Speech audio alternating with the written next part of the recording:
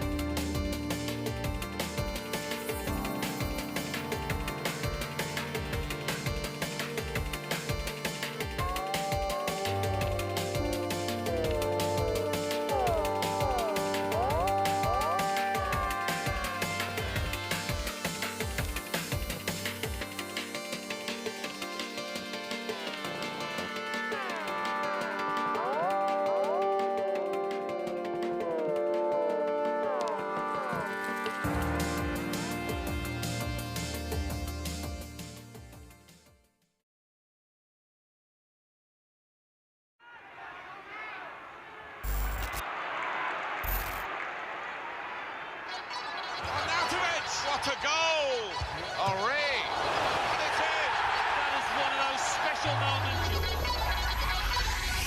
Seems they only really know when you ballad on hop to my city flow. So I'm gonna make them stop when they see me go. Joe, this a red light, I'm ending your road. Now no one ain't safe, I'm breaking the code. Stay in your place, I'll break in your home. Have the runner on the throne, call into Rome. Just got stuck up, I ain't stopping. Though every verse, my answer ain't no window. to have the game start like I'm the middle. Won't give it back, blow up, check my dribble. We school them with the flow. No. Hey, how you doing? I'm Tom Deacon, and welcome along to the Gfinity Arena, where myself and LVP have been counting down the days to February to have another FIFA Ultimate Team Licensed Qualifier event. And Tom, the wait is over. We're pretty much ready to go here. 32 incredible players have travelled to London from all across the world in a bid to secure those vital FIFA Global Series points and to take a chance a little bit closer to the eWorld Cup. I want to be really honest with you right now, Lottie, because I'm just so excited for everything that is going on today and across the next 2 days. Let's go! Come on! Guys! Kidding me? Guys! We're doing a bit here, we're filming. What are you doing, and shouldn't you be getting ready for the show? There's money on the line. Unbelievable. I need to go sort out these lads behind me. Roll the titles. At least let me have a go first. What are you doing, man? Come on, mate.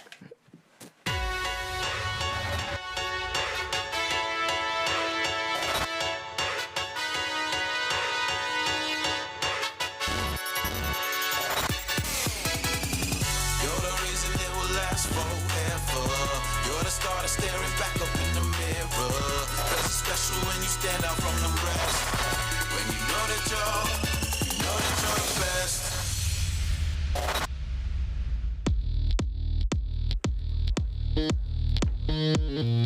Just 2 weeks ago, we were here in the Gfinity Arena for January's FIFA Licensed Qualifier event as FIFA's best talent battled it out across 2 action-packed days.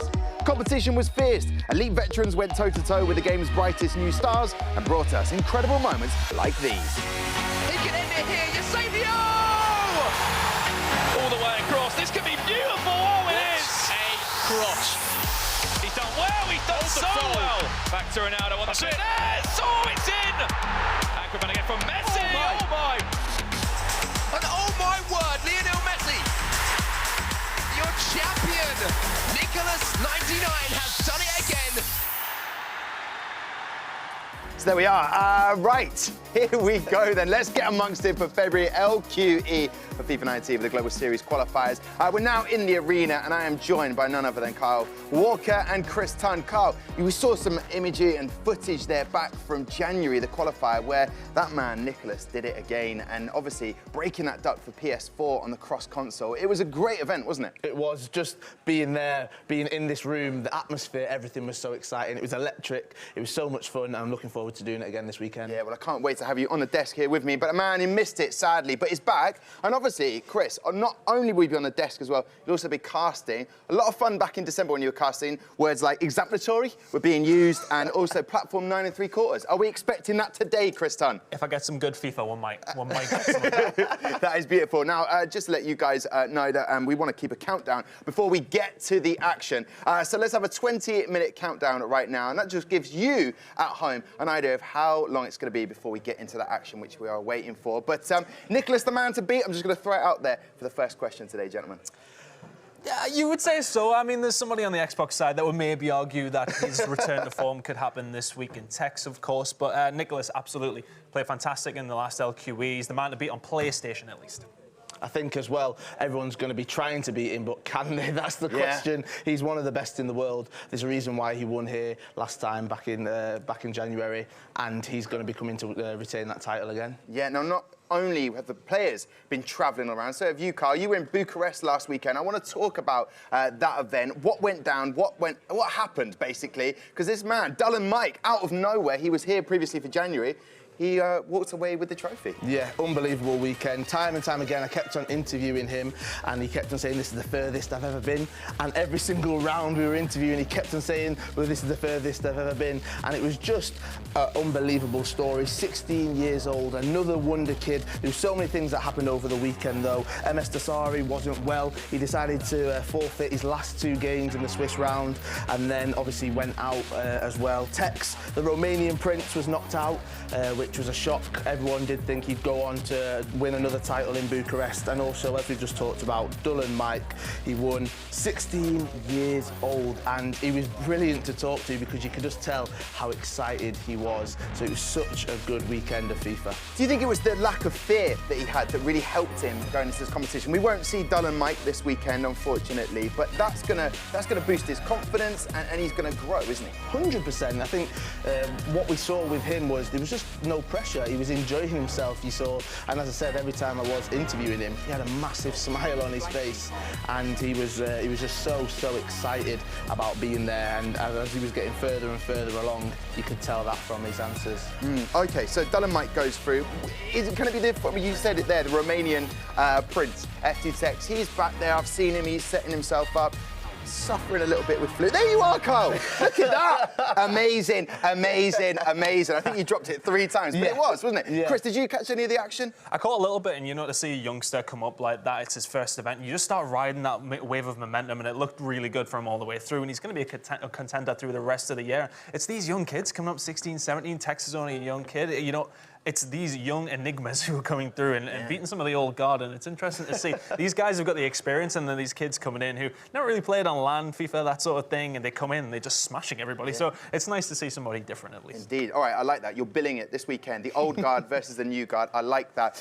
We need to introduce you to one of the noisiest people in the green room. You would have seen from scoring a goal on FIFA, Mike LaBelle, but also my assist from another miss. It is the one and only LVP. What's going on where you are?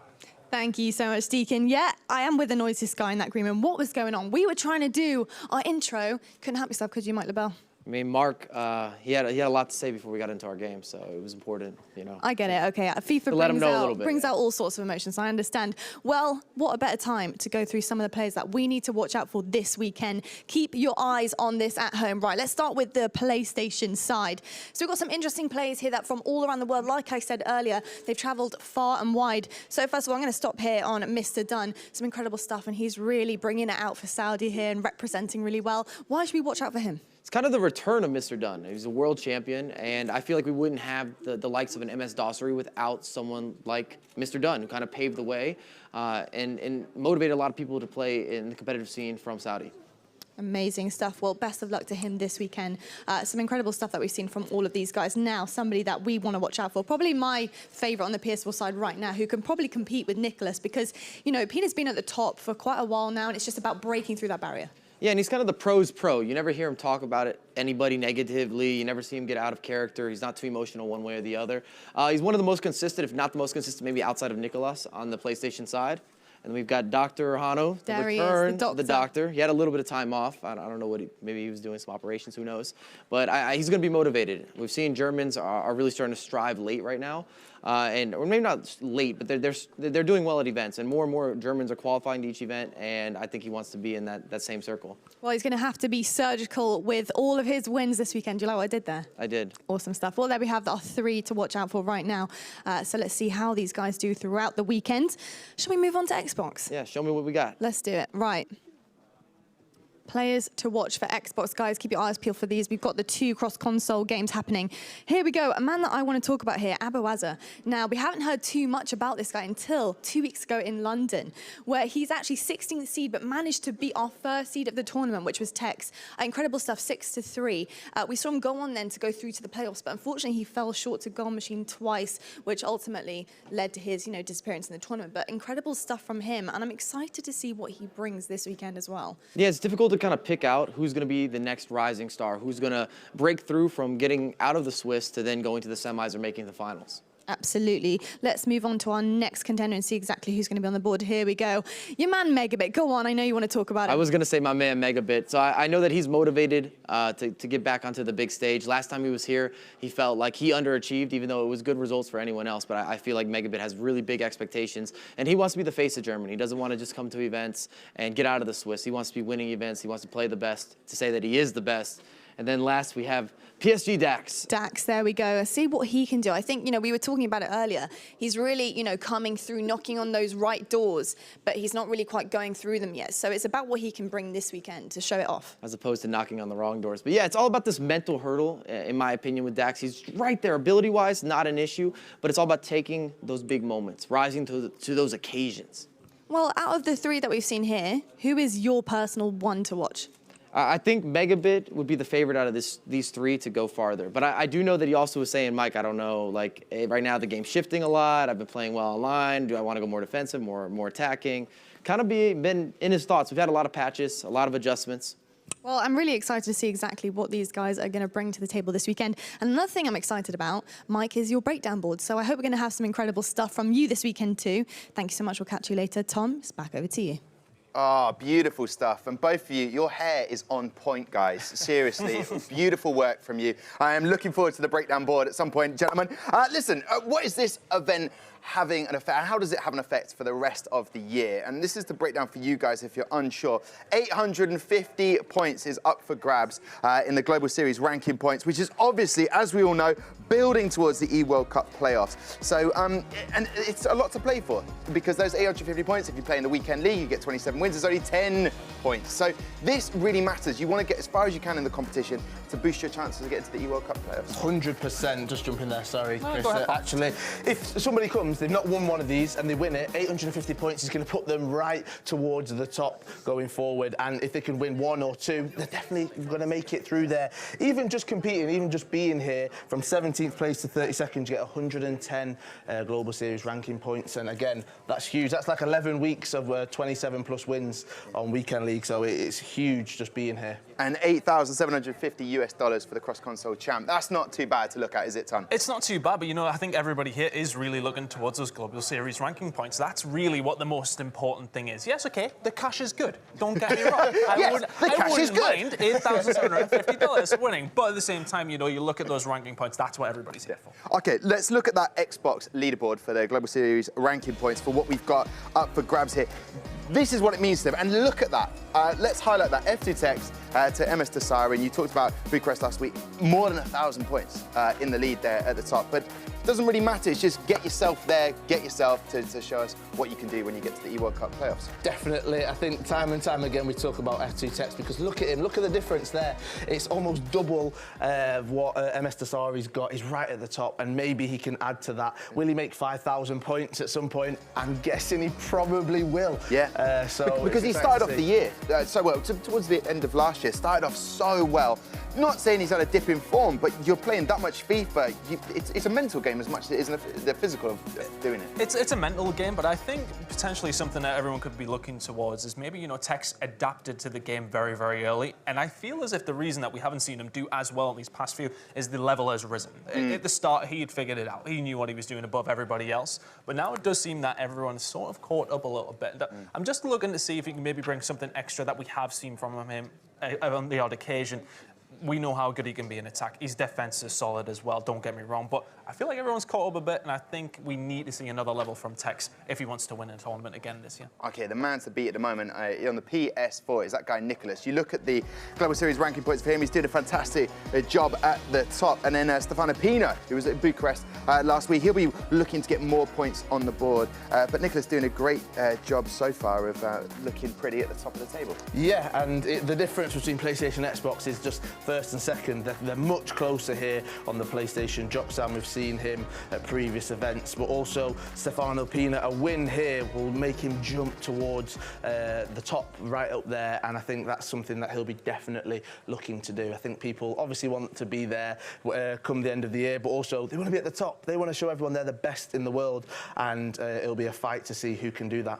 We were calling him, was it the 4 C's we had it done? We had probably about 6 or 7 C's. Cool, calm, collected. Consistent. Thank you. That is that man that you saw on that screen. Also very consistent. Can we get more taller guests? I'd really appreciate that so I can look as small as possible It's not usual throughout that the rest of the day. Anybody that's taller than me, but Kyle's head and shoulders above me here, so I don't know how you feel, to be honest with you. It's all right, mate. Yeah. It's okay. No, it's fine. We're in technically a cinema, so I might get a booster to stand on. Right, gentlemen, let's talk about the Swiss format and how this weekend is going to work. It's kind of we know the Swiss format, but it's quite brutal at times because if you get those 3 losses, you're out of here, isn't it? Simple as that. I think the kind of brutal one is when you get to 2 and you think, right, this is it now. This next game is make or break. Do I go 1 and 2 or do I go 0 and 3 and then you're out? Yeah. And I think a lot of people don't want to do that. That's a huge heartbreak for anyone.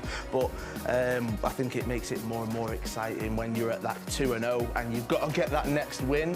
And you might not. You might go 2 and 1. You might go 2-2, and then that final game is huge for you. Yeah, we're surprised by some of the people who went out back in January, Ton. But it is, you don't start well in the morning, and then the game's over. You've got to remain consistent, that's the thing. You can't go into it and have a couple of bad games, because then you're going to find yourself out. It's not like when you're in groups where you can somehow, you know, if you at least beat somebody and then it goes up against records, that sort of thing, you can sometimes get a little bit lucky with how the groups went. You don't get lucky with Swiss. You deserve to be out if you get out. You have to remain consistent over the morning. Okay, now we've looked at the points they get for the Global Series ranking that are up for grabs, but let's just remind everybody of the prize money up for grabs, because I know that it'd be lovely to have, but it does put a little bit there of pressure when you start thinking about it, and I'm sure these pros are not even thinking about the money, but just for people at home, you know what they're winning. I mean, it's huge. After January as well, we had about 200 days in January. It's the longest one ever recorded. People are going to need this money. Yeah. And it's cold, and it's snowing. You might need to get proper snow boots ready to be out and about there. People are going to be looking for that $8,750. That's huge. And from second to first there's $5,000 difference. It's massive, and I'll be best friends with whoever wins, and hopefully they'll get me some snow boots as well. Okay, all right, guys. As you can see in the top of the screen there, 7 minutes 35. That clock is ticking down. You're seeing shots of the players. But right now, I kind of want to know how basically the whole day is going to go down in terms of the schedule. And this is really for you at home. You can see how it's going to be breaking down as we start very soon. This will explain who's taking on who, Swiss round 1, 2, 3, and the times to the left there. So get on board. It did get quite daunting towards the end of that Swiss round in January, didn't it, Carl? People were just, the nerves really getting to a few people. Definitely. And some people getting through that. If you are 2-2 and it goes into that 5th round, it's a win or a loss. You're going through to the next day or you're going home. And I think that's a lot of pressure on these people, and the people that we see that can handle the pressure will go through, and the ones that can't, well, they have to go home, and they're just watching from the audience seats tomorrow. Okay, and you've seen the coaches being used as well, a lot more coaches. I want to look at the Xbox, what's going to happen in terms of the first matchup today, and also the PS4, just to see where you can go with this and start pinning out, because obviously everyone has a favourite that they're hoping does quite well today. But Xbox, these are the first matches. First time we will see this. PSG Dax taking on Black Arrow, 8-8-9 there. F2 Tex first up there for him. Which one out of these fixtures do you like the look of, or ones that you're kind of going to keep an extra eye on because they're a little bit of a juicier contest? For me, it's some of the players. I mean, Lottie and Mike highlighted quite a few, but Marcus Gomes as well, he's someone that we need to look out for. He's done so well, and he's been consistent at quite a few tournaments, so I'm looking forward to see how good he can be here. I saw a video that he was saying he wants to start using Eusebio again, maybe bringing him back into the lineup. It's an interesting decision there. Moving on to the PlayStation 4, anyone stand out for you there, Ton? I mean, we just want to see consistency from Nicholas again. We know how good he's been as of recent. Comes in again, and it's against somebody who not everybody knows about, Mr. Dunn. Let's see how he does in that game. But realistically, we want to see consistency from Nicholas. If he can bring the form that he's been bringing as of recent on this patch. Okay.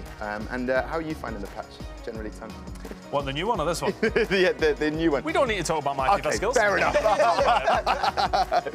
Beautiful. Let's talk about the first matchup that we are going to watch, and it is FCB Nicholas 99 FC taking on Mr. Dunn. What do we need to know about these gentlemen? I'm going to actually point towards that guy on the right there, because we know what Nicholas did back in January. He won the whole thing and the cross console, and finally stepping up for the PS4 people out there and winning the cross console, which hadn't happened since 2017. Mr. Dunn, what do I need to know? I think what's so exciting is the work that he's done previously and previous years of the game. I see what you did there. I see what you did there. And if he's going to bring that back to this game, we've got such good players here. Can he come in and can he show everyone? Can he shock everyone? Is he going to be the person to take down the Iceman? We'll find out very, very soon. And I think the thing is, he's coming in with no pressure as well. He's going up against Nicholas. I mean, everyone sort of expects Nicholas to move on in this round. But as I said, the pressure's on him, not on Mr. Dawn. He's going to go into this game feeling good about himself. Just go play your own FIFA, see what you can do against the current champion of the last LQE, of course. So it's interesting to see if you've got the composure to do it. But Nicholas, as I said, the pressure is on him, not on Mr. Dawn. That's interesting. I would have thought it would be pressure on Mr. Dunn, but it's obviously not. Nicholas, he's got a reputation to uphold, a winner in this arena. Right then, 2 weeks ago, that man from Argentina, Nicholas 99 FC, set the world alight on our main stage as he secured the title of cross-console champion. But what makes him such a special player? Well, we caught up with Mark, Onset Hatcher, and some of our FIFA pros to give us some insight. As a player, his consistency is unmatched, it's unparalleled. Quite simply, I believe that Nicholas is the best PS4 player in the world. Throw me aside at the end of the game. Turn your back cause I call your name. Another love. At the start of every single tournament we've had this year, I think you'd be very hard-pressed to have any analyst or commentator say he would not be one of their finalists. The best example of some of Nicholas's gameplay is, ironically, we're here in London again, but it was the last LQE we had here in London at Gfinity, where he ended up winning the whole thing. Your champion, Nicholas 99, has done it again. It wasn't just how good his all-round game was. I think it jumped out to everyone how good defensively he was in comparison to even some of the best players in the world. You can't make pressure to him. He just always stays calm, don't take out defenders when he needs to make a tackle. He always knows he will get at 1 point in his defense where he can tackle the ball and will get it back. He's one of the best at defending, and his goalkeeper movement is probably the best as well. Or he's just waiting for you to make the mistake. In my opinion, as a player, a lot of his success comes from his insane concentration and mental focus that he has in game. The question for this tournament is, can anyone stop Nicholas on the PlayStation 4? I guess we'll have to wait and see. Oh, that's beautiful, the way that Onset did that. Just gave us on a little cliffhanger. Oh, we'll have to wait and see. Yes, we will, but we are going to be with you throughout the whole day, bringing you all the action. I want to pick up on something that F2 Tech said in that little video. Goalkeeping movement, one of the best, and that is Nicholas. Do you agree with that? And how important is the goalkeeping movement in this? I think we've seen time and time again at tournaments in different matches that actually it's such a key skill to have learned at the very beginning, because you see the players who focused on that, who actually use it now well and efficiently, because some may overuse it, some may underuse it, but it's the players that use it perfectly are the ones that are consistent with that, and we see time and time again, and Nicholas is definitely one of those players. Just want to highlight as well, what a cool video that was. I mean, so cool, yeah. If someone's going to talk positively about you, you might as well make a video like that about it. They should get some videos about us. Why don't we do one? Why don't they just do it about the players all the Hang time? on, I'm just hearing something from production. They've said no. So there we go. Listen, guys, but talking about the goalkeeper movement, talk about his mental focus. That's something that Onset said about Nicholas. He actually said he doesn't really focus on the defending. That's not part of his game that he works on. He's more thinking about scoring goals, but it seems to marry together. His mental focus just sets him apart. I think it's easy to say that, but then obviously he has just an all-round game. If he isn't really concentrating on his defending, I hate to see how it would be if he was concentrating on his defending. Who would score against him? Because he's clearly very, very good. He's an all-round great player. And as I said, one of the big things we talked about was how cool and composed he is. And it's such a big thing to have in any environment, in anything competitive, is to have that composure, to remain that sort of steady level throughout the whole of the weekend, the whole of the tournament, and that's a big factor in why he's so good. Okay. Another C for you there. Oh, don't just throw it in there. I'll keep a note of it. I'll keep a note as we go through. As you can see up there, maybe about 40 seconds left before you get into that first game between Nicholas and Mr. Dunn. Before that, though, we are on Twitter, and we do want to hear from you throughout the day. Is F2 Tech's going to get back to that form that we know, and he's going to lift the trophy, or is Nicholas going to hold on to that title? Let us know by tweeting us at Gfinity, and don't forget to use the hashtags right then. We are wrapping up towards that game. Don't forget hashtag Gfinity FIFA. I'm going to pass over to the casters who are heading up. They're over in the dizzy heights, over in that direction. Brandon and Richard Buckley. Aye. Hello, boys. Yes, we are here back at Gfinity again. We were here maybe like 2 weeks ago for the LQE there. It's a pleasure to be back again for the month of February. And it's a 32-man tournament again. It's one of these, isn't it, the LQEs? Of course, we'll come on to Richard's shirt choice in a minute, which I'm a big fan of. 32 players. The LQE is all about picking up those points, really. The prize money is there, obviously $8,750 if you go the full way. Nicholas did that last time. But compared to the FUT Champions Cups, I think players come into these events with a slightly different kind of mindset. Yeah, it's a big opportunity for a lot of these players competing here to get those precious Global Series ranking points. There's only 3 players on the PlayStation side of things in the top 10 right now. That means there's going to be a lot of movement in those rankings. On the Xbox side of things, there's 4 players from the top 10. So there's a lot of potential movement in the top 10. There's a lot of points up for grabs that other players aren't going to get the opportunity to play for. You've only got 16 on each console at the end of the day, so it's going to be very tight, it's going to be very tense, and I think this first game sums it up perfectly. You've got a player who maybe in 2015 a lot of people regarded as the best player in the world versus a player right now who a lot of people regard as the best PlayStation 4 player in the world right now on the planet that we call planet Earth. So, who's going to be the winner? Is it going to be 2015? Is it going to be 2018, 2019? Nicholas versus Mr. Dunn. Exactly that, of course. You know, so much action to get our teeth into. Swiss-style format. This is only round number 1, of course. And this game is, you come into round 1, you do rankings, obviously, or seedings, I should say, of course, from seeding number 1 all the way down to seeding number 16. Obviously, Mr. Dunn, you can see him on your screen there. 2015 FIFA Interactive World Cup champion in Munich, up against Julien Dasseville, the French player there. And it's been a tough few years for him. You know, the game changes every single year. We see some players drop off. We see some players adapt. It's, you know, it maybe taken them a few years, but it's great to see him back at another event again. Oh, yeah, 100%. You often see players come in and out. You often see them phase in, phase out. Look at Rocky, 2017, one of the best in the world. 2018, he took the year off almost and then comes back for 2019. Players come in, they come out. It's that consistency over the period, which really, that's when you're talking about the greats. Aga, people like Brian, Vitality Brian, people like Gorilla, the people who's done it over a number of different years. They're the people you regard in that GOAT category. And you think soon, if this man can keep it up as well, Nicholas on your screen there, picked up that move to FC Basel just before the kind of FIFA 19 competitive season. Obviously a grand finalist last year, a grand finalist the year before. You have to say, if he keeps up like this as well, he could be in the grand final once more. Yeah, and he's going towards that greatest almost era right now, Nicholas. He's had back-to-back years. He's won big championships in back-to-back years. And now he's kicking off his 2019 in London. Here we go then. Swiss-style round 1, live from London, wherever you're watching from around the world. 2 days of action ahead of you right now, and it was the last time we were here. A PlayStation player won that cross-console final. We hear the debate all the time. PlayStation or Xbox, who will come out on top? And I think it was the 3rd or 4th ever time a PlayStation player has won a cross-console final. Before it dated back a long, long time, back to the FIFA Club World Cup. Back to 2016, when Mo Basher beat Sean Allen in that final. That was the first cross-console final.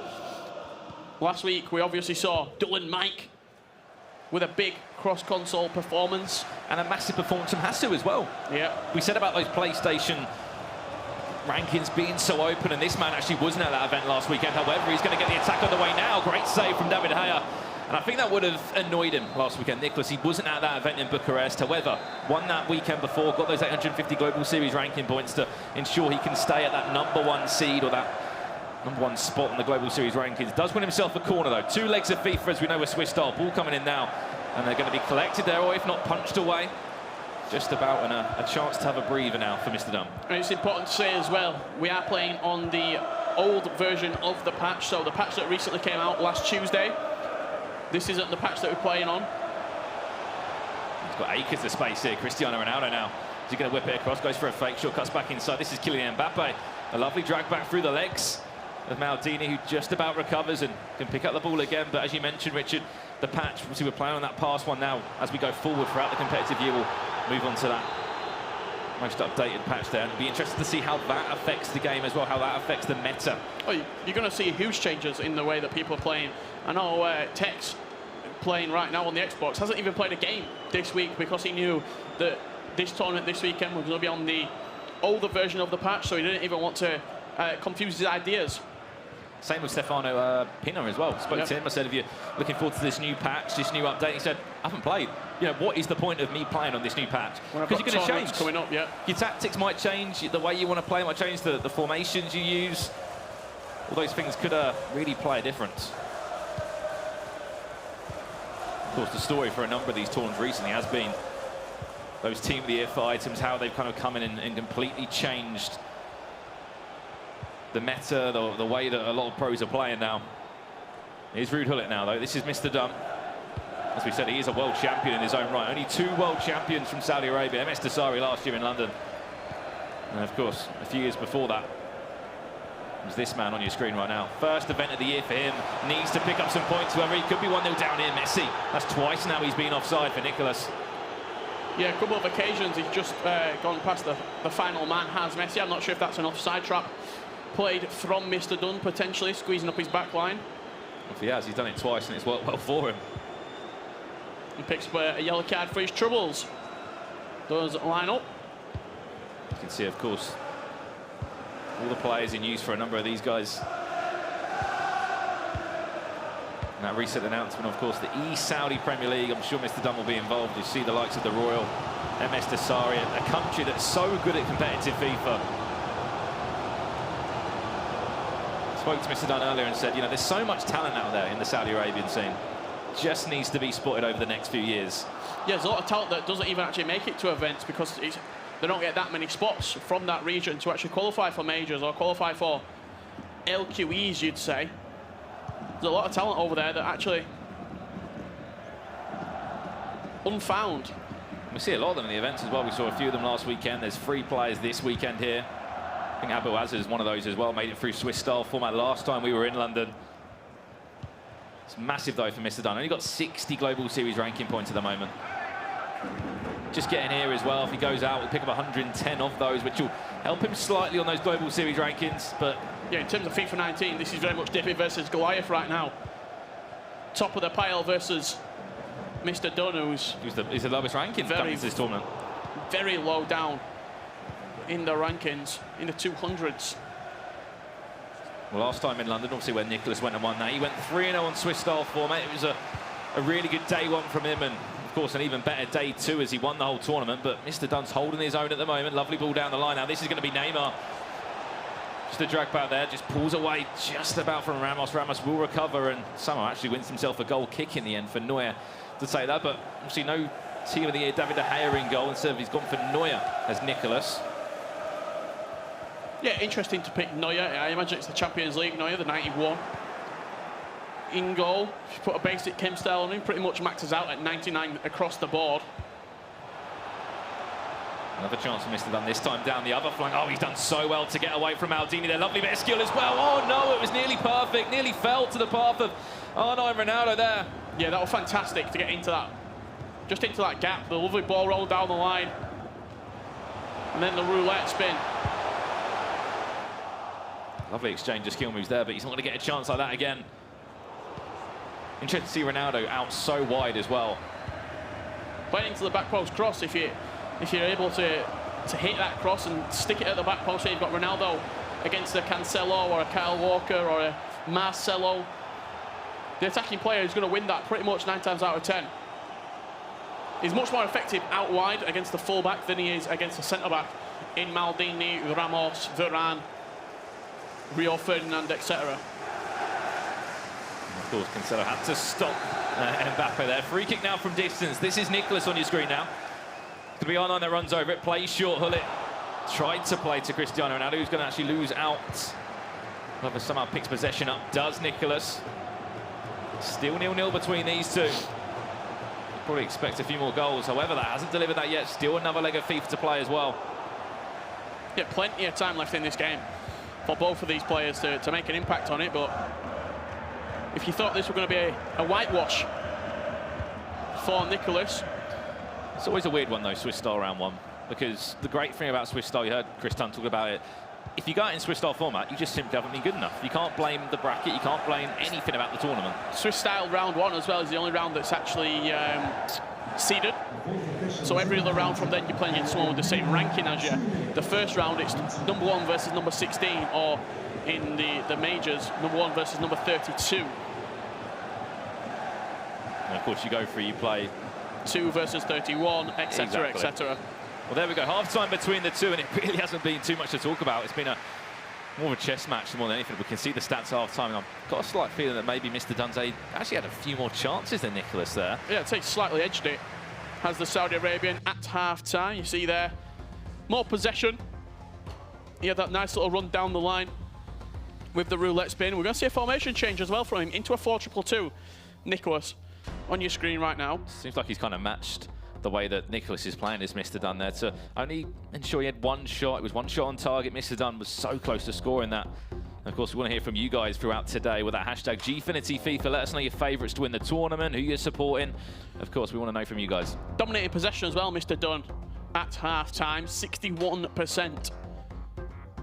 We don't have a lot to go by in terms of his performances, but if you're looking back to all the way back in FIFA 15, I believe, when he did beat Julian Dasseville in the final, he beat him 3-0. So you're thinking, keeps a clean sheet in high-pressure situations. Those sort of memories, going back to previous finals, they'll never leave you. look at Sean Allen. I hate to say it, and we talk about it quite often, but losing a game in that manner in the 2016 final, it'll stick with you. Look at someone like Cody the Finisher, where in London, he got beat that heavily by Gorilla. He switched consoles. To avoid him.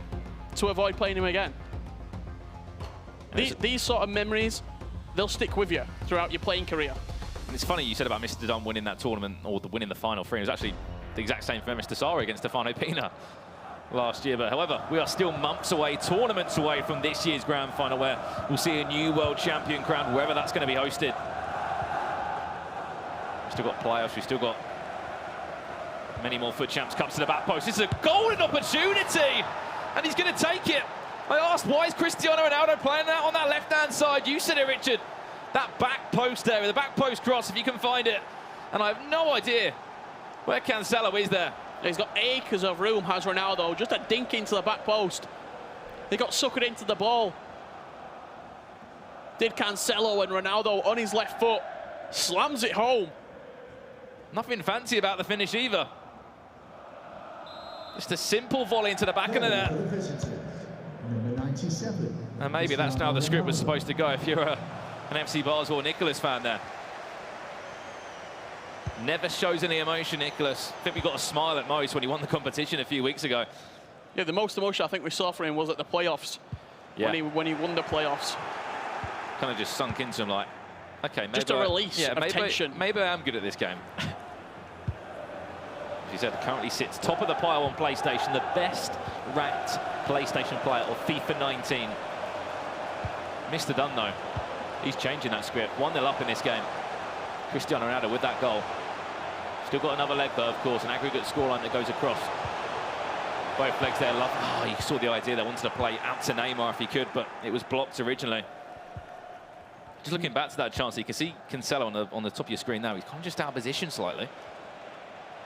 He's going to try and hit it again.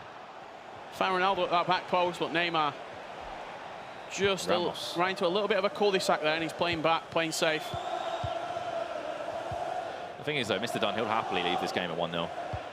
Not really much of a big scoreline for the second leg. Lovely threaded through down the line. Neymar is going to beat Cancelo on pace there. This is Neymar. Ramos is out to kind of say no thank you. He's done so well in doing that as well. Another attack denied by Nicholas. Straight down the other end now. This is Neymar now. Ramos, he's going to try and press a lovely turn inside there, just to open up a pocket of space all the way across to Cristiano Ronaldo, who's going to header it from there. Okay, that's very ambitious. We've got a lot of this game left to play, but just imagine the statement that Mr. Dunn puts out there. Yeah, this is the best player on the PlayStation 4. Just beat him. Just beat him. What a statement that would be. Well, you saw the statement that Abawaza made. Remember last time we were in London, yeah. He played F2 Tex in the first game. He went and beat him. It was a wake-up call for Tex, because after that, Tex put in a great performance, sent himself through. Got a semi-final spot. Sometimes you need that to be woken up and say, right, okay, I'm in a tournament here. Switch on. I need to be playing a lot better. Maybe it's just the way that the Saudi Arabians play. It's a mistake. That's a massive mistake there. Mbappe, you can't make mistakes like that, Mr. Dunn. You can't make mistakes against someone of Nicholas's caliber and quality, because he will punish you. Such a simple mistake as well. I think it was like a simple pass. He's just misplayed it there. Yeah, you don't normally see that kind of finish this year. It was time green, just simple, smashed into the bottom corner. It's hit the low driven across him and just rifled it into that bottom left corner. Timed it green. You're going to score pretty much 9 times out of 10 from that area if you do hit it across the goalkeeper, and that's exactly what Nicholas did back in this game. And it's come from a mistake from Mr. Dunn with 25 minutes left in this first leg of action. Now all back square again. Technically, you could just say it 0-0. See the mistake there. And Marcelo out of position. Ramos couldn't even do anything. Ramos made the run off him. Even David De Gea had to sit there and watch someone go into the back of the net. That's killing Mbappe for you, that team of the year. Mbappe. I think I've just seen a few substitutions there as well. Some new players introduced for the likes of Mr. I think Messi may have just come on, actually. Yep.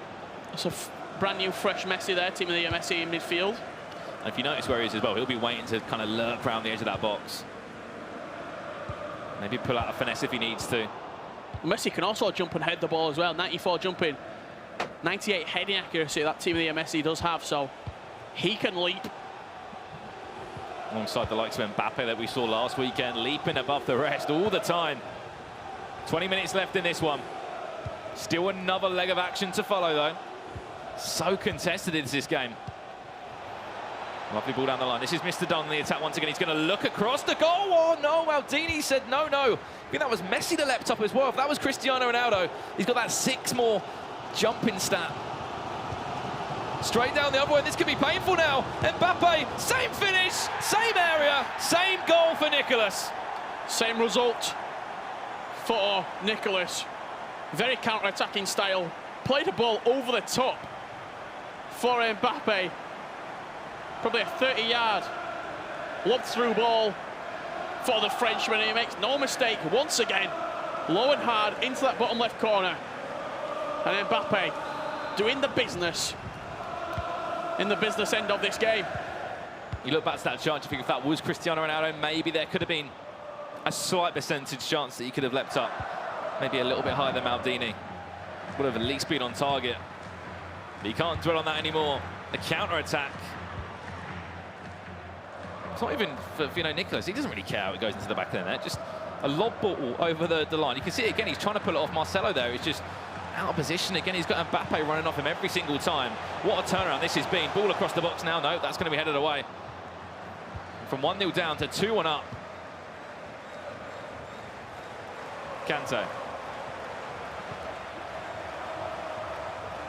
Back to Hullet. Look at Mbappe on that far side. He's going to try and find him again, I think. No, he's not. Eusebio instead goes back down. Oh, he could have nearly just let the ball roll across his body and opened up a finesse on that right foot. Yeah, a lot of room with Mbappe on that far side there, but decided to play it back inside from Eusebio with the drag back. India did get caught out. Just overplayed slightly.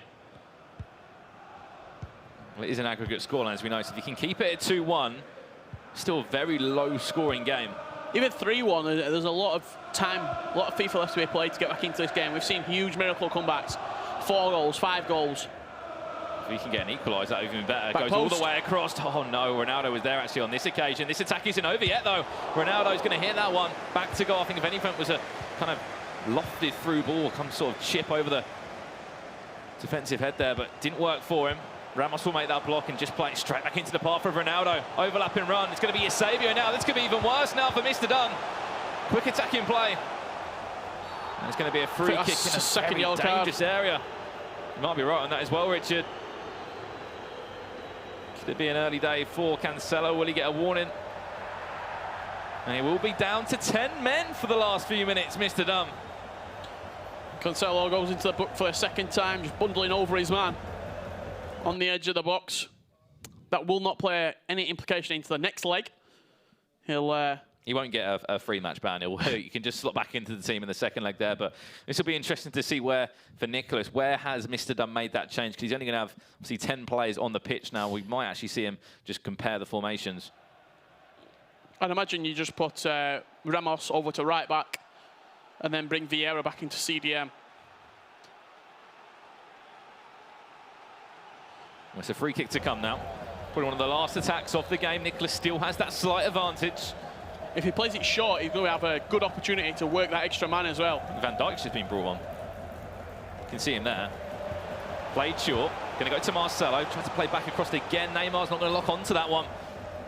And if he can pull back a goal going forward, that's the thing. I'm going to say that is the issue for him. Obviously, he's made that defensive change now. Brought on Virgil van Dijk. If anything, just to see up this game and ensure he doesn't concede again.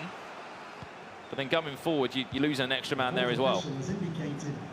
And in time of 2 minutes of this first leg. Of course, Swiss style round one. We are in. We'll give you an update on all the other games as well. Happening just to the right of us now. We can look down. We're in quite a high position here at the Gfinity Arena. He has won himself a corner. If Ronaldo can leap up here. Then it comes from Neymar. Front post flick on Ronaldo was there as well. Neuer does well there, holds on to the ball. And that's going to take us into full time in this first leg. Nicolas 99 winning 2-1 at, you could say, the interval at half time in this Swiss-style series. Didn't make it easy, though, did Mr. Dunn? Did not make it easy at all. It was a mistake as well that cost him that first goal, and then he had that chance down the other end where Messi obviously leapt up there for the header, but was denied by Maldini, of course. I think he took Nicholas a little bit off guard, potentially. He was controlling possession, something that usually people against Nicholas don't tend to do. He was limiting the amount of chances that the Argentine was able to create. So there were a lot of good talking points if you're in the Mr. Dunn corner to take into that second leg. Of course, there's some of the highlights there. This was the goal that kind of won the game for Nicholas. Coming up in a minute, I believe. That was the equaliser there. That's the goal here. Mbappe, same area, same space, exactly the same goal. Yeah, it just shows that he's got a number of different ways to score in his locker room as well. He can play the drag backs inside the box, the fancy football, but he can also, when he needs to, hit a 30-yard lob-through ball over the top, almost Gerard to Torres-esque back in the Liverpool day. Just ping it 30 yards, in behind, finish past the goalkeeper, 2-1. You'll take a win into the second leg. So one thing I've noticed in that game, it wasn't pretty football, was it? From Nicholas. Didn't need to be pretty football. It was just simple. Over the top, as you said, high through ball, through to Mbappe, who's going to get the pace on Marcelo and score the goal. It was very scrappy in sort of stages, that first matchup. I think you'd probably say they've never probably matched against each other, these two, and also it's the first game of the day. So it's a little bit of a warm-up game. This is probably the first time that you've played a real competitive game today. I think as you see the day go on, round 2, round 3, you're going to see the sort of flair come out from a lot of the players as they're growing in confidence, as they're getting wins on the board. That's the most important thing. You have to get to 3 wins today to almost even come back tomorrow. And the one difference is this is the first event that we've seen Mr. Dunn in of FIFA 19. You know, it's his first opportunity. Of course, he's going to be involved in his own virtual league back home in Saudi Arabia. But you mentioned this one being a bit of a warm-up game. Well, you just pulled Nicholas in your warm-up game, technically in the first round. It's not the man you really want to be picking up. But that's a test you want. And you're going to take so much confidence only losing 2-1.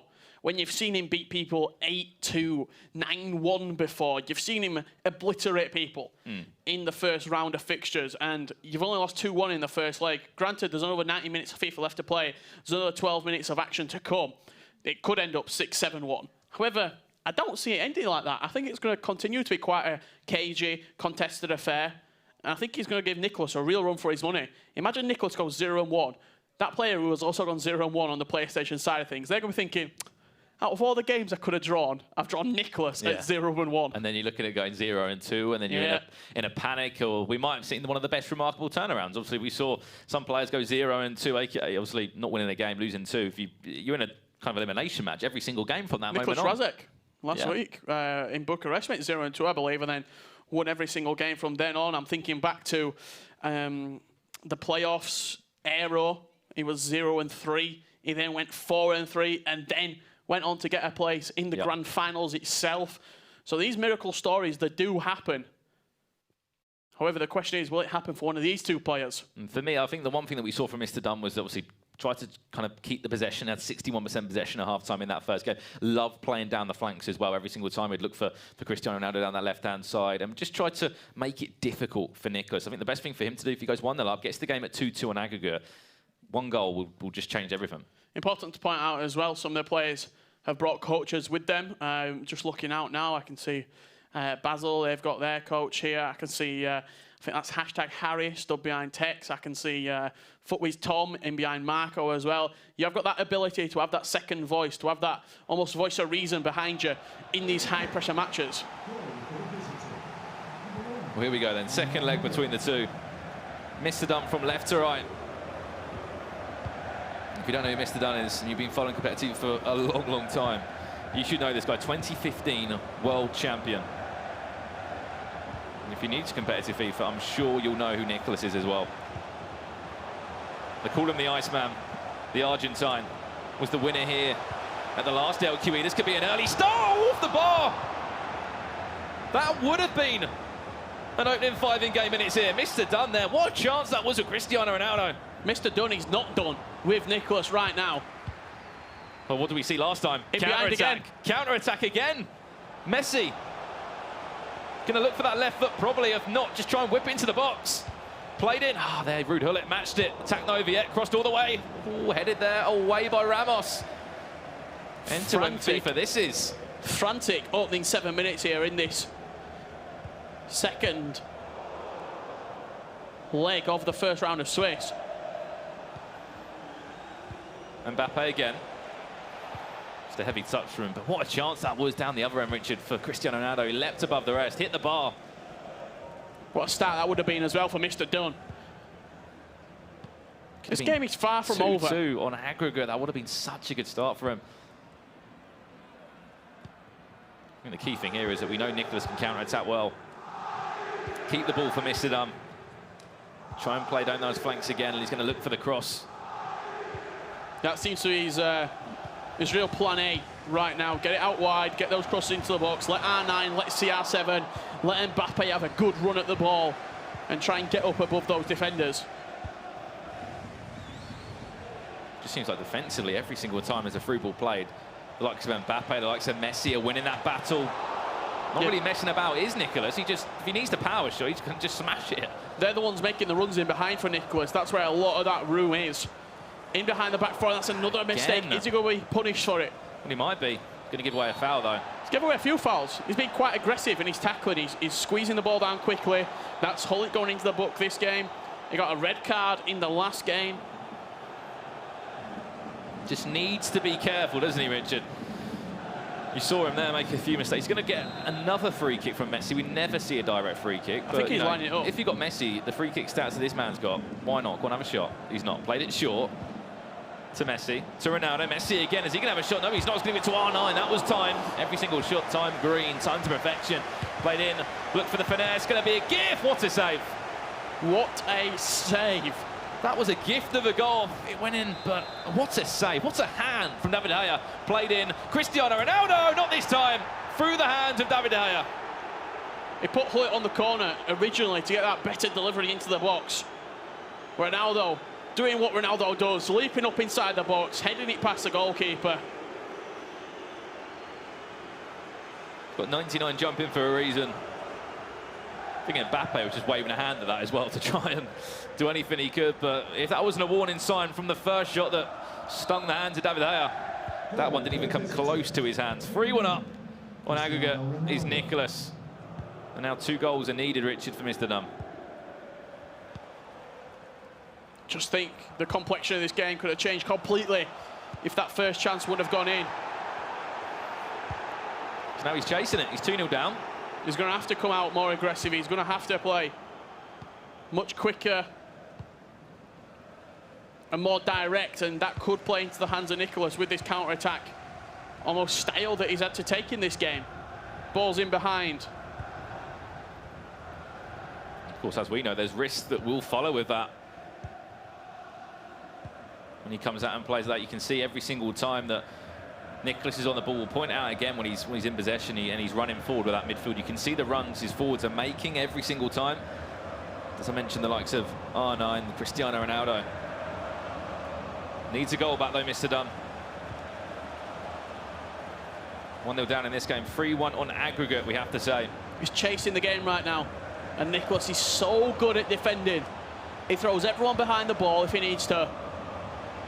And he'll just frustrate you. There's no gaps in that defence. Ah, no, again, he'll take a foul. He has won a free kick, though. I'm sure he'll be happy as well if he doesn't go into the book. But we have to remember that Mr. Dunn did get a red card in that last game. It was just, you mentioned how aggressive he was defending. Tell you what, if we say direct shot right here from Mr. Dunn. Well, Mr. Dunn, he'll do anything. 24 metres away. 2 players run over it. Going to be played short, just hits it. Why not? Mbappe with the shot. Oh, it was so red. It was easy. Fantastic movement from Nicholas. Moved him all the way across to the left-hand side. It wasn't even stood in the goal. He was stood past the post. Was Neuer there? He's thinking ahead, isn't he, by a second or two of his opponent. Look at the numbers forward every single time. That's 4 people forward in that attack for Nicholas. That's got to be somewhere in those custom tactics.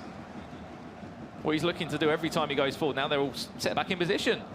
Yep, then they drop back, then they get structured back into position. That is the machine. Mentality, you've got to say. Everyone moves forward together, everyone moves back together. Of course, as we know, the FIFA Club World Cup next week, and what a team they've got. Nicholas and F2 Techs being under King Esports. Yeah, the Kings of FIFA right now. One hell of a team. The two players that are top of their rankings. Of course, that event takes place next weekend, but before we get there, we've still got 2 days. Maybe not on the PS side of things, if Pino wins this event. Yeah, true, that could all change. Needs a goal, Mr. Dunn. Played short, here we go. Tried to drag it back, still going to be in possession. No, he's not. Dispossessed. Yeah, if you just break that down there as well, if you see the goalkeeper movement, he's constantly moving him on the line. Left to right, left to right. Making you guess every single time. Where am I going to take this shot? Am I going to finesse it? Am I just going to simply power it? And for a finesse there, did he, with Cristiano Ronaldo? 3-1 up, though, as we approach the half-time interval here in the second leg between the two. We'll give you an update, as I said, from around all the other games that are taking place in round 1 of Swiss.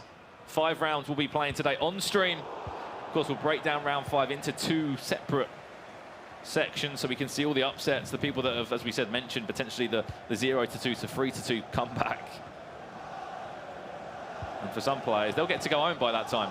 Some players will go 3-0. Finish it 3-0, you get to go back to the hotel room, maybe get a bit of food here. Go relax. Maybe going and play Weekend League. Wouldn't surprise me, those extra 10 Global Series ranking points. That Well, sure. once you've, I think playing Weekend League this weekend might be a little bit, I'd say probably not to. Yeah, for the simple you've fact got the that extension, haven't you? Yeah, and also you're playing an event where you're playing on an older version of the game. You're then going and playing on a newer version of the game. Then you've got to revert back to the old version. Maybe it just muddles with the brain a little bit. I don't know if you saw the possession stats there, Richard. Mr. Dunn's got all the possession, but the scoreline isn't really showing. Yeah, you can have all the ball you want, but you've got to do something with it. And the good chances have all fallen to Nicholas in this game. Apart from him hitting the bar early on, can't really think of anything to write home about for Mr. Dunn. This is very tense music. In the first round of Swiss style. I feel like I'm about to get on a ride at a theme park. Oh, well, Mr. Dunn. It's like he's got to answer the £1 million question now, isn't it? And that £1 million question is, can you pull back 2 goals and take this one to extra time? And if we need to go to penalties, we will. He knows what he needs to do, though. Only time will tell. 45 in-game minutes left for him to pull it back. The world champion, the Saudi Arabian FIFA player. Can he take down Nicholas? However, he's 2 goals behind, and you see there from the possession stats. I've had the possession, he can say, but what are you doing with that possession? Yeah, possession doesn't win games at the end of the day. It can be a big help to winning a game, but you've got to create that possession into something. And unfortunately, Mr. Dunn hasn't been able to do that. And Nicholas is just going to slowly, that clock's going to tick away.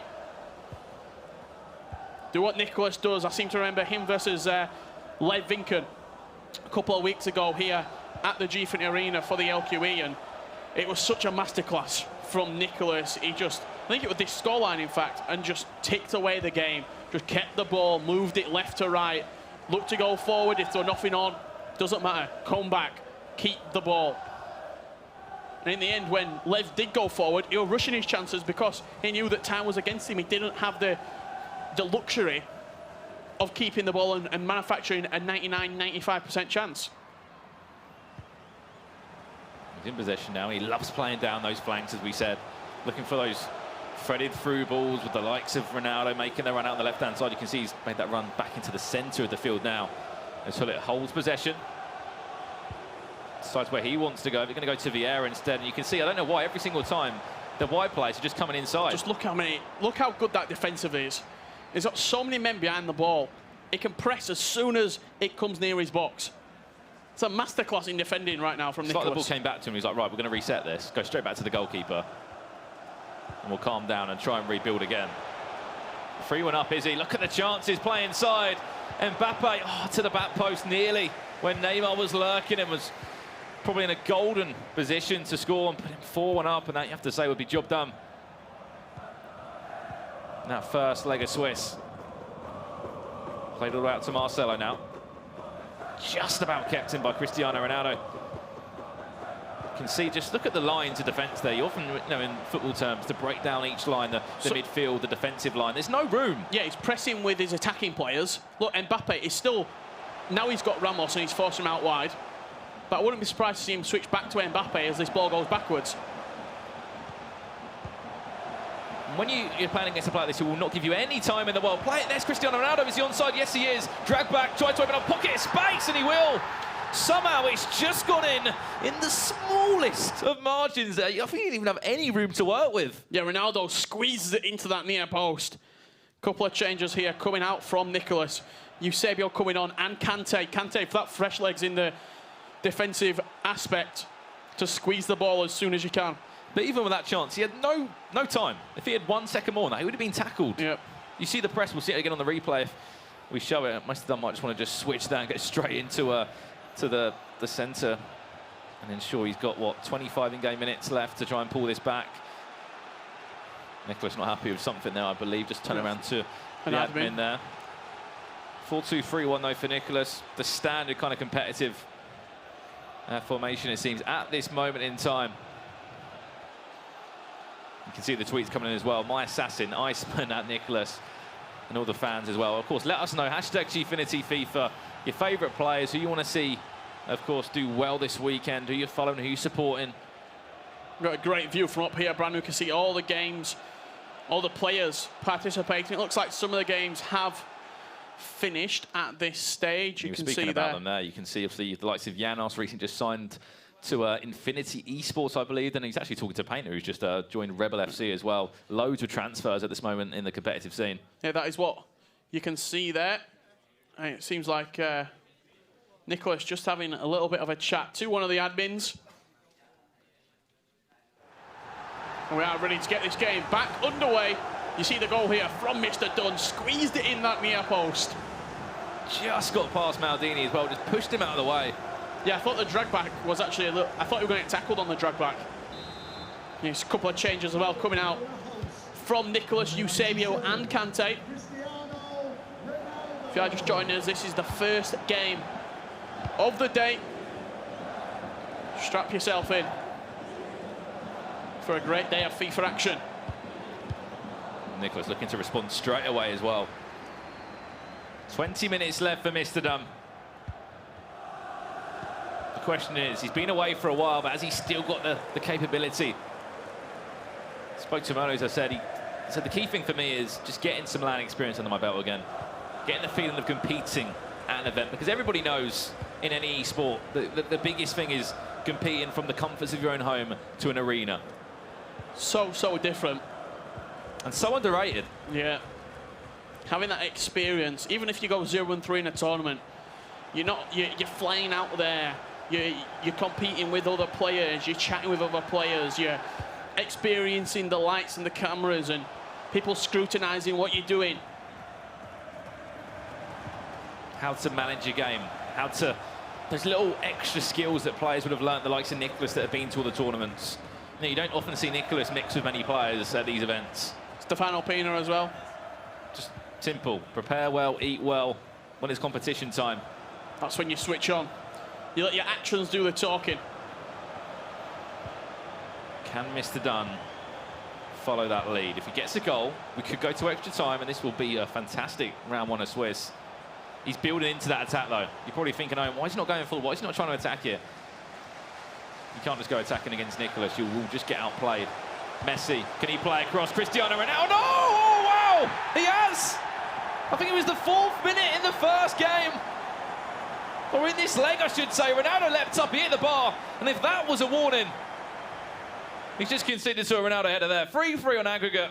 2 goals were needed by Mr. Dunn, and he's done it. You could see him working into that opportunity, and he played the ball down the line. Lovely drag back, dinked into that back post, and Ronaldo is always going to win the header. He leaps up, header across the goalkeeper, and Nicolas switching back from a 4-2-3-1 back into this 4-2-2. He knows he's in danger of potentially losing this game, because all the sort of, you'd say, the mental momentum in the head, you'd say the scales 100% in Mr. Dunn's favour right now. He scored 2 goals in the last 15 minutes. And just look at the lead from Ronaldo. Why is it every time the ball goes in the air with Ronaldo, just time stops?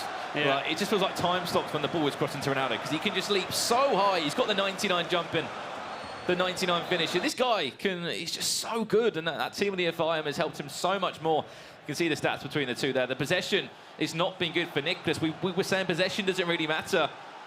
Not only the possession as well, but the passing accuracy from Mr. Dunn. 95% when you've got 65% of ball retention as well is unbelievable. If you are a competing player and you know the sort of levels that you play at during competitive FIFA, you'll see 65% and 95% on the possession and pass accuracy themselves is unbelievably good at this level. You've got two players as well that have shown no reactions at all.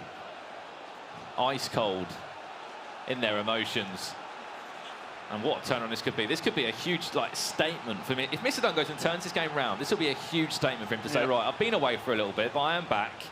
It might not be a FUT Champions Cup, but I'm here for an LQE. I'm picking up points. Just if he wins this event, 850 Global Series ranking points, that's a playoff spot. Pretty much guaranteed. Just from playing in one event. However, Nicholas will not be saying, nope, you're not going to be doing that straight away as he goes to concede, just like that. Played down the line, cut inside to Cristiano Ronaldo. You cannot switch off. And after all that hyping up of Mr. Dunn, the tables are turned straight away. Ball down the line. A nice threaded through ball to Messi. Couple of passes inside.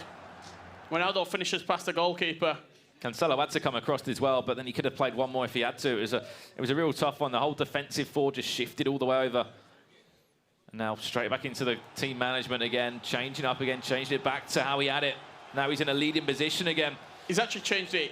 He was playing a 4-2-3-1. Now he's playing a 4-2-3-1 second variation. So even more defensive from Nicholas. He must feel as though with only 9 minutes left, I can see this game out. I can manage this game effectively. But Mr. Dunn, he's going to come straight back at you.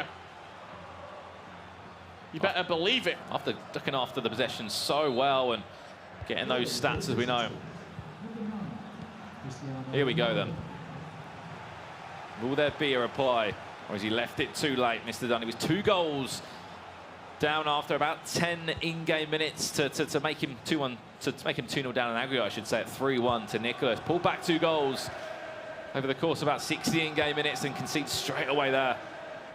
If he can take this to extra time, this is going to go the full way between these two. Seed #1 coming into this competition up against the ranked 16th seed. Obviously, 16 players here from each console. I think in the Global Series rankings, he's down at least a few hundred. 500, 600 on 60 Global Series ranking points, I believe Mr. Dunn was on. But it doesn't matter where your ranking is. You let your performance on the virtual pitch do the talking. If anything, this is game management from Nicholas now. I said about players that have been to so many events, had that experience, how to see games out, how to manage games, and it's been a bit of a roller coaster. However, he's lost possession though. One more chance. However, he could maybe hold on to this one, Nicholas. This is going to be the last chance. It has to go forward. Added time of 2 minutes. Get it into that final third. Work a chance. And potentially send yourself through to extra time. This is Mr. Dunn now. Cristiano Ronaldo's lurking. You can just see the run. He's trying to make Neymar pushed off the ball. And that should be game over. It will be. He left us guessing for quite a while. But Nicholas, 99, goes 1-0. After round 1 at Swiss there, you can see he's not happy with that performance either. A really hard-fought battle for Nicholas in the first round of Swiss. It feels as though something maybe just wasn't clicking for him there. Speaking to the coach from FC Basel, he's going to have to try and turn this around if he does want to push on and get another trophy here in London, because it wasn't the typical Nicholas performance that we saw. He conceded 3 goals, only scoring 4. In the end, scraped past Mr. Dunn, and he's got huge confidence going into that 0-1 bracket right now. Speaking of Mr. Dunn, you've got to give him some confidence. You've got to give him some respect for the game he's put on there. In a round 1 of Swiss, up against the player that you could say arguably one of the best on PlayStation at this moment in time. Just look at Nicholas though. He knows he's not played well and he's still got the result. They often say champions, you can play well. You don't have to play well and you can still get results. So Nicholas goes 1-0 in Swiss style here at the LQE. The brilliant thing about Swiss style, we know, Richard, is the fact that you can go, 0-1. You can go 0-2 at a limit, and you can still turn it around. Mr. Dunn, of course, you're going to feel disappointed there. You've put in a fantastic performance, though, up against Nicholas. I'm sure right now he's looking back at those chances he missed, the header that hit the bar in that second leg, those really small, kind of minuscule chances that another day they go in, another day, sometimes, unfortunately, they miss. Yeah, they often take to small margins at this level of FIFA. And big performance from Nicholas. He goes 1-0. Tom and the guys at the desk, what are your thoughts on that performance? Thoughts, first of all, to my main man, Mr. Richard. Loving the shirt, loving the garms. What I also feel like that was a great, hard-fought game for Nicholas. And some people were saying, oh, he's not showing his form like they did. But I think grind out the results, you've still got it in the locker. And also, can I point out, something has happened. Something has changed on the desk. It's worse than Beyonce round here. We've had our first... call myself Beyonce and you stole it away from me. We've had our first costume change. Chris Tunn, talk to me. What's going on? Yeah, we're under the lights. The heat radiating off Kyle. Gentlemen, let's get down to it. Talk to me about that game we just witnessed. Go to extra time. All I can say is stick a fork in me and Mr. Dunn. Oh, what? No, okay, all right, no, okay. I liked it. It took me ages to come to that. No, what about... Listen, at the end of the day, you play bad, you get done. So, is that what happened there? It was indeed. We're trying to outdo each other on these. Oh, wait, it's my turn soon. Yeah. No, unbelievable. Let's be serious now. Unbelievable stuff. This is what champions do. We saw Nicholas do it back here a couple of weeks ago, and this is what they do. We've seen it in the Premier League for years and years. Man United did it. They got the scrappy wins, and that's what that was. That was scrappy. It was right to the end, but champions fight to the end, and that's what Nicholas did. Now, you said before, Chris, that Mr. Dunn had no pressure on his back. We know how good he is. We know what he's capable of. So he could go into that game and just be relaxed and play his natural game. And I think he did it at times, but just the class just showed itself. It did, and that's why you're seeing Nicholas a little bit angry with his performance in the game, because he knows he has a higher level, and he really didn't perform to that. But as Kyle said, if you play not necessarily at your highest point, but still win the game, it's a positive for you to know that you can go on to win these games while still playing badly. However, Mr. Dunn was nearly Mr. Did there. Things like, there you go. You like that one? Can we just agree that was the best one? Can we agree? We'll that's really up. Don't forget, you can tweet us at Gfinity for that hashtag Gfinity FIFA. Yeah, definitely decide whether that you could get did. Listen, Chris, what stood out for you in terms of Nicholas? What Richard and Brandon said he's going to talk to his coach now, maybe discuss things that didn't go right. Did you notice anything of his gameplay? And same for you, Kyle, that you think he's going to have to go and work on? I think, two of the goals conceded by crosses, he'll look at that and try and do something about it. It's something that's difficult to counteract when you've got Team of the Year Cristiano Ronaldo in there. Of course, he's always going to win those headers. He's always a difficult player to go up against. But as said, I think you'll look to maybe start preventing some of these crosses if he potentially can. But I really liked his attacking play. We've seen Mbappe getting in behind a lot for him, scoring 2 of his goals via that route. So a lot of players will be looking towards that throughout the rest of the tournament from Nicholas as well. I think if there's one person that can adapt straight away, it is Nicholas. I think he'll have analysed or be analysing what went wrong in that game. Even though he got the win, he'll be going back and thinking, right, how can I stop that from happening again? And he'll go back, and I'm sure in the next game we won't see those mistakes again. They talked about Brandon and Richard and in their dulcet tones that we absolutely love. Richard was talking about the fact that you've got a new patch that's coming to the game, and then you're going back and you're replaying. Talk to me about that and to everybody at home. And how difficult is it for the pros? I think there's 2 sides to it, because obviously you don't want to... The patch that just recently came out is very, very new, so you don't want to be playing these big tournaments when anyone's barely had any time to play on the new patch. So they're still playing on the old one, so everyone's on a level playing field. But as I said, it's that thing where you've got to adapt, maybe not play too much weekend league, because the LQE is coming up this weekend. You don't want to get too used to this new patch and then come in and be playing on the old one. So I understand it from 2 different points, where the positives and negatives. But right now, this is a patch that a lot of people have been playing on for a long time. So everyone should still be, well practiced at it. So just to establish that, so we're playing on the not the most recent patch right here. So these guys will be adapted, used to it. But as you say, the weekend league, if they put in any practice, they wanted to get hot for this weekend, it's going to be difficult. Yeah, the newest patch has only been out since Tuesday, I think. So they've had a few days, and I'm guessing in the run-up to this tournament, they will have been playing as much as they can. but it's on a completely different patch. So slightly different changes, things have been altered and modified just to make the game continuously get better and better and better. Yeah. But then we come in here and it's going to be slightly different for them. But this is why they're pros, this is why they're the best in the world, because they can adapt, they can change, and I think that's what they're all doing. Now, I know this is going a little bit left field, but I feel like we can handle this, Kyle. Last time we were here, we were talking about, and Chris, you weren't here, but I'll throw you into the mix with this. VAR, obviously, we know how, not to say controversial, how it's improving the game in certain penalty decisions. The Asian Cup, I don't want to discuss that penalty that happened yesterday against Japan and Qatar, but is that something you'd kind of like to see? As a fan of FIFA, maybe a VAR coming in at some point. Would you like to see it? I'm just putting that question in right now. 2 weeks ago, when we were back here, I was thinking, how could they implement that? It's been obviously implemented into different leagues throughout the world. It's going to be coming into the Premier League as well. So I'm thinking at some point, FIFA are going to have to go, actually, let's put it into the game. I don't know how. Yeah, I don't know how yet, but it'd be exciting. But it's a good topic of conversation for FIFA fans out there. It is, but I think it's difficult to implement because technically the referee on FIFA doesn't make mistakes. So I don't know how you would sort of squeeze it in. Maybe just put it as a little feature, just be like, oh, all the VAR referees being here. Just do that. Put the square up for the hell of it. Yeah, but it's just an interesting question that just posed there. So we're waiting for the results to come through, then we can look forward to round 2. But before we do all of that, I want to pass across to Lottie and the one and only breakdown board, Mike LeBell.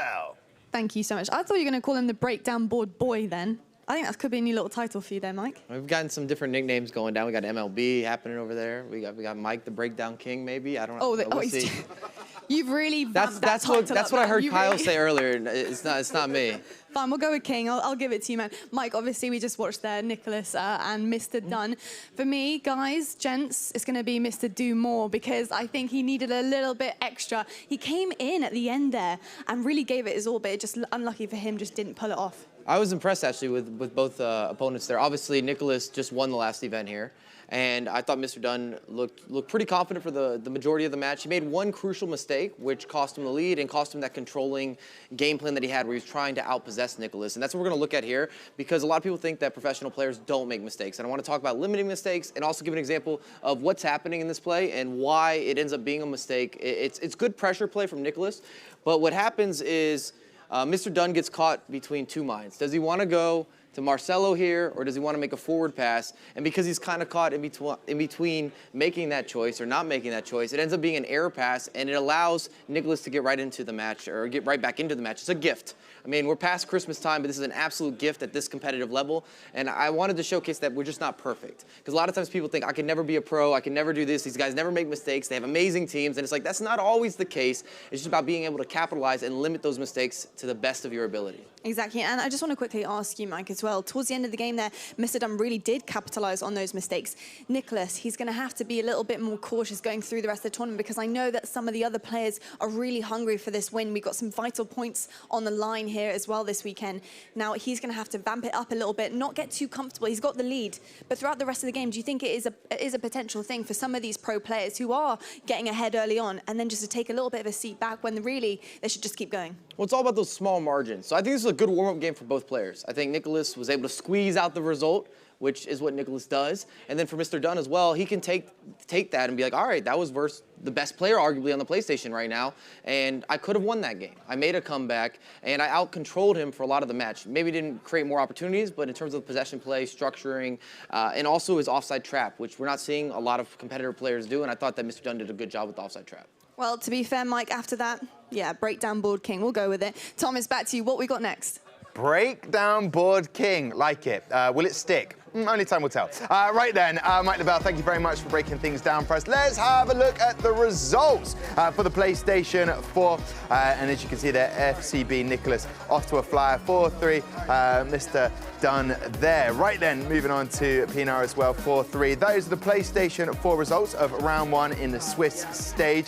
At the same time, what was going on? Well, I can tell you, in the Xbox, they had some results as well that were coming in left, right, and centre. But let's look at how that leads us. F2 Tech's getting off to a win, unlike January here in London, where he got off to a loss, and that kicked him and spurred him on. So maybe this is the F2 Tech that we expect. He's firing on all cylinders. So that's the Xbox and PS4 results in. let's have a little look in a second. When we come back, we'll look at who we are going to have as our next matchup. Straight in with Kyle. Look at it, looking very smart. Is there going to be another costume change after the break? Maybe. Maybe, I like it. Keeping us on our toes. We'll see you after the break when we come back. We'll tell you who's coming up for match 2, round 2. You said you got rid of those?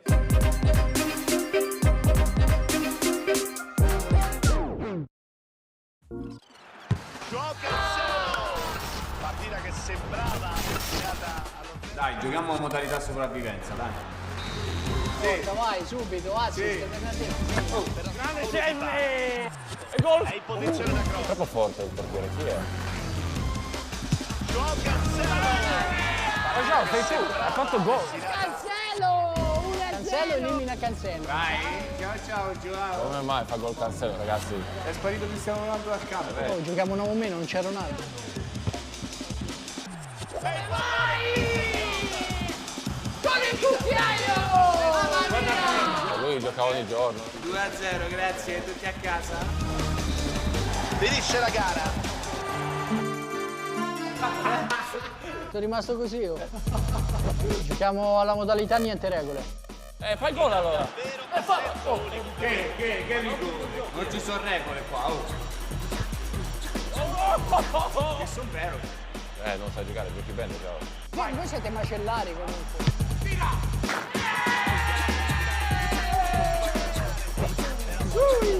Fai palo, fai palo, fai palo. Non tanto. Sì, davanti! Solo così potete giocare. Su, Leo, su! Alla bassa Tutti a casa, Leo! Tutti a casa, Leo!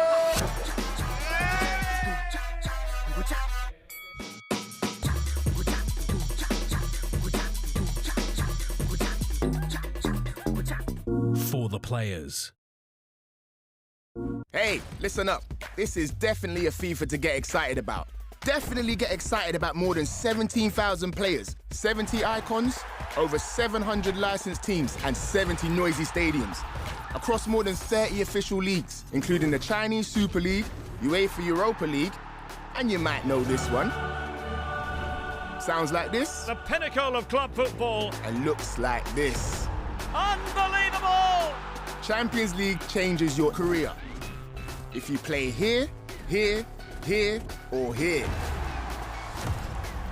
Play for the silverware in the new kickoff, or by your own rules, or without rules. We don't mind. So, what more can we say? FIFA 19 is the ultimate football experience.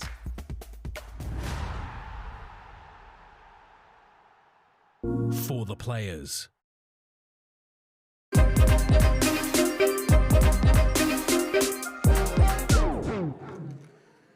So welcome back to the FIFA 19 Global Series qualifiers in February, and I'm joined on the desk in a second. But before I come to them, let's just have a reminder of that first match we saw moments ago. And it was between Nicholas versus Mr. Dunn. Goals galore. Mr. Dunn started us off and actually took the game to a bit of a tense finale, coming back and making it 3-3. But in extra time, Mr. Dunn couldn't quite get it done and let a goal in by Nicholas to make sure the man who won back in January for the LQE is off to a flyer 1-0. But Mr. Dunn showing some form there that he can take in to round 2. Now, I am so glad to be joined back here on the desk. It's been a bit of a change, but nonetheless, a beautiful one has been done. And I want to talk about this shirt, Richard. Don't move too much because I want to get it in beautiful vision. Talk to me about the shirt. Why? What's the thoughts behind it? I mean, the feeling. How does it make you feel? It makes me feel pretty special about myself, to be honest. Yeah, you are a special man, and that is the beautiful thing that you add to FIFA 19. Makes me feel intimidated. Yeah, and I feel intimidated. We've both gone for the jumper crew. Casual. This man looking very done up. Harry, back. Chazza is in the building. Talk to me about the action that you saw. Obviously, Richard commentated on it, but what did you notice from that first matchup? It was kind of crazy when you look at the Global Series rankings. Obviously, you have Nicholas coming in as #1. Mr. Dunn, 1,794th in the world, pushing Nicholas all the way. So, yeah, very interesting. My first opportunity to see Mr. Dunn in action. Obviously, we've seen Nicholas before as a staple of the FIFA Global Series. So, interesting to see it be so close, but Nicholas starting off with a win. Yeah. I mean, I was very impressed by Mr. Dunn. I thought there were a couple of really small margins in that game that if they would have gone his way, the result would have been different. I think Mr. Dunn, on that performance alone, will go through Swiss style. You don't win a world championship on luck-based alone. You've got to have something mentally about you to be able to see out games, to be able to be composed in certain areas. He went in with a game plan against Nicholas. I was very impressed. And I think it's going to be a tough task, whoever goes up against him at a 0-1. Now, we might feel a bit, well, you feel a little bit sort of superior with the shirt, but this man's put a pad up. I mean, I'm scrapped some paper, but this man is professional. Listen, let's look ahead to the Xbox Round 2 fixtures, what is in store for us, and then we'll have a look at the PS4. What springs out to you and your magnificent shirt, Richard? I mean, there's a couple there that are really jumping off the page. Marcus Gomes versus F2 Tex, Lyrics versus Megabit, and also could be a little bit of a, I'm going to go out and say, a massive game in the complexion of this tournament. Black Arrow versus Aboza. That's going to be a great game. Keep your eye on that. That's a Richard Buckley special. A Richard Buckley special right there. OK, it's got all the trimmings. Look at the PS4 then on the Swiss stage. Round 2, those games jumping out. So Nicholas takes on Ajit Power there. What do you see from that Wonder Boy that you like? I'm liking Marco versus Chris. I think that'll be a really good game. If we can jump into that at some point, if we have a chance to, I think that'll be a really good game as well. And then we spoke about Mr. Dunn, you know, a world champion, down 0-1 now. I think Avo has a very tough game ahead of him. I think he's one of those sleeper players down there at 0-1. Okay. Well, I can now say that the game that we're going to focus on is not the Richard Buckley special. It is this one right in front of you. Senna taking on PSG Dax. Now, I personally can't wait to get to this because I'm excited to see what PSG Dax can do in this LQE. Talk to us first, though. Senna, the main man. Yeah, well, people in the FIFA scene might know him as Senna de Boon. Very, very good player. Recently signed for SPQR. I think if you're looking at some of his recent performances, I believe he got beat 11-1 last weekend in the latter stages of the major. Two Tex in Bucharest. So you're thinking that performance, has it affected him coming into this tournament? If won his first game, so it looks like he's wiped that away. Clean start for him. I think on the terms with Dax, he's pretty much, if you're going to look at the tournament, he's one of the players that you go, yeah, he'll get out of Swiss, but will he go all the way?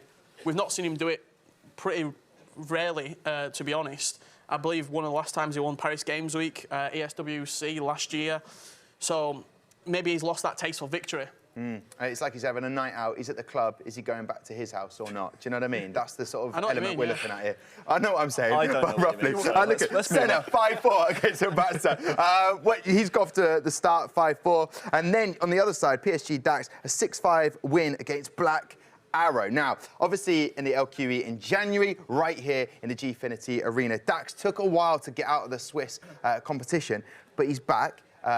We know what he can do. It's F2 Tex that seems to step in his way sometimes. Says, no, you can't go through. He always seems to be the gatekeeper, doesn't he, Tex? It's a hurdle that Dax has really struggled to overcome. And when you look at a guy like Dax, who has been at the top but hasn't had a tournament win in a while, you just think about Tex as one of those players, maybe as a bit of a mental block that Dax has against him. So that's a wrong that Dax is going to try and right here in London. And honestly, I think he'll be coming in with a fire underneath him. When you look at last weekend, I mean, he placed top 16. He lost to Nicholas Razek in a very, very close game, 5-4 in round 1 after the Swiss stages last week. So he's going to try and, again, right that wrong this week. Yeah, there's a reason he's got over 1,100 Global Series ranking points, Dax. It's because he comes to events like this and performs when he needs to. Will he go all the way? Question marks arise. Yeah, well, hopefully he's got like a taxi service on his phone. Maybe get home. To get him after the night out. Yeah, exactly. That's what I'm talking about. PSG Dax, let's see what happens for him. Don't forget that we are looking at your tweets when you're firing them in. Let us know how you're feeling about the competition so far. And who do you think is going to win? Is it going to be Senna or PSG Dax? Make sure you tweet us at Gfinity and use the hashtag FIFA. Sorry. Hashtag Gfinity. Thanks, Wonder Boy. That's why you're here. We're a team. We're a family. Right then, let's have a look at how the players are setting up right now, because it does become a nervous situation when you've got 1-0 or you're 0-1, because you get another loss and you begin to get into form, it might be too late. You know what I mean? Yeah, if you're going 1-0, you've started the day off well. However, it can all unravel very quickly. Sometimes you see players go 2-0 and then finish 2-3. Sometimes you see players go 0-2, and it just lights that fire underneath them, and they can go on a little bit of a run. And then they're cooking, aren't they? The fire's underneath them and it's lit. Thank you. Relight my Is there fire. smoke? Thank you. I like that. Wonder Boy, on your pad in front of you, we know when me and Richard had stood next to each other, anything could happen. Yeah. But on that pad, what's the prediction for this one? Senna or PSG Dax? If you're looking at form from last weekend, you're going to say Senna. I mean, he placed within the top 8, 5th through 8th. Unfortunately, did lose massively against Tex, 11-1, as we said before. But the pedigree certainly is on Dax's side, right? I mean, previous champion, he has over 1,100 FIFA Global Series points. So I think Dax is probably going to squeak this one out. OK, what are we saying? We're in the club. Are we going all out? What's happening here? Are we going all out? We are going. Okay. We're getting the spirits in. Thank you. 4-2. OK, beautiful. Love it. And that is a beautiful prediction. Right then, I can throw right now to the casters. Repping over there is Mark Hatcher and the one and only Mr. DG Gaskin. Thank you very much, Tom. That was a very energetic introduction from Tom, wasn't it? I think he's ready for a night out. We've been talking about nights out, but we're going to talk about FIFA. We're going to bring it back a little bit. Obviously, we've got PSG Dax now taking on SQPR Senna, Brazil versus France, and a little bit of an interesting story for both of these players, Dan. It is the last time we saw Senna, as the analyst said, he lost 11-1 versus Tex, but he got top 8. It was a decent performance last weekend in Bucharest for him, but he definitely has that little bit more in the tank. I feel like Tex was maybe just too big a game for him, but I feel like if he was to face Tex again, maybe now he's played him, he might really have a game plan going into that. We could see him progress maybe to the top 4, but let's not think about that yet. Let's focus on the Swiss, because first he has to try and take down this man. Yeah, and speaking of Dax, I mean, I kind of labelled him a little bit the last event, kind of the nearly man at certain situations. He keeps getting through Swiss, he keeps getting into these big games, and he keeps matching up against the big names early on in the bracket. He's kind of had a little bit of a rough time with it, to be honest with you. If he could get a couple of games under his belt and get a bit of momentum through those knockout games, I really feel like he has a tournament win just round the corner. So, really been impressed with Dax so far. Obviously, top 16 back in Bucharest. He's got to go one further now. I think if he can get out of Swiss here and take out a big name in those first knockout rounds, it would do huge things for his confidence. Dax with a plus 22 goal difference across the season so far. Definitely has goal-scoring abilities behind him, but you're completely right. He's got that chance really to push on and get even higher. He was unfortunate against Nicolas Razak. It was so close. I really Let's see what he can do this tournament. It was tournament. a last-second heartbreak for him, and I'm sure that's a distant memory for him now as we get into our first game here in the Swiss stage. Obviously, both of these players coming to this game won their first game, so they're both 1-0. A fantastic start for both of those guys. Is obviously looking to get another win on the board. Now, one area I want to concentrate on quite a lot throughout this tournament, Dan, is that right back, the full-back positions, either right back or left back. We saw a lot of the crosses going towards that back post, and Nicolas Razak was one of the ones to exploit it and actually use it to take down PSG Dax in that first game. We're going to see more Ramos, I believe. We're going to see Varane used in there a lot more. I really feel like it's a position that pros are looking to address this event. Yeah, they've moved across. They've moved those centre-backs to right-back. However, it's Marcelo at left-back, which I feel like is the real weakness in terms of this meta, in terms of the crosses that we see coming into the box. We really need to see someone with more height at that left-back position. Marcelo's only 5'9". Even just putting Sandro there, who's 5'11", at least he's going to have more chance in the air at trying to beat some of these back post headers, Mark.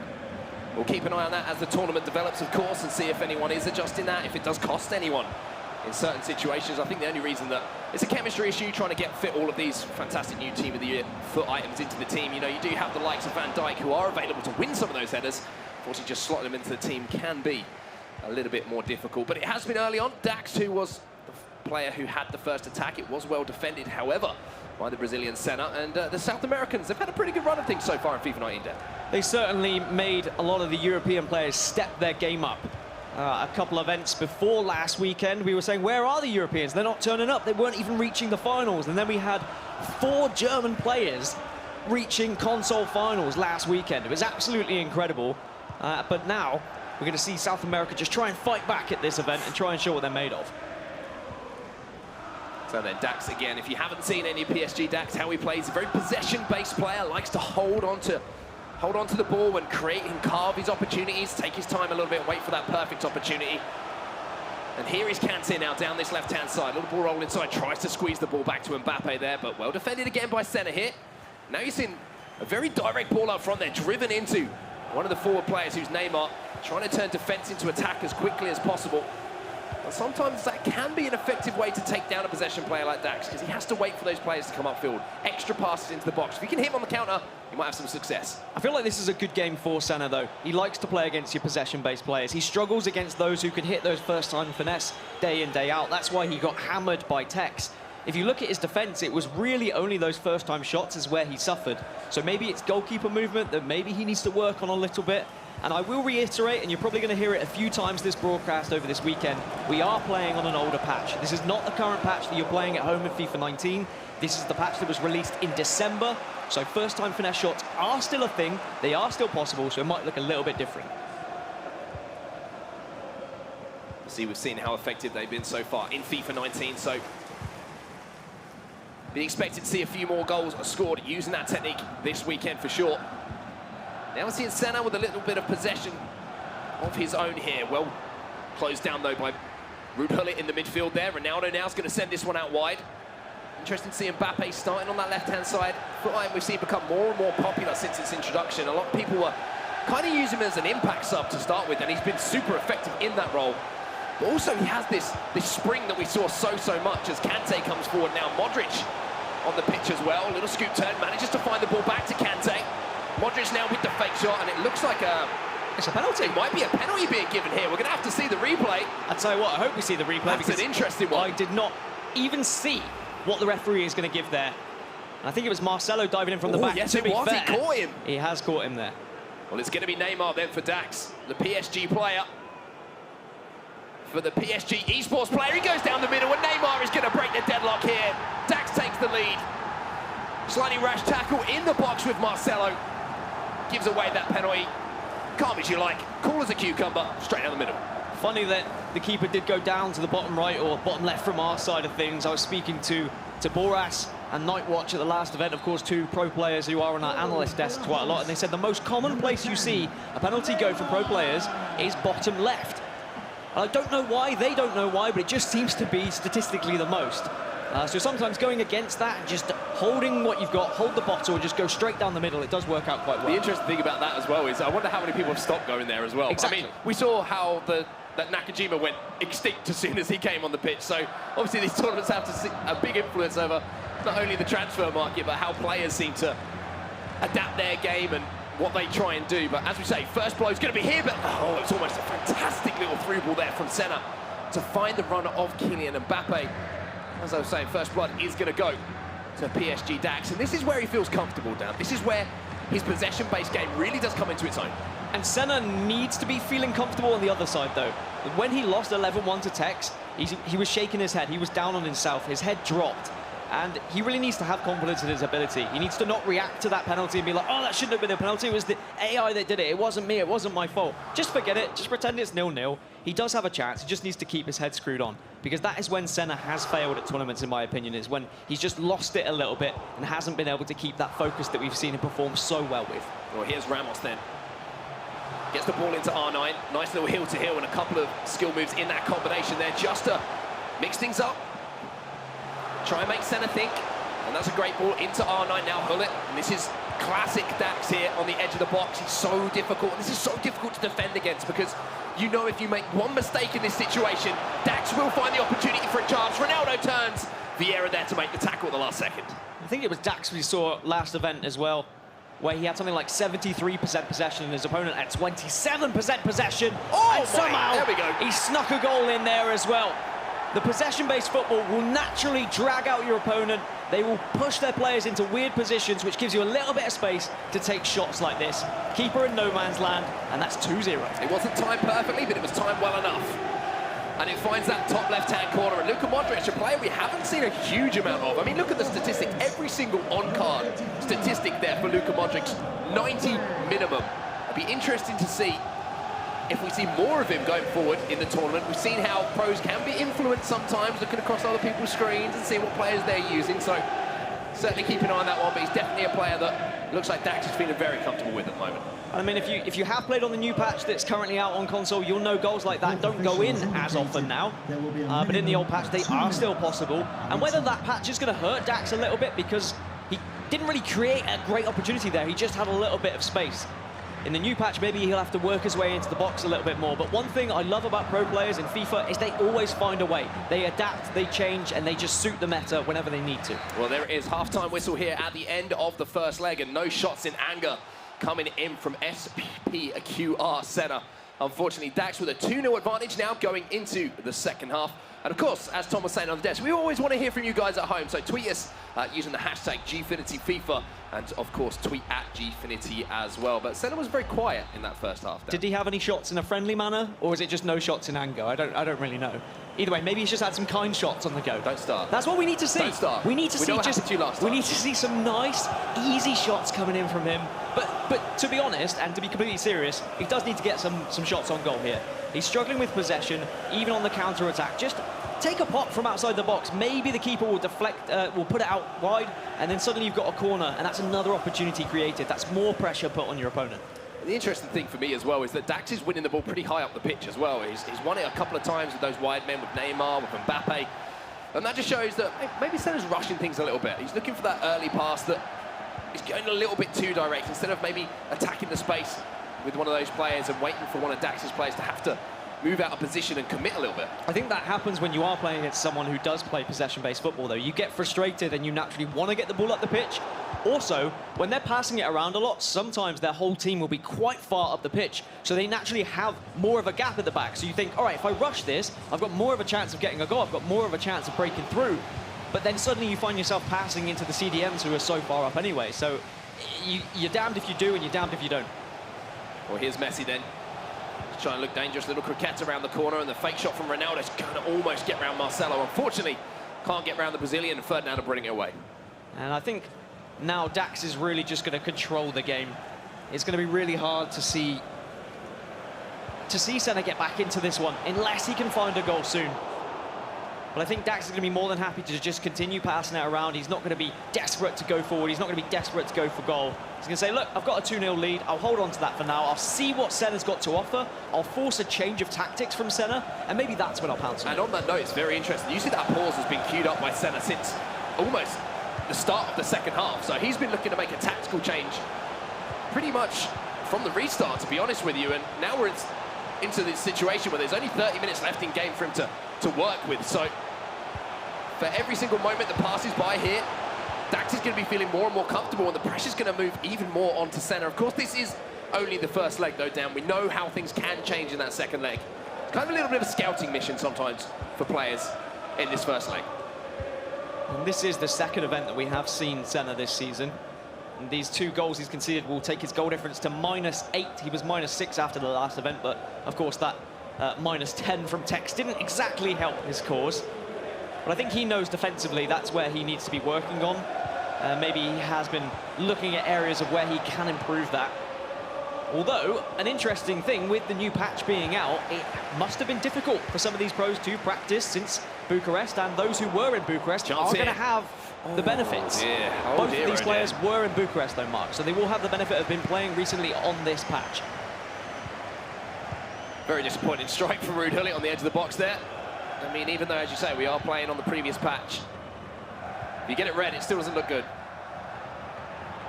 And Ramos is going to come away for PSG's Dax here. The Frenchman looking very confident at the start of this tournament. Spreading it out wide again, just waiting for these runs, and that's a great little ball into Kante. Ronaldo now. That 5-star weak foot means he can go either way to try and get one of those shots off. Neymar now, finding Kante, and now we know he can strike them. Mbappe drops the shoulder around the corner. Beautiful stuff here from Dax. Sergio Ramos gets in just in time, but Mbappe will keep possession. But as I say that, it's one back high up the pitch here by Ruud Gullit, but then given away again. Look at the pressure that Dax is actually putting on to Senna here. He is not giving him a chance to break away and attack. I mean, this pause has been queued up for quite some time now, and Senna's just not had a chance to change anything, and maybe Dax is thinking about that. He's saying, I want to keep the ball on the pitch. I don't want to just hoof it away. I want to just make sure he doesn't get a chance to make a change. Finds the post, finds the back of the net. Modric with his second in this game. Dax just pulled him apart. like a frog in a science experiment? Does that work? Yeah, Is that just good enough? dissecting them, I guess. I mean, it depends what kind of child you were. In science, Mark, I would always let my frog live, and I wasn't that type of person, but it's okay. We're different. But that third goal is just going to be really tough for Senna now. He was already frustrated that he wasn't able to change his tactics. Now he has to drastically change them up here in this pause screen. Very quickly, just to let you know, I think the pause was actually queued at 47 minutes. So literally just after half-time. Just after half-time. This is how long it's taken for that opportunity to get the ball out of play. And unfortunately for Senna, I mean, the worst way to get that pause queued up, concede a goal. And that's the way Dax was trying to look for a goal. You could see he wasn't just going for the finesse shot from outside the box this time. He tried to play it down left to Mbappe, then he was playing it out right, and then he wormed his way in with Modric, and he was just twisting and turning and maybe playing a little bit on the temperament of Senna. The little bit of frustration that was just making those defenders slightly out of position. But now from the kickoff, can Senna equalise? No, he can't. It wouldn't have been an equaliser anyway, my mistake. It would have just been one goal as a consolation. The opportunity to score 3-1 would be gleefully accepted. Maybe that's the rules that we need. If we were to see Senna go up against Tex again, he needs to have a 2-in-1 sort of situation. Okay, we'll see if we can... Actually, do you know what? No, I'm not going to let that happen. Anyway, Kante's trying to close down the space here. Eusebio obviously fresh on the pitch here, and you will see a lot of that through the tournament, changing out that front three just behind. Usually the striker, Cristiano Ronaldo, usually sort of sees the game out for a lot of these players. Oh, does go down on the edge of the box there. And now there will be an opportunity from the set piece here for Senna. Can he claw a goal back? Goes direct. Oh, that's Unfortunately, poor. that's very poor. Straight down the throat of David De Gea. And those are the opportunities he needs to look at. That is an extremely disappointing climax to that current situation. He needs to say, look, I need to be coming up with something differently. Whether that's in the training or whether that's at home, he needs to say, look, on free kicks, I do this, this, and this. Maybe he had something in mind, he just didn't get the power right, but either way, it was very disappointing. Just to keep you guys updated at home as well on some of the other games that are going on, of course, we're in the Swiss format at the moment, so everyone playing pretty much simultaneously. F2 Tex currently up 2-1 in his game, and Megabit also up 2-1 in his game. So lots of close games so far, but the favourites, some of the players that we set to keep an eye on, we expect to go far in this tournament, doing some good work here, and Ferdinand's going to lazily give that one away, and that's a little mistake there from Dax, and Senna's taken advantage of that. Eusebio on the pitch, finds that top corner at the near post with a finesse. And I wanted to talk to you about this, Dan, how the game changes as we head into the second leg. If you're going in with a 3-goal lead, you're so confident, but we know 2-goal leads can just evaporate like that.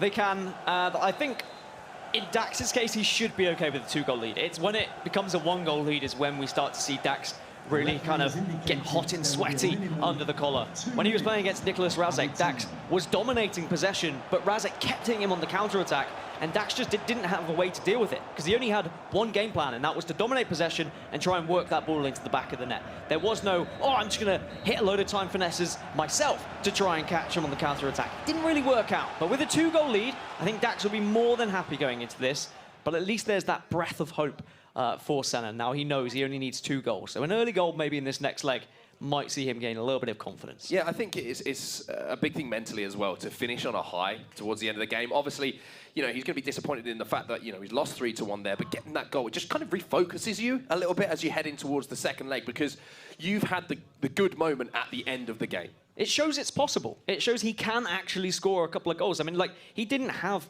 any real chances when we look through that game. I mean, as we've got the replays here, all the chances really were Dax. Yes, okay, somewhat fortunate to go 1-0 up, but it was a penalty and he put that penalty away. It was nice and calm from him.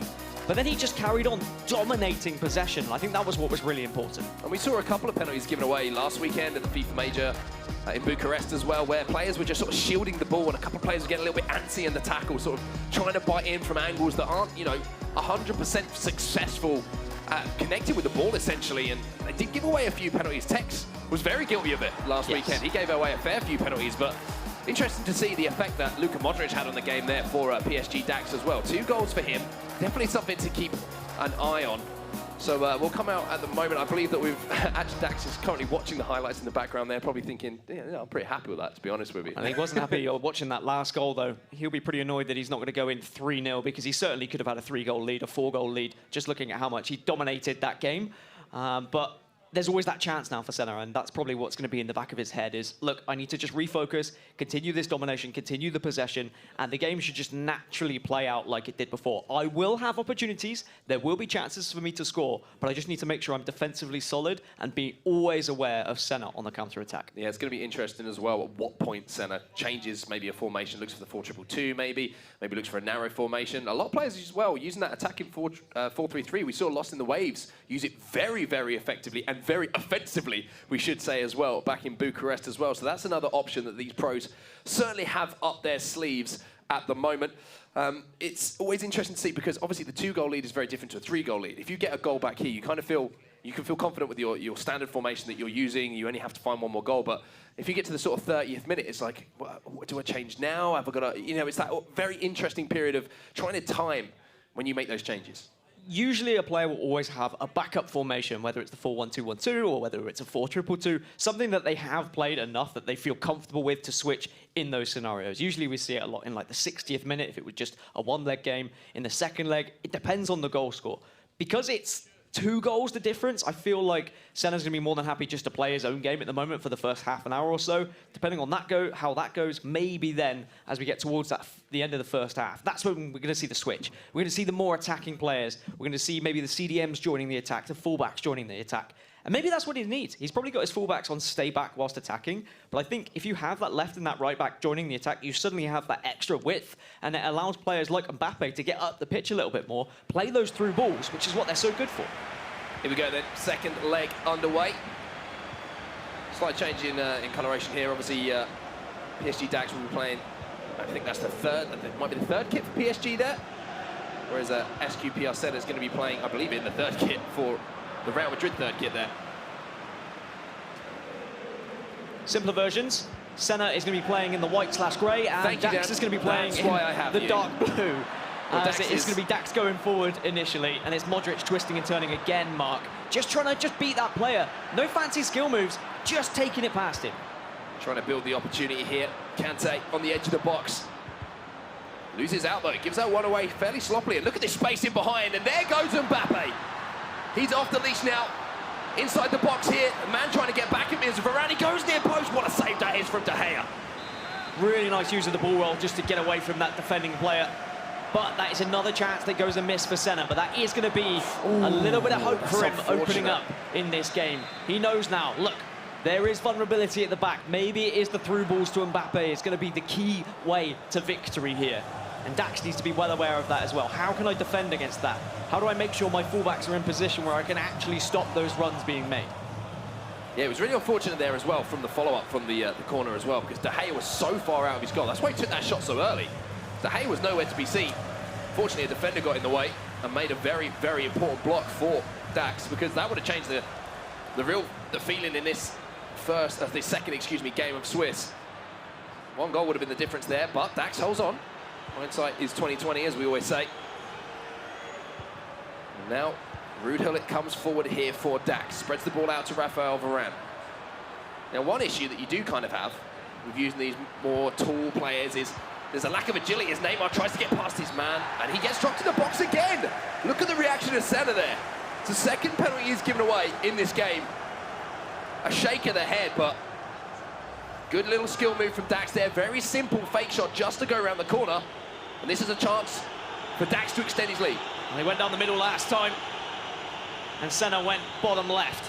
Is he going to be more of the same? Oh, he's hit the post! Off the rebound, Vieira makes sure he stops, and Senna will absolutely be counting his lucky stars there, as he is going to stay in this game with just a 2-goal deficit. And now he might be able to catch him on the counter-attack, but no, that's gone wayward. But what a chance it was for Dax to really try and wrap up this tie early on in this second leg. Big chance there for Dax. Hopefully it'll be one that he won't rue as we move towards the end of this second leg. Look at the space in behind here for Mbappe. Unfortunately, the pass didn't find the Frenchman. Patrick Vieira got across to cut that passing lane and win the ball back. And now you're going to see Mbappe again in behind the fullback here. He's having a little bit of joy. There's the El Tornado into the box. Neymar with the header. De Gea again forced into the save. And Neymar isn't really the player you want to be getting your head on it. You're hoping maybe Ronaldo's going to be there in that scenario. He is the danger man. He's the reason why that El Tornado across the back post is so dangerous, because Ronaldo can beat almost anyone in the air, especially the likes of Marcelo, who's usually there, but from the corner, almost finding that goal to really get Senna back into this one. Still worries at the back for Dax. A lot of them have been on the counter-attack. I feel like Senna still is playing drop back. There seems to be 9 or 10 men behind the ball at every attack. But he is just bursting forward, and he really is utilising the pace of Mbappe. Well, Senna's definitely had a better second leg here. He started off more confidently. He's had 2 big chances as well. Got a little bit lucky, as we say, with the penalty miss from Dax, but confidence building here. Messi takes that first time, and again, David De Gea makes a fantastic save here for Dax. And you have to say, the Spaniard is performing much like he does for Manchester United in real life. Unfortunately, it hurts me to say that every time as an Arsenal fan, but 3 big saves so far in this game from the Spaniard. And it's one of those situations that we often see where play styles really make a difference in FIFA 19. In the last tournament, Senna beat Nicolas Razek in the Swiss rounds. Dax lost to Nicolas Razek in the knockout rounds. But now, Dax is conquering Senna because Senna just can't keep up with the possession that Dax has been able to have in the first leg. However, in this second leg, Senna does seem to be playing with the ball a little bit. I don't know whether Dax is maybe slightly more defensive and whether he's just holding back a little bit more and just saying, look, I'm going to absorb a little bit of pressure here just so I could try and maybe catch you on the counter-attack and get that 4th goal, which will give me the victory. Yeah, I'm pretty sure that Senna's actually changed to the 4-2-2 as well. You can see Ronaldo and Mbappe up top now, both staying high up the pitch, so it looks like that formation change has come in early as Neymar wins it back. One Brazilian helping out the man who's controlling him, and now Neymar with some space in behind here, attacking that line, and you can see Ramos having to second-guess himself there, and that's interesting. When you know the impact that El Tornado cross can have, you'll see a few players like Dax there. He's thinking that's coming, and it can create the opportunity for you to just quite simply attack the space down the line and get a regular crossing or a cutback. FIFA 19 has always been about trying to be unpredictable, and if you're constantly going for El Tornadoes, you become predictable. If you're constantly going for finesse shots, you become predictable. It's about mixing them up. That's when we see the best players really shine above the rest. Tex has always had that versatility going forward. For example, last tournament we saw Tas constantly go for the El Tornadoes. No offense to Tas, obviously he's an incredible FIFA player, but he was just trying to drill the El Tornado over and over and over again, where it got to the point defensively, they were just able to cut it out. You just simply come back with the right back, and then there is no chance to get that cross. So you've just got to make sure you switch things up here or there. Still 2 goals, the difference between these 2 players then. But Senna certainly has had the better of this first half of the second leg. Messi now on the left-hand side for him. Vieira, a little bit of space on the edge of the box here, and this is where these pros are so dangerous, just looking to weave and create something, find that killer pass inside the box, or a little bit of space for a finesse shot. Marcelo holding off his man well here, Hullet. Out to Vieira, good patience here from Senna as well. He's not overthinking this, he's just waiting for that pass, waiting for that run. Here's Hullet, goes low, and again, it's a couple of times we've seen Senna so far across both legs just be very disappointing in the timing of his finishes. And that's because he's not used to playing that way. He's not used to just that slow build-up and then just looking for that pass, because realistically, he still needs to pass that ball around for maybe another 4, 5, up to 10 passes before he actually found a genuine opportunity. He saw one slight glimpse of goal and he thought, I have to shoot here. He didn't have to shoot. He could play a couple more passes, play it back out, look for a better opportunity. But at the same time, he's 2 goals down, so he's desperate to try and find it. There's the half-time whistle then. Thinking time for SPQR setup. PSG Dax just going to relax a little bit, have a drink of water, and just think about what he needs to do. But you see the statistics there from that game. I think it was 1 shot on target there for Dax. Almost a turnaround from that first leg. Lots of shots on target for Senna, but no goals to speak of, Dan. However, still Dax with more possession. Not as heavily in favour as the previous leg, but he still is just holding on to that ball when he needs to. And I feel like going into the second half, he will be holding on to that ball even more, just ticking down that clock, wasting a little bit more time with every run of possession. And that is just going to frustrate Senna even more. But Senna has shown those moments of promise. I feel like if he can just get that goal, then suddenly that is going to get into the head of Dax, and that's going to make him a little bit more hesitant in defence, and we might see mistakes come forward. Yeah, you have to remember the last game that Dax played in tournament play as well was that Nicolas Razek game, and he was controlling that, but just unfortunately for him, couldn't see it out. Now Mbappe with the chance, round the corner here. Oh, it's not timed well again, and think a few of these players maybe just feel a little bit rusty. Obviously, only the second game of the tournament here for both these players. Because usually we see these pros absolutely nailing those time finishes every single time that they're given the opportunity. And that's where I wonder whether the new patch maybe has come into things. Maybe they're not into practicing it as much. If he's been playing a lot of FIFA this week, he's been playing Weekend League yesterday, maybe he's not used to hitting the time shots as much. Who knows? Maybe I'm just creating speculation for no reason. But at the same time, he has hit a couple of reds, which is not what we're used to seeing in tournament play. Usually it's at least a yellow every single time. At the same time, maybe Dax does have in the back of his mind, I was controlling a game and I still lost to Nicholas Razak the last time in tournament play. So he's thinking, I want to get that 4th goal. I want to be able to put this game to bed so I can move on, get 2-0 in the Swiss, and get even closer to that knockout round. Of course, it'll only be 1 game away from knockouts if he were to win this. Well, Dax has kind of put up the defences at the moment. The wall is up. It's going to be down to Senna to see if he can break through. Eusebio's come a little bit deep here just to collect the ball and try and weave a bit of space, but look at this. Can't even get past Neymar at the moment, who's sitting on that cam roll. Varane then, he's going to have to bring one of these centre-backs out a little bit, sort of carry the ball forward, look to drag one of those offensive players out to create an opportunity for a pass forward. Good patience here again from Senna, though.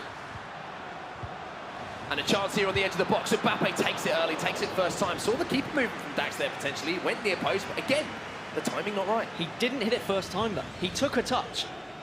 Tex would have hit that first time, hit it green, and you've got a chance. It's probably going to go in the back of the net if you hit it green.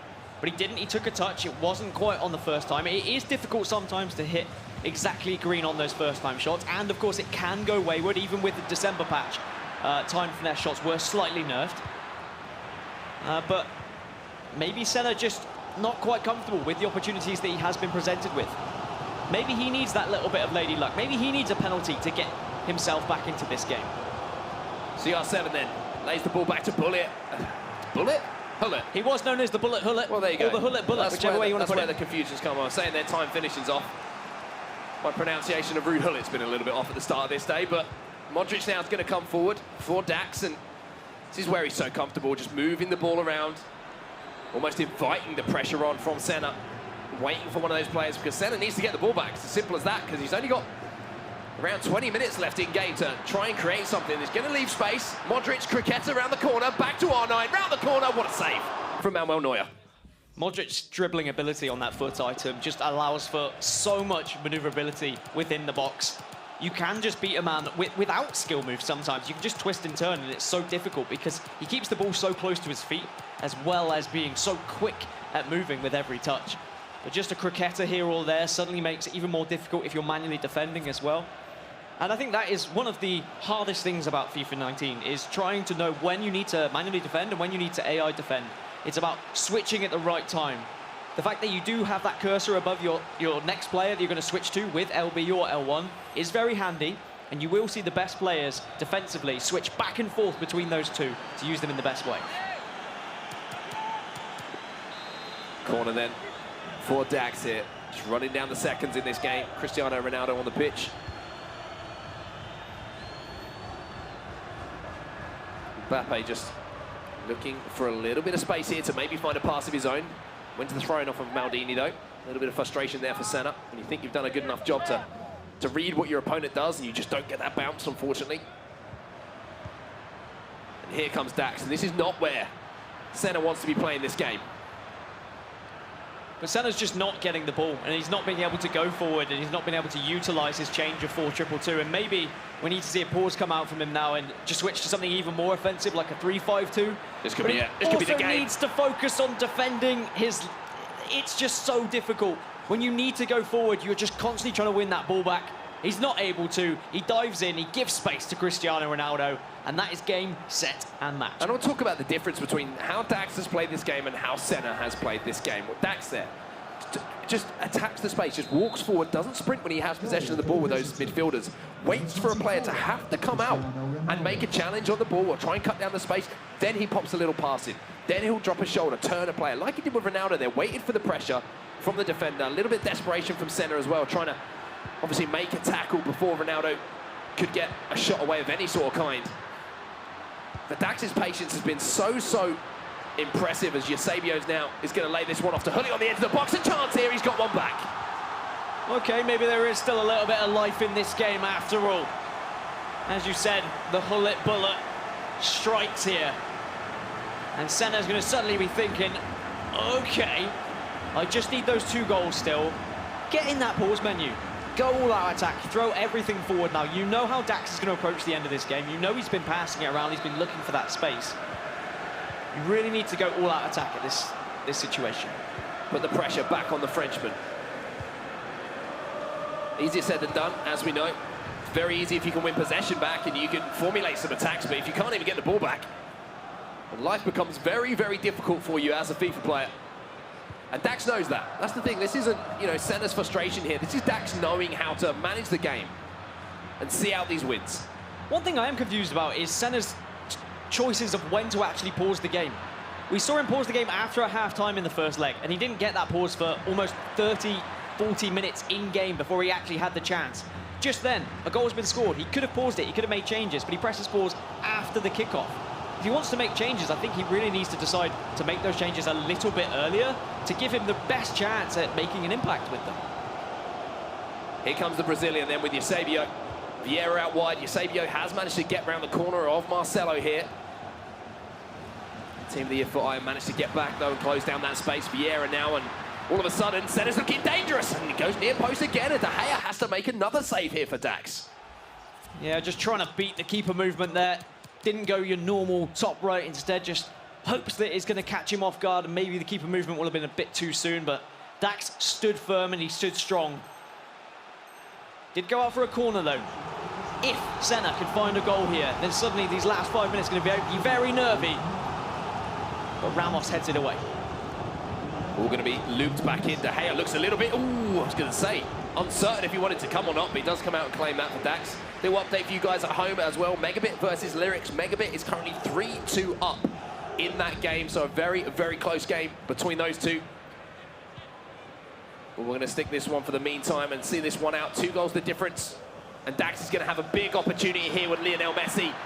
He's got a player completely free at the top of the screen as well. Lays it across. This has got to be a goal. What a save from Manuel Neuer. I thought that was a guaranteed goal. It's probably enough, though, in the fact that Dax still has possession here. Senna's not going to be able to get 2 goals in this time. He hasn't had the chance to really throw everything forward because Dax just has continued to dominate this game, to keep possession and just keep Senna at bay. So it looks like PSG's Dax will see out his 2nd win here in the Swiss format and go 2-0. And there it is, the final whistle goes, and he does exactly that. SPQR Senna now going to be sat at 1-1 in the Swiss style format. And that's the kind of game we expect there from PSG Dax. That's how he wants to play the game. Did come under pressure a little bit. Had to rely on his goalkeeper for a few saves, but I think overall, looking back on that one, he's going to be pretty happy. That's a performance we should expect from the 3rd Xbox seed in this tournament. He's only behind Megabit and Tex when it comes to those Global Series ranking points, and he'll want to increase those points as well. He has 1,139 at the moment. Some people have said they think that will be enough for playoffs, but I think when you are a player, you just constantly want to get more because you don't want to take that chance that you might not get there. Well, this is the interesting thing, isn't it? The more tournaments that we have, the more LQEs we see, the more majors we see, the more opportunities for these players to compete. Means there's more points on the line. And we're seeing a lot of players come in here who are still qualifying for, you know, their 1st or 2nd event. So the points for them become even more important as the tournaments go on. And I think we're actually going to move over to another game here. We've got Nicholas taking on Ajit Power, and it's currently tied up 3-3 on aggregate here. So Nicholas really being pushed all the way early on. And of course, we move from someone who was 3rd in the Xbox seeding over to Nicholas, who was 1st in terms of his Global Series ranking points on the PS4 side of things. The man who did win in London last time we were here, and of course was that first PS4 winner in 2 years in a cross-console final. Shot there from Neymar, big save from De Gea. Of course, Nicholas is in the white. Ajit Power's going to be playing in the yellow and blue stripe kit. And this is a very, very interesting situation to be in here for Nicholas. Seems like a lot of players at the moment know how good he is, and they're really sort of raising their game against the Argentine, but we also know how Nicholas can all of a sudden win these kind of games, and what makes him so good. As there was almost a chance there towards the end of the game for Nicholas to steal it at the death, but it looks like here, unless one of these players makes a big mistake or a chance is created pretty quickly here that we're going to be seeing our first extra time here on the broadcast, Dan. Yeah, Nicholas isn't going to have time to go forward.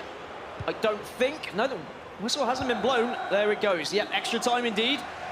And I think Adji will be more than happy with his performance. The fact he's going toe-to-toe with arguably the best PS4 player we have. I mean, other names that have been up there in the PS4 side of things, of course, is Joxan, who dominated the early iterations of tournaments, but then I don't know whether he opted not to try and qualify for tournaments or whether he didn't. Someone else can speculate about that, but he has said he wanted to take a break from some things. And of course, there was Stefano Pina as well, who has performed incredibly well at recent tournaments. And he is going to be at this tournament with Nicholas. So that will be interesting to see if they match up again, because they did match up once already when they faced each other in London last time. So maybe Stefano Pina will try and get some revenge. I also feel like the more tournaments that Nicholas gets to these semi-finals, finals, takes home those titles, the bigger the target on your back gets. I'm sure Tex knows all about that. When you turn up to a tournament and all the guys who are on the desk are talking about you and saying, we expect you to do this, we expect you to do that, the pressure does rise. And it means that every single player who's coming up against you thinks that if I can beat this player, I could potentially win a tournament. So they go 110%. They find that extra little bit to push you all the way. It might be the case here for Nicholas. Nicholas round the corner here. The ball's going to drop to Kante. Eusebio now in the box. Drag back. Oh, and he just got pulled back just enough and legally by Varane to allow the player to get across and make the tackle. But Nicholas has looked very, very dangerous in and around that box, as we would expect him to. You are completely right, though, Mark. It's the expectations. When you go up against a player who you know is the best in the world, or one of the best, you don't expect to win that game. So you almost take the pressure off yourself. You see it in Weekend League as well. If you come up against someone who has an incredible team full of icons, you suddenly think, ah, well, there's no pressure. If I beat him, I beat him. And you find yourself playing a little bit better. And I think that's what happens sometimes when you do go into a tournament as one of the favourites. A couple of chances there for Nicholas. One as clear-cut as you would expect him to have maybe in certain situations. Ajit Power now going to be coming forward, and Hullet wins the ball, and there's space here. Messi might just be onside, thinks it back across. Oh, and R9 just got beaten to the ball there. I'm not sure who it was who made that defensive header, but somehow he got his body in the way just in time. And that was a vital defensive play there from Nicholas, and now he's gone straight up the other end with Mbappe. Heel to heel to buy the space, back inside, and just like that, from one end to the other, he shows why he is so, so good. And that's always the danger when Nicholas just starts to fuel himself up. When he knows that he needs a goal, he always finds them, somehow. It doesn't matter what time it is in the game, it doesn't matter how much pressure he's under, he just always seems calm. That is why he is known as the Iceman. I've never seen him look worried at all, ever, in a tournament. We see those player cams, we see the focus that he has. But now for Ajit, he needs to find a way to come back into this game. And you talk about people at their first tournaments, this is his first tournament, Mark. He's ranked 594th at the moment in the Global Series rankings on the PS4 side of things. Just 83 points. Oh, he's got a chance here to get back into it. Nicholas has moved his goalkeeper and presented Ajit Power with a perfect opportunity to get back into the game. 4-4 now. And that shot didn't really need much power behind it. It was an open goal at the end of the day. The keeper was moved to the right, expecting it to go near post. But Ronaldo smashed it in anyway. And we do have a situation where 594th in the world is currently tied up with first in the world. And what an incredible start to this tournament it would be for Power if he was able to achieve a victory over Nicholas here. Just getting out of Swiss would be absolutely massive for his chances for playoffs. Yeah, for the points that you get for getting out of Swiss, you know, it cannot be understated. Every single round that you go, more and more points is so, so vital. When you can see there, Nicholas, with the majority of the shots, actually doubling up the shots on target there to Ajit Power, but Ajit Power showing what he's made of here. Got a little bit fortunate with the little ricochet off of Ruud Hullet, we must say, for that goal, but he took the opportunity, seized the opportunity. And speaking of opportunities, what a way to start your tournament it would be if you could knock off the first-ranked PS4 player in the world.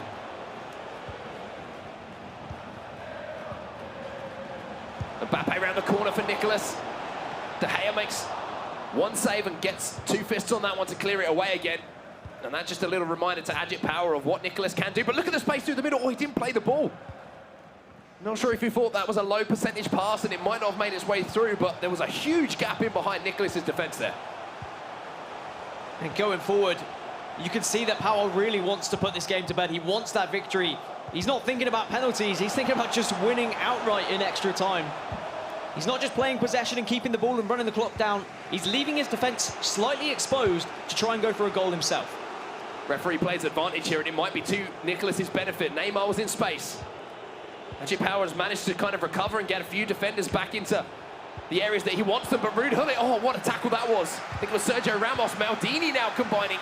That centre-back partnership doing work there for Ajit Power to win that ball back, and now he comes forward once more. And so brave from Power as well to actually dive in and try and make that so much tackle. space here. And maybe this is a potential chance for Pele, who crosses it in. There it is, Ronaldo might have won it! There's only 5 minutes left, and currently 594th in the world is beating #1 in the world on the PS4 side of things, and we finally saw a reaction from Nicholas. I was about to say, did you see the player cam of Nicholas there? He couldn't believe it. We saw a reaction because he knows he's potentially only got one more attack here from the restart. Otherwise, he could be losing this game in Swiss. I mean, it's a Cinderella story, and it looks like it might have a pretty good ending if you're an Ajit fan at the moment, because my word, what a goal that was, what a time that to score as well.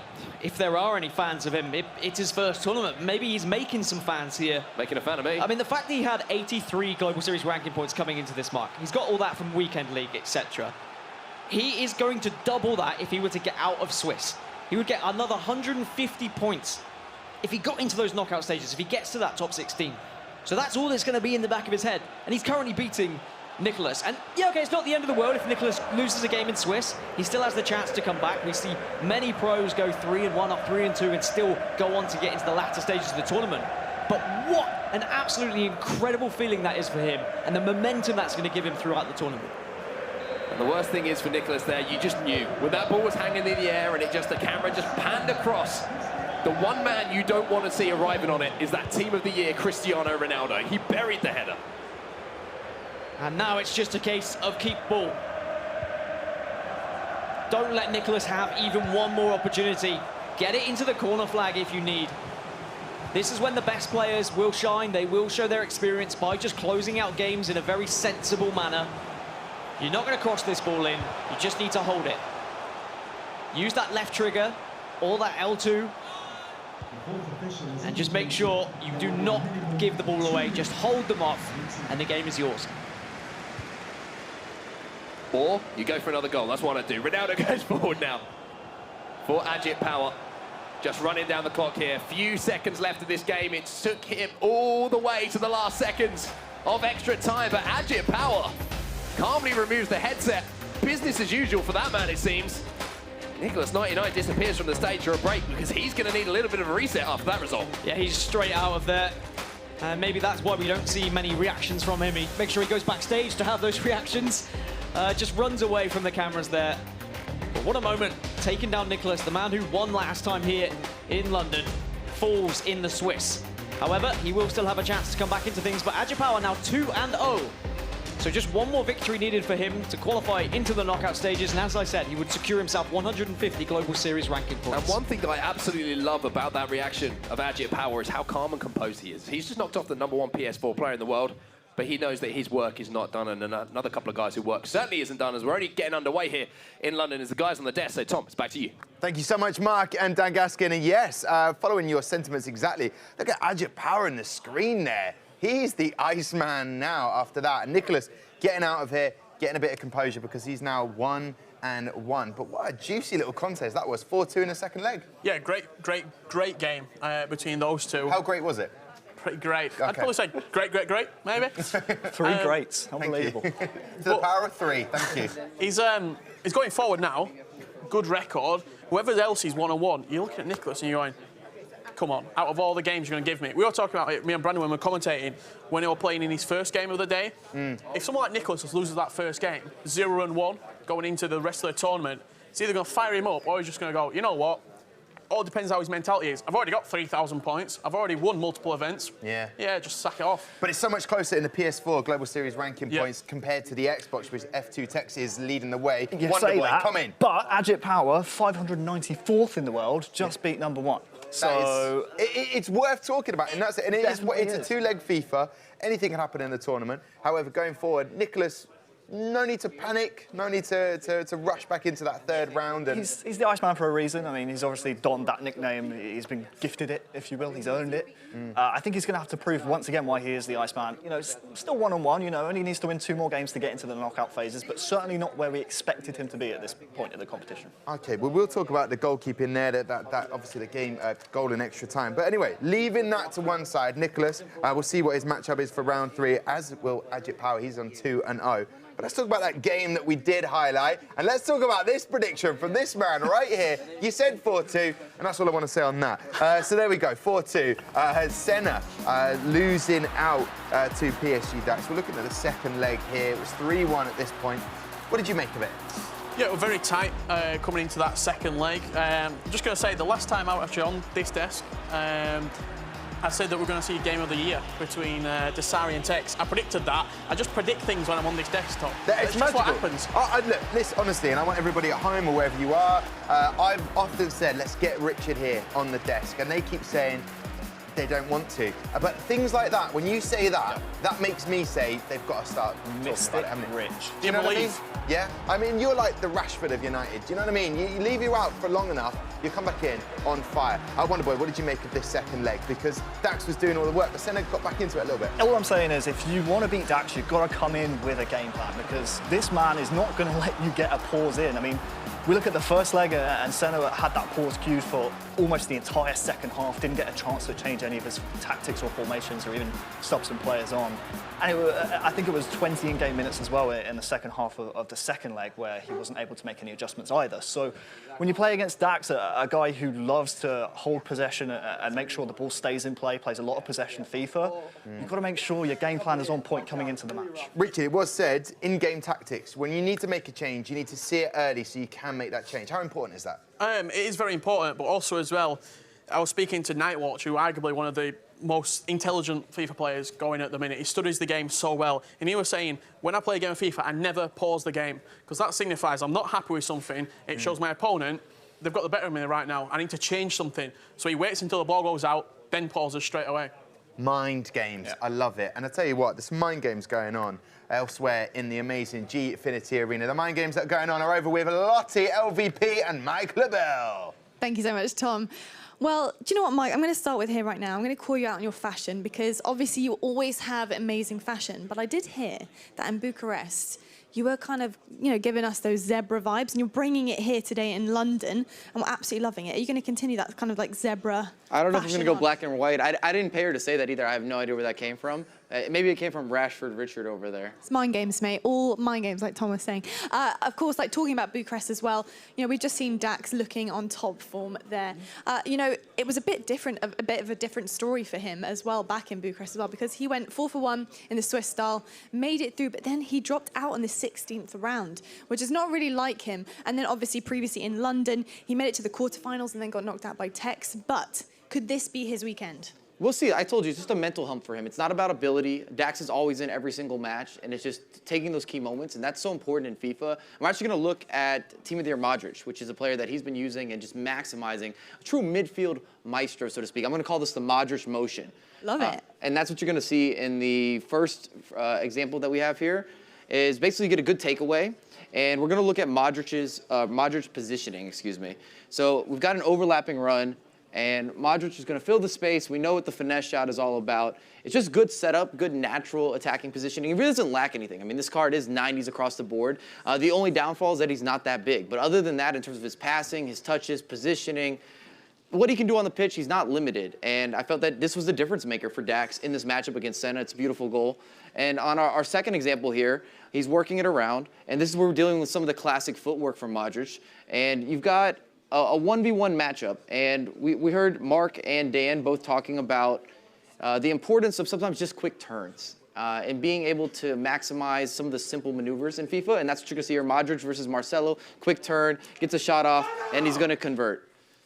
Back of the net, wrap it up. Amazing stuff. You know, that's how you do it. But you know, the one thing I want to know as well from you, Mike, if you don't mind, but you know, as you're up there on the main stage or wherever you're playing, trying to get through into the playoffs, how do you deal with a situation like that when your opposition has perfect positioning time and time again? What can you do to try and stop that from happening? Well, on the defensive side, you always want to break up the plays. You want to throw off somebody's rhythm, if possible. That's ideal, because if you're able to dictate the pace, it's always going to be a major advantage, both offensively and defensively. Amazing stuff. I'm expecting big things from Dax. I hope he continues on this journey, because we haven't seen the best of him yet, I don't think. I think he's got more to come. I agree with you. I think that he's growing. He is definitely growing for sure. Tom, it's back to you to start the next one. Thank you so much, Lottie, LVP, and to Mike LaBelle. It said, obviously, Mike LaBelle, the breakdown board king. However, I'm going to say he's a maestro in that respect, talking about Luka Modric. However, I wanted to bring you the next matches for round 3. A slight delay on that because we were waiting for one more result to come in, and that was on the PS4. Daniel Iguala? Aguila? I'll take that as well. Taking on Pina. And that went down to penalties, 6-5. It went all the way, 6-5 on penalties. Who won? To Aguila. Wow. So there you go. He's going to sneeze! He's going to sneeze! This is a live sneeze! Hold it! Pineapple. You got to say pineapples, otherwise the sneeze comes out. That's unbelievable. I'm just excited for penalty shootout. Yeah, you are excited for the penalty shootout. By the way, Tom, that is 80th, beating 3rd in the PS4 rankings on pence. Amazing. I love that. So we're getting that, and I said earlier, it's kind of the old guard taking on the new guard, but it's also success earlier on in the season. You are about to sneeze at any point, aren't you? This is a beautiful live moment. Richard Buckley, when will the sneeze come out? Don't forget to tweet us. We do appreciate every... Let's go to a graphic quickly. We can't. You have to hold, look at that light and see if anything happens. Go. He's a professional. Just roll. If I see anything come out of his nose, I'm going, by the way. I'm just letting you know. Let's have a look at the results of the PS4. And while we do that, we can give Richard Buckley the opportunity to get that sneeze out. So there you go. 13-1. There you go. And unbelievable stuff from Zimmer. Now, he's coming into this, and we haven't mentioned him yet. The man of the Gfinity Arena when it comes to the Elite Series, twice winning it for Fnatic, Season 3 and Season 4. But he's the man, and he's top of the Swedish, best Swedish ranked player.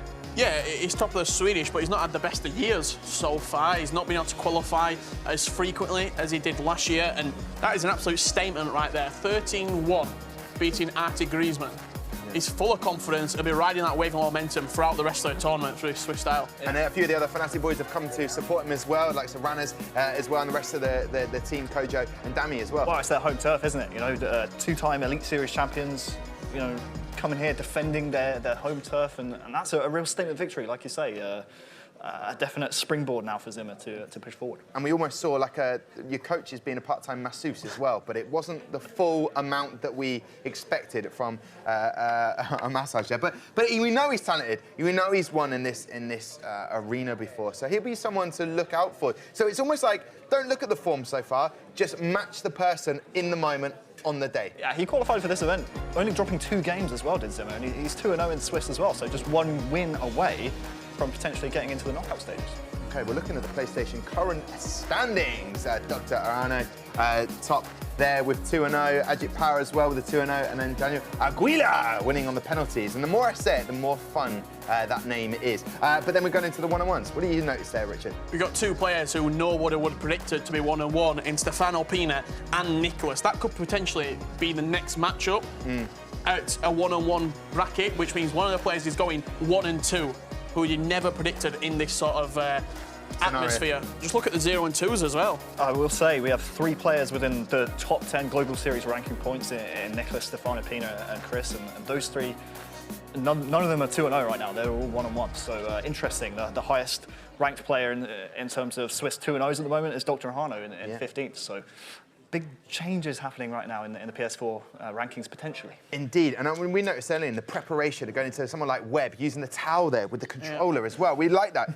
Not helping him so far, 0 and 2. And also, Mr. Dunn is also 0 and 2, and he could be officially done if he loses another game in round 3. Yeah, I think it's maybe just not...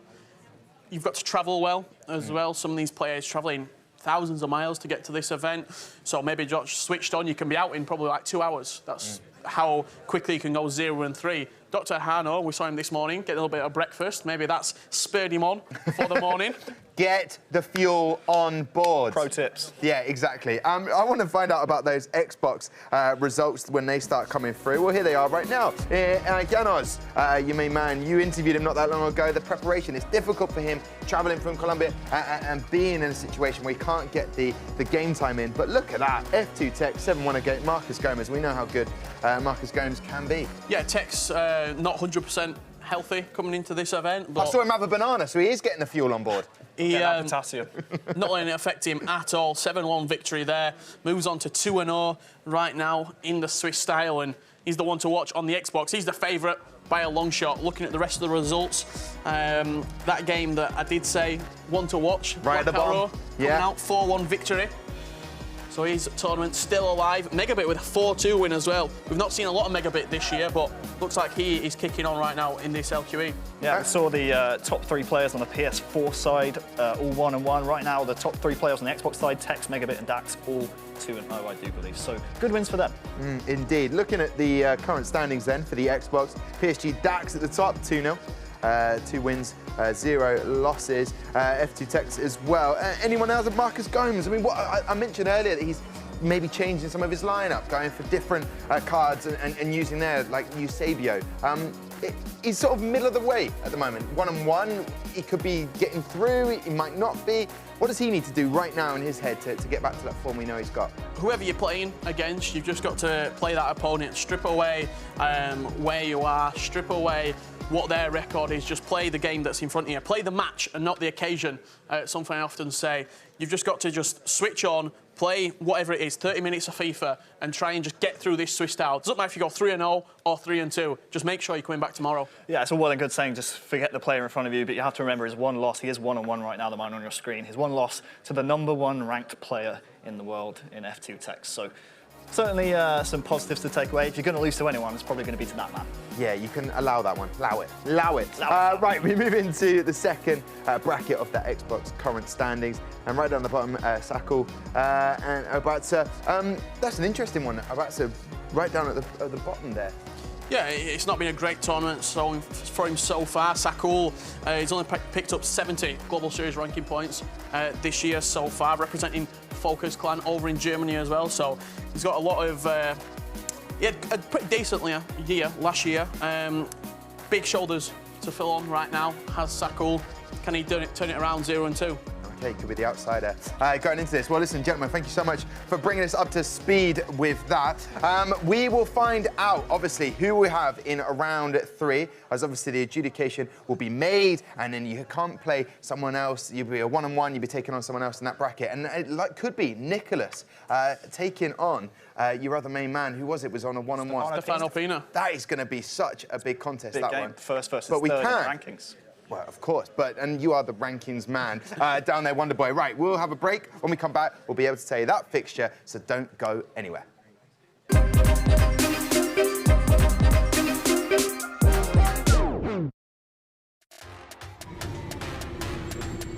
Diego, tenemos 10 minutos. ¿Vamos a echar un FIFA? Vamos, te voy a ganar, hermano. Venga, vamos. Dale, Costa, saca.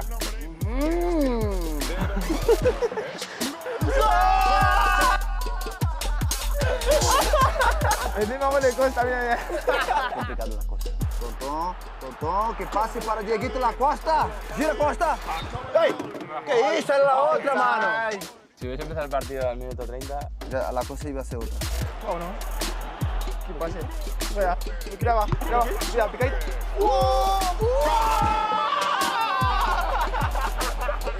Este es un viciado, está engañado. Antes tienes que recuperarlo. Yes! Vamos, chicos, que hay un segundo partido en el vestuario. Vamos, equipo campeón. Pues aquí estamos con Rodri, la cosa está complicada porque el primer partido yo no he estado muy bien, pero tenemos la esperanza porque somos la leche. Da la vuelta, Rodri. Vai, safadinho. Pero vamos que ahora va un gol. ¡Qué golazo! ¡De Rodri! ¡Qué bien, chaval! Rodri juega muy bien ahí. Va, Ronnie, va. Atlético de Madrid. ¡Qué bien! ¡No es para Rodri! Y marca con el dorsal número 7, Antoine Griezmann. No es tonto, mano. Pero la verdad es que esperaba un poquito más de ti. Que vaya a ganar, te lo juro. Dale, toma, ¡Gol! ¡Qué golazo de mi hermano! ¡Toma de mar!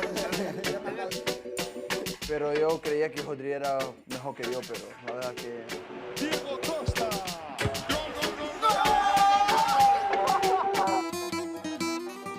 Ya te dejo. te lo mereces, mano. Espera un abrazo, dale. Un beso.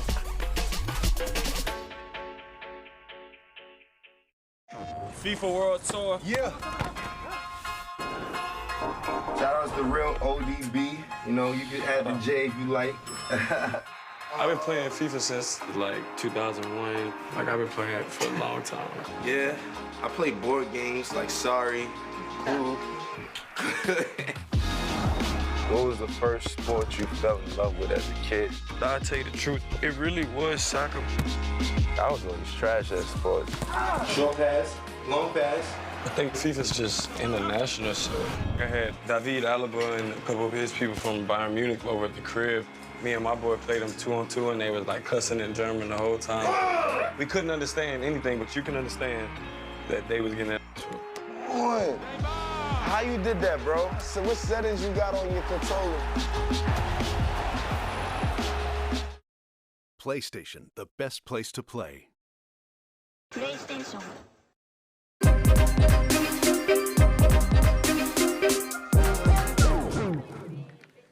All right then, welcome back to FIFA 19, the LQE, right here in London at the Gfinity Arena. So, just a recap on what you may have just missed if you're joining us.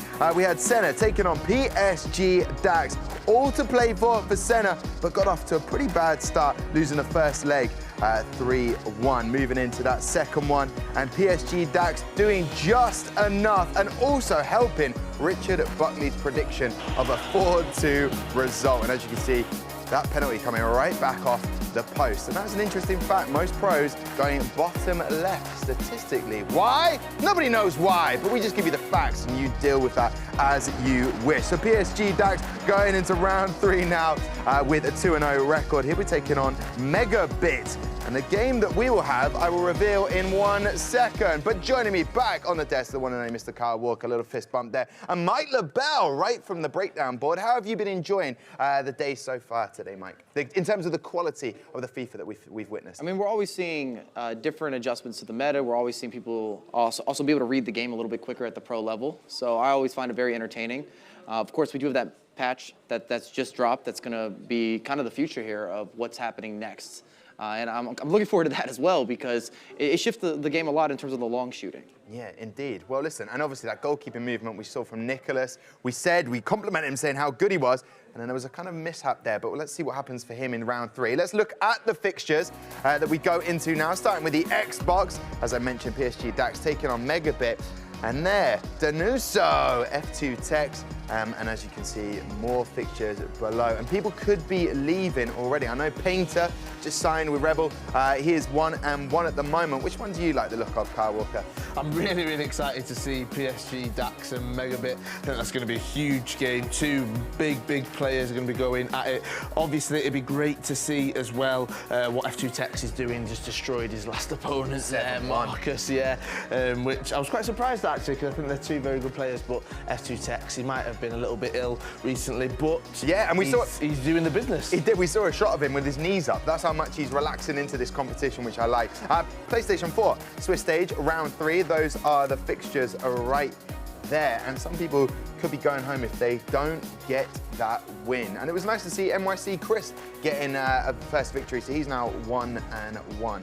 Which one do you like the look of there, Mike? I like Mr. Dunn and FUTWIZ Marco. I was really impressed watching FUTWIZ Marco play in the previous event in Bucharest. And then Mr. Dunn is an interesting guy for me. I've known him for a long time, and I really believe in his ability and mentality to do well in events. Yeah, and Mr. Dunn needs to get that win. So to be fair, FUTWIZ Marco just come off the back of a 7-3 loss to NYC Chris. Hopefully, he can get that and stay in the competition. However, the match that we are going to focus on here at the Gfinity Arena for the February LQE is this one right here, Donoso taking on F2 Tex. Now, you like that, Carl, because we get a first opportunity to see how F2 Tex is dealing with everything this week. And he is a little bit under the weather, but what do you make of him and going into this sort of competition this weekend? I think he's the one player, again, that everybody wants to beat, and having that pressure on him is going to be difficult, but he takes it all in his stride. He knows what he's doing. He's been at the top for so long. He's used to people trying to claw their way back up there, but he's just not letting them in. So hopefully he won't let this illness kind of get to him. He looks there a little bit like he's just, you know, thinking about everything, thinking about probably what he's going to do in the next game. He might be feeling a little bit ill, but it's not affecting his skills. We know how good he is. He's unbelievable. But will this be the man which takes him down? I think it's going to be really interesting. And a cheeky wave as well. I like that, a cheeky wave. Amanda, what do we need to know about this man, the big FD? Well, with Fabio Denuzzo, he could definitely cause an upset if he's able to disrupt and take the pace out of the game for Tex. But at the same time, I thought Tex did such a good job with smart preparation, where he didn't play the new patch. He chose to say, look, I've already spent so much time with this game. I don't want to disrupt that. I don't want to make new adjustments to the meta. I'm going to stay focused on my goals. I want to win another event. And if I'm Tex right now, I just want to get through today and then rest up. Let me get 3 wins. I'm going home. I'm going to take some medicine. I'm going to lay down, get as many hours of sleep as possible, and I'll see you on Sunday. Yeah, that's the best way to do it. That's the best way to mentally and physically prepare for it. As we're seeing here in the arena, all the players getting ready to kick into round 3, getting fluids on board, chatting to their coaches. Don't forget to tweet us at Gfinity. Don't forget to use the hashtag Gfinity FIFA for any comments you want to let us know about. In the meantime, though, for the first time, casting in February with the LQE. Are you enjoying this so far? I like it. No, good. It's good. Okay. He just turned into like a boxer. I'm with it. And they are in the casting area right now. They are Chris Tan and Harry Janan. Thanks, lovely, lovely intro. I like that. Nice. None of the others got the whole boxing intro, so obviously we're clearly quite special. I'd be jealous. I would be really jealous. But I think they'll all be jealous of this game that we're going to get to watch here. It is going to be Tex against Fabio Denuzzo. It'll be an interesting one. You know, we're getting into round 3. This is where it comes to the point where players are either progressing or they're not. Obviously, this game is both players, I should say, sorry, 2-0. So this one is to automatically qualify for the bracket, of course. But which one will be going through at this moment? Well, if you're a betting man and you've been watching the FIFA Global Series this season, you know Tex as a household name at this point. Over 4,000 Global Series ranking points, #1 in the world on Xbox, has tournament wins behind him, has been the man to beat, but as of late has had a little bit of a drop in form since losing to MS Dasari right here in London back in December. So this is going to be an interesting one. If there's a time to play Tex, it's going to be during this supposed dip in form. But when's the point when he comes back into form? You know, I think one of the questions that I was wondering is, you know, these first couple of events, was he just a way ahead of the curve? Had he learned the game to this level quicker than everybody else? Was that the question? Has everyone caught up now?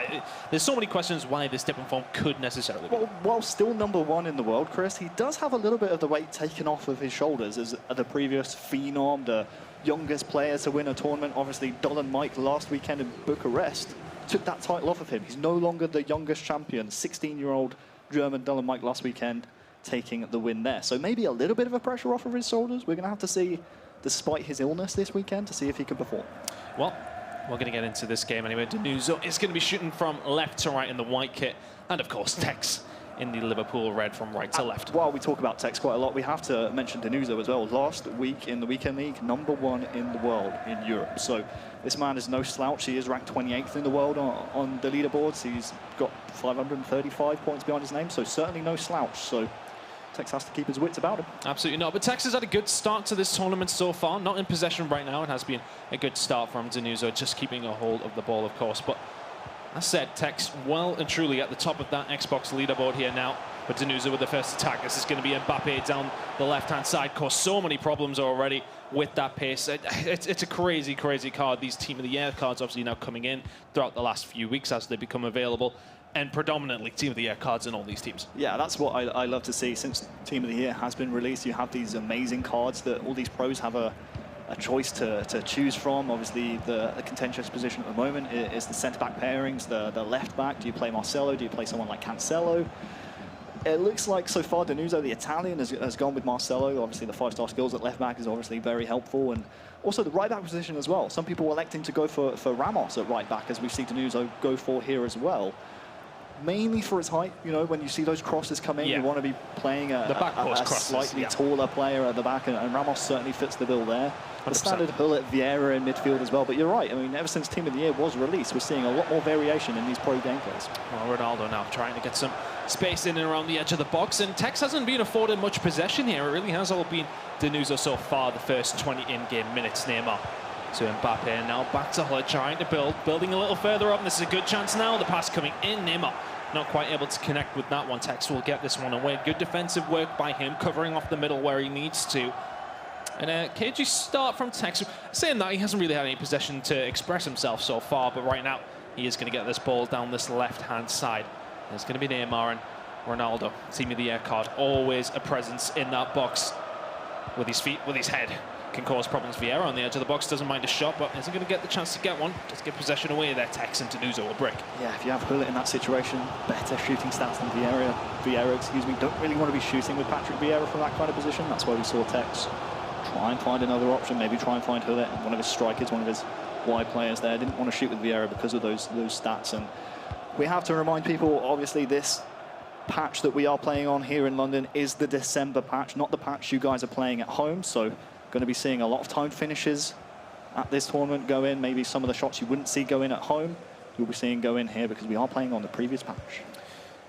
Continuing this, though, I mean, on that previous patch, time finesse was something that we seen Tex really start to adapt to. He was one of these guys that seemed to have it nailed down for the very first tournaments as we went in. And everyone sort of caught up, and that could be definitely a factor as we go into the rest of this tournament. Has everyone caught up to the level that Tex was at the beginning of the season? But here comes the first time finesse. Neymar is just about going to squeeze it past that right-hand post. And Tex here being pushed against the wall a little bit. Denuso is, he's keeping possession. He's keeping hold of the ball, because when Tex is dangerous is when he has the ball. He's a great defender, don't get me wrong.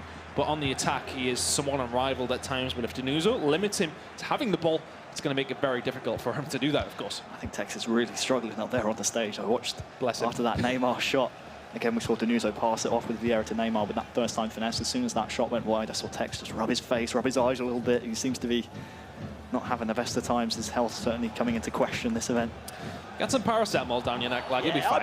You'll be all right. Yeah, you'll be all right. I'm liking the variation we're seeing between the two teams. I mean, we keep talking about it, the Team of the Year cards. We've seen Team of the Year like Modric being used. We've seen some Kantes thrown about. There's a lot of options now, whereas before we were seeing Ronaldinho's come on. Now we're seeing the likes of Neymar, the fan's choice card, come on for a lot of these pro teams. So it certainly opens up the substitutes, the attacking options that you can bring on if things aren't working.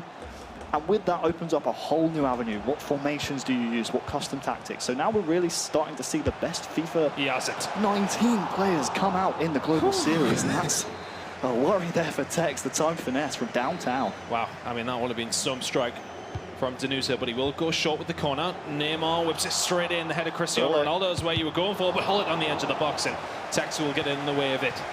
A strain on the face of the youngsters.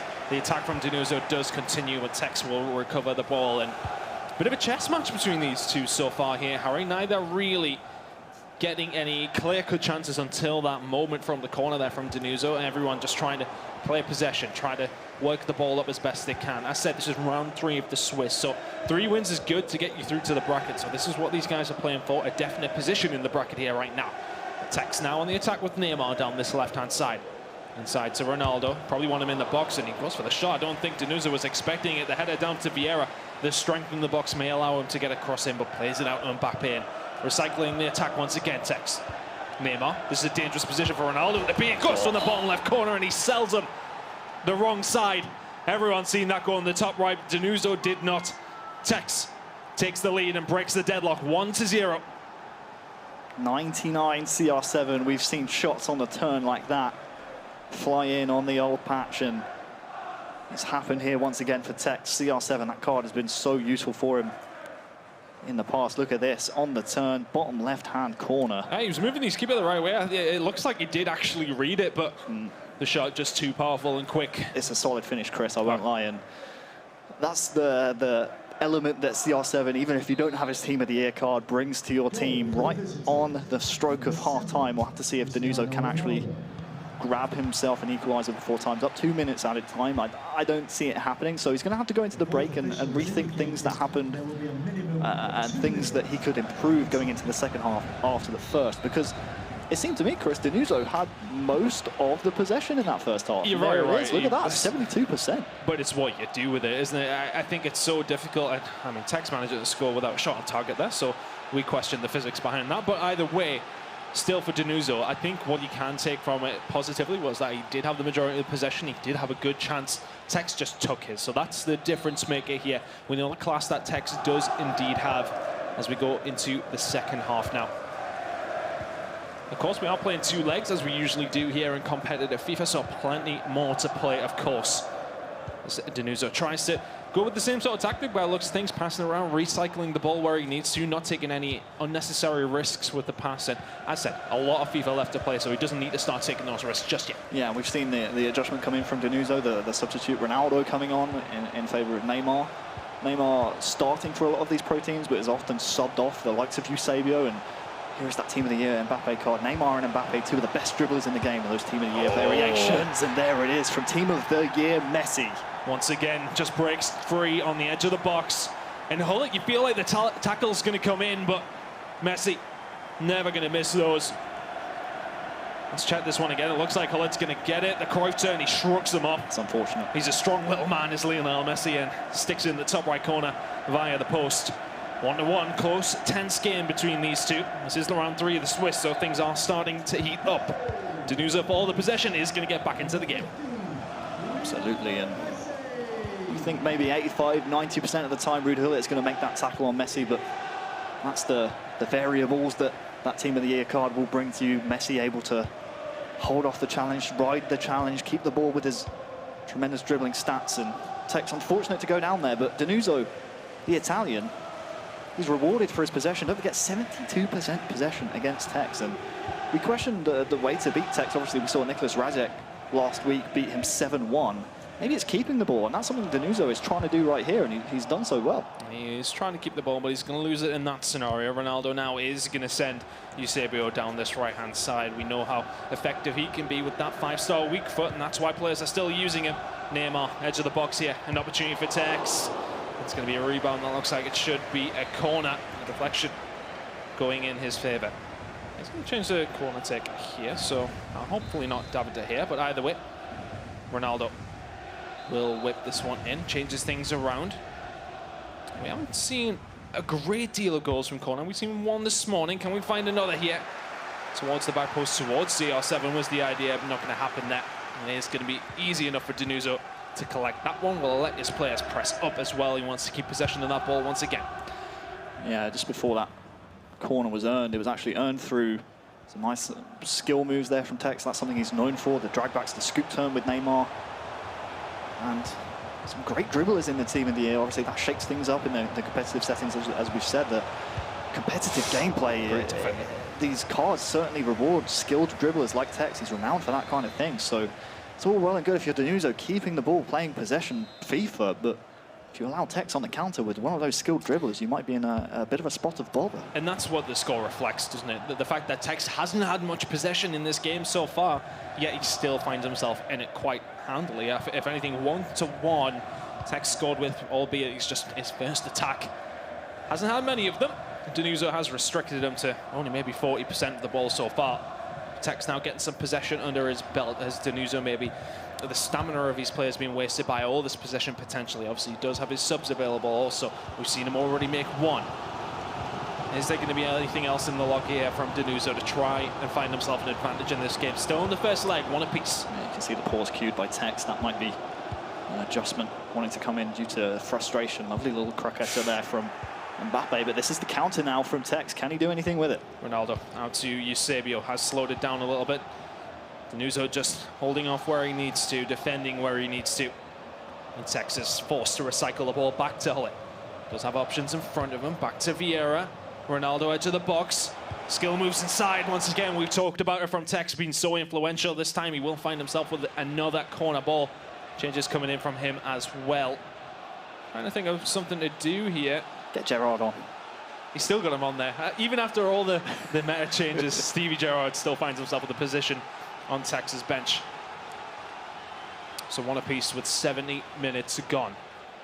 I said it feels a bit more like a chess match in a game of FIFA. You know, these two guys maybe trying to figure each other out a little bit. Denuso not offering much other than keeping possession of the ball and trying to just find opportunities where he can. He's not rushing anything. He's not taking too many risks. But here comes Neymar. The ball in, and that's exactly why you get Ronaldo on. But is there going to be a chance for a second? Not quite.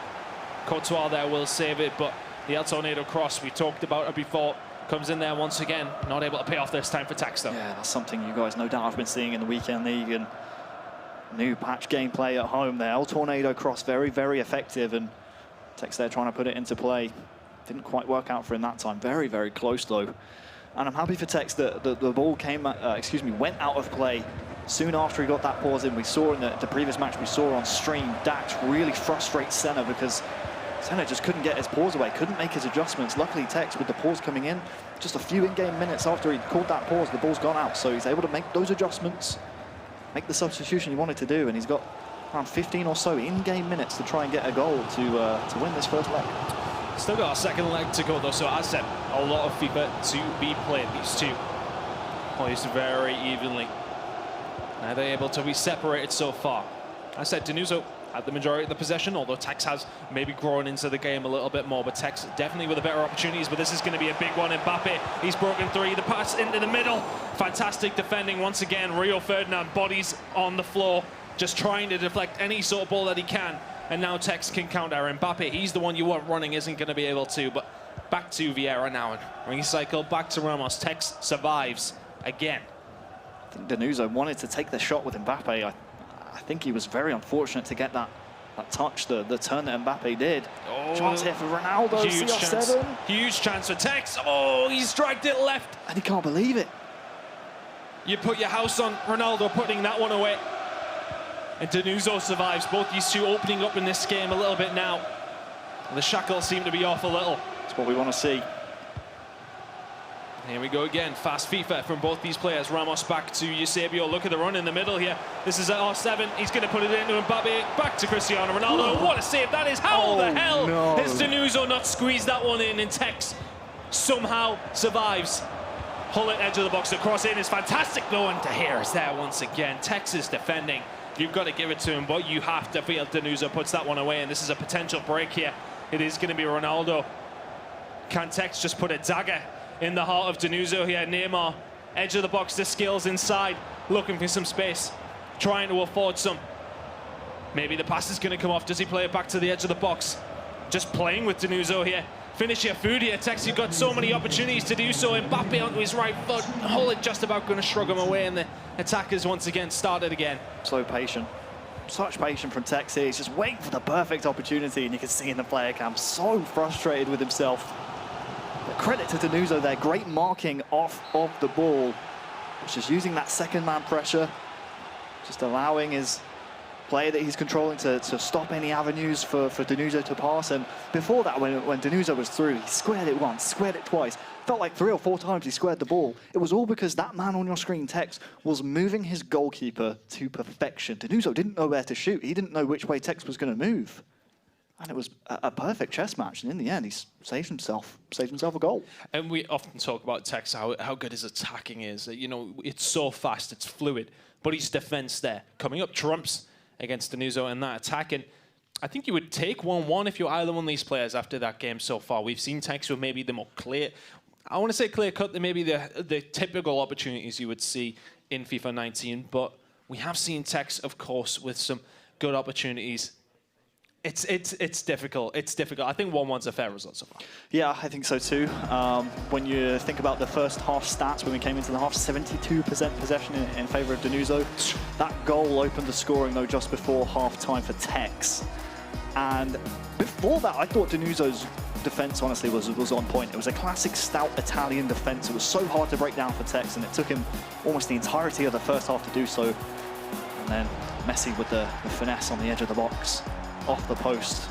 Those would be all the goals of the game, Chris, but I gotta say, credit to both teams' defendings, honestly, because it's been so solid this game, and the goalkeeper movement from Tex to deny the opportunity, I think we'll see it soon in the replays, no doubt, because there were several square opportunities for Denuso, wasn't able to put it through, and then on the other end, Tex with his skill moves around the box. I mean, you expect Ronaldo CR7 to put this one away, drags it wide, but I think this was the chance where he had several men over. Look at this, a man in the middle, squares it once. Oh, he's hit the post, actually. I thought it was a save from De Gea. I thought it was a save too. But in the other qualification game that is going on, also in round 3, both players are 2-0. We do have Dax against Megabit. After the first leg, it is 2-1 to Megabit. It was 2-0 all the way through the game, but Dax coming back with a 93rd minute goal, giving him a lifeline in that game. It's a really good game. I mean, this is when we get to it, the nitty-gritty, if you like. It gets to round 3. Top 10 guys on the Xbox rankings going up against each other. You know, like you said, the round 3, the win and in, so to speak. If you go 3 wins in the Swiss-style format, you go into the knockout rounds. Yeah, I thought it was a save from Tex. It was the goalkeeper movement that confused his opponent. It's where he influences the shot, isn't it? That's the thing. My memory is very hazy because I thought it felt like he squared it 2, 3, 4 times. He had so many opportunities to stick the ball in the net, but just hesitated thanks to that goalkeeper movement. Well, a tense game between these two. Nobody able to quite break the deadlock yet. A little wave there from Danuzo, and F2 Tex obviously giving himself a little break. We know that he's not feeling the best this weekend, but I'm sure he'll put that out of his brain and try to get back to the form that we've seen from him at the beginning of the season. We still have seen that form, but as I said, I feel like it's everyone else has raised their game to his level, and that's been the difficulty. But everyone knows that this guy is still the guy to beat, still at the top of the leaderboards there for the Xbox, albeit not a tournament win in a couple of months. I mean, we talk about a dip in form, so to speak. I mean, he still finished within the top 4 in last weekend's Bucharest tournament on the Xbox side. So even when you're not having the best of tournaments, even if you're not getting the best placings, that's still a respectable placing. That's still putting 100%. Global series points on the board. And honestly, that man on your screen is very, very difficult to beat. And I can tell you now, fizzy drinks won't help your illness, Tex. I know you want to try and keep the blood sugar up, but you need to get some fruit down you. Fruit and veg, get some vitamins. I think it's the bottle of fizzy drink is significantly easier than getting sticky orange all over your hands, to be fair. I suppose, yeah. Yeah, we'll allow him with that. But either way, I mean, this guy is, correct me if I'm wrong, the only guy that's been to every single event, I want to say? I think that's about right. Yeah, I think so. So he's qualified for every single event. Not sure if he's the only one, but he's certainly been at almost every single event. Yeah, if not every event. Yeah, he's been at every event. I don't know if there anybody else has been. I want to say Nicholas has missed out on one. He wasn't there last weekend. Yeah, Stefano Pina potentially. I feel like he's missed out on one at least. Yeah, I feel like I'm going to throw it out there. I think Tex is the only one that's been everyone. Tex is a household name. I'll throw myself under the bus for you. But I feel like, you know, all this experience, he's getting so many global series points. You know, this is what ultimately everyone is here to do. At this moment in time, he's winning that race. He's at #1 on the Xbox. And that's exactly where he deserves to be after how consistent he really has been. Of course, the first 2 tournaments were his with ease, but since then, things haven't been going quite as smooth, but I feel like an expected return to form could come this weekend as we go into the second leg. It is going to be Danuzo in the white kit from left to right, and Tex once again, as said, in that Liverpool red from right to left. We'll have to see if it will be a similar sort of situation as we saw in the first leg, Chris. With Danuzo having a lot of possession, we're going to be seeing Tex obviously try and combat that. He's going to try and obviously get a goal early to try and put Danuzo a little bit more aggressive, because when you're playing against a player who likes to play possession, if you take your chances on counter-attacks, on attacks like this, then they certainly can't play possession for the rest of the game, because if they don't get goals from that possession gameplay, guess what? They're not winning the game. So that's the goal here for Tex. Excuse the pun, Chris. He needs to get himself a goal, and this could be a great opportunity to do so. That was a really good opportunity, but it is going to be pounced on by Courtois. Just to give you an update from one of the other games, it is going to be Nicholas struggling again. 3-3 in his game. Wow. Against Artur Griezmann, and that's difficult. You know, he was one of the guys on the PS4 side that we fully expected to be causing problems here this weekend. Very much tipped for a win after his previous success, of course, but at this moment in time, he is struggling here in London this week. And he's been one of those consistent guys again, hasn't he? You know, Nicholas has looked really good throughout the season. Top of the leaderboards on the PlayStation 4, but struggling here this weekend. Back into this game. Tex bursting down this left-hand side with Ronaldo. Checking away where he needs to on the edge of the box. But again, this skill moves, it's all about creating space. He's trying to do that for himself right now. Neymar, fantastic moves inside the box, drags it back, passes it through, and Mbappe just can't quite finish his dinner. This one is going to be cleared away. Eusebio, though, on the edge of the box. A whisker away from taking the lead. F2 Tex for the first time in this game. Unfortunate there. from him, and you feel as if that's a chance he may maybe rue a little bit further on into the game. But Denuso with the possession once again. We'll have to see, Chris. We'll have to see the final result of this match. Because that was a certain clear-cut opportunity, it seemed like, for Tex. I mean, the triple heel-to-heel with the player in the box. I mean, that opened up so many opportunities. He had Denuso not sure what to do. He was sliding across the penalty area. That's a massive area of the pitch open to Tex, and usually you see him capitalise. Let's see if he can capitalise from this, though. Another chance. Mbappe caused so many problems with his pace, and isn't going to cause much when he sticks it right in the back of Cristiano Ronaldo. But either way, this one is going to be cleared away by Denuso, who has been pretty solid on the defence, do you feel? Or is there something you would like to see from him? Certainly not so far in this second leg, Chris. I mean, Tex is having a lot more opportunities to open up his defence. He needs to be a bit more stout, a bit more careful in midfield. He's trying to obviously win this game. He's trying to create attacking opportunities for himself, but right now he's really struggling to find any. A little bit of a sloppy start to the second leg by the Italian, but right now Tex really starting to flex his muscles a little bit here, see if he can get himself a lead in this game.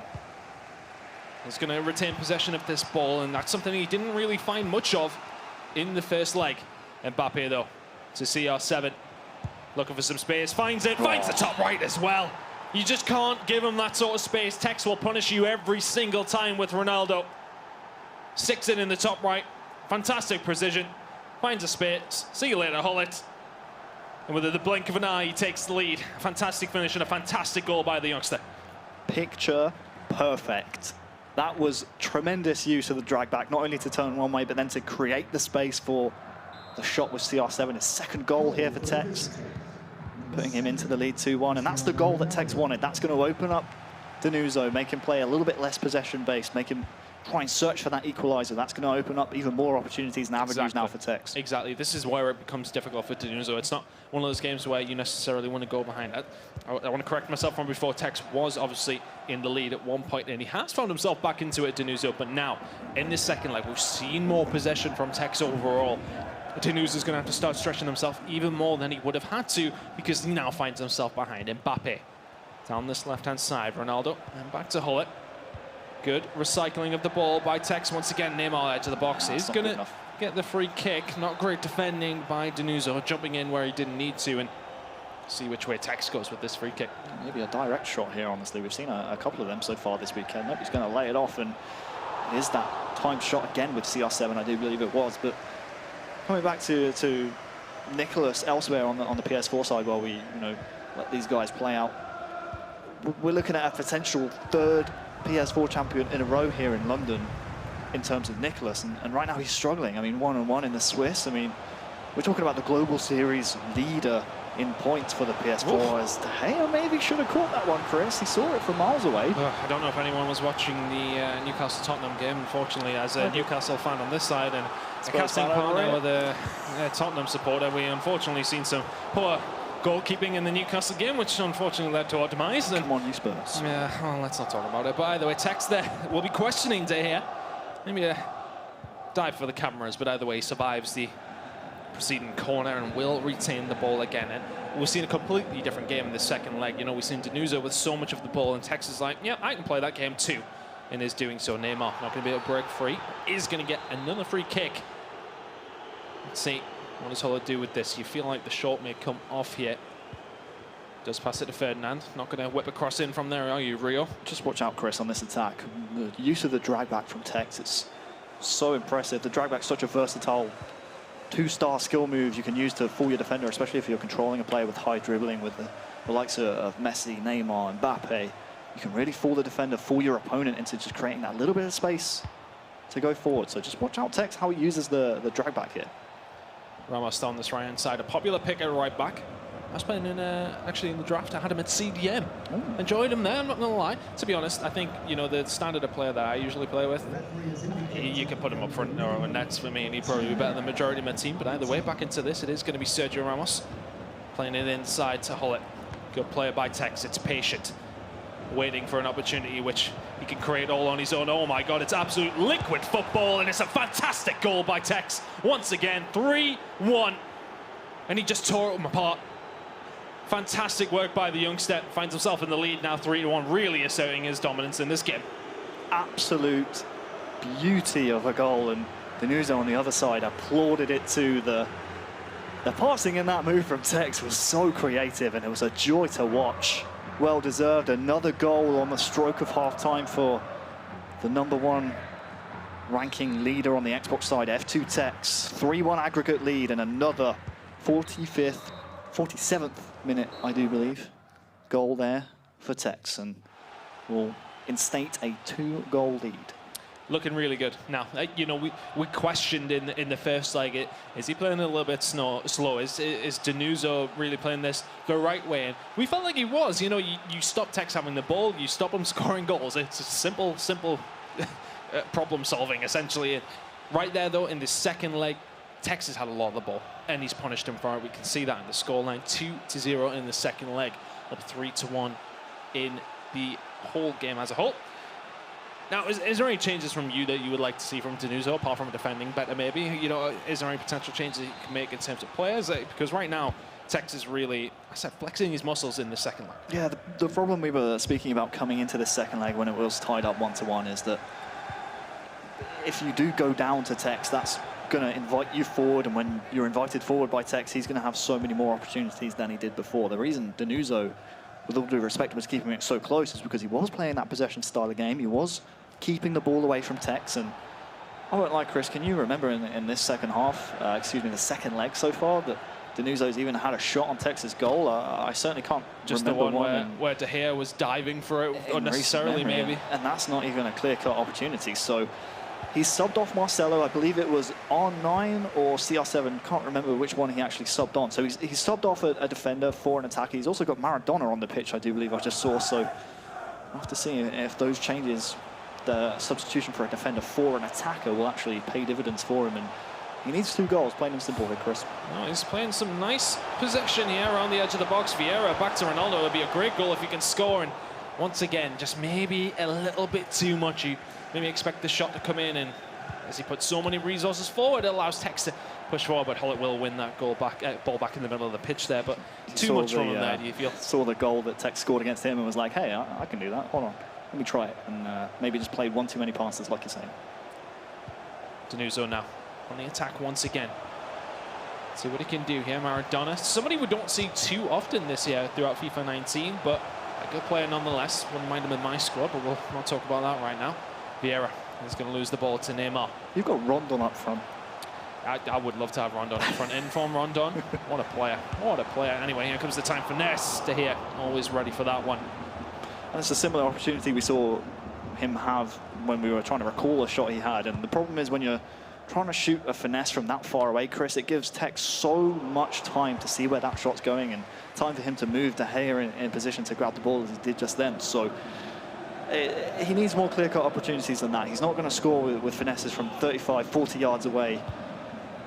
He needs to get a little bit closer to the goal, in my opinion, if he's going to beat this man. I mean, you know, we've seen so much possession, great building play from him in the first leg, but he isn't afforded that time now because he finds himself 2 goals behind, and he seems to be rushing things a little bit. He's still in a good situation in the tournament. If he does go on to lose this game, of course, still 2-0 on the Swiss, but your first loss on there, you don't really want too many more, of course. And as I said, it puts you in a better position in the bracket, doesn't it, as things move on if you do find yourself flawless through Swiss. But right now, Tex on the attack once again, maybe trying to put this one to bed. Vieira out now to Sergio Ramos, looking for the pass inside to CR7, trying to cut through, but not quite able to do it. An opportunity here for Denuso. He does have a run on the right-hand side, and that's a fantastic tackle by Marcelo, but has he left himself a little bit short, Denuso? Can he move it forward quick enough? Referee plays on. That's a poor pass. You feel as if it comes to the point where things are getting a little bit towards the end of the game. You need to try and get a goal back into this one. Mbappe inside, another goal for F2 Tex in the blink of an eye. Pushes himself forward. And the 2 PSG men doing the business for the young man from the UK. Neymar right inside the post. And you feel like this one might be over. Yeah, tremendous there from Tex. And it was unfortunate for Denuso. Hullet's touch just letting him down, and then the pass intercepted, and it was unfortunate there, to be honest with you, for Denuso. That might just be the tie. Killed off here for Tex, 3-0 in the second leg. Still a little bit of time. There's crazier things that have happened, but you've got to get 3 goals if you're Denuso. And so far, Texas defense has been so solid. We've seen, well, I've seen off the ball Tex when he's seen gaps at the back. He's been able to shift players over, shift his centre back over to the left back position as he did in that previous counter attack to prevent all progress from Denuso, the Italian. So Tex here looking on fine form despite his illness. Tex looking really good in that game, but it looks all but over. But we've got another great game going on here in round 3 of the Xbox. Look at this, 2-2 between Dax and Megabit. So we'll go into this one looking like Tex is going to walk away with that win quite comfortably in the end after maybe a shaky start. But this one, so barn burner so far, 2-2, a tight game between 2 titans of FIFA. And straight away, here we go. This is actually Dax on the attack into here. A fantastic save there. And Megabit will survive.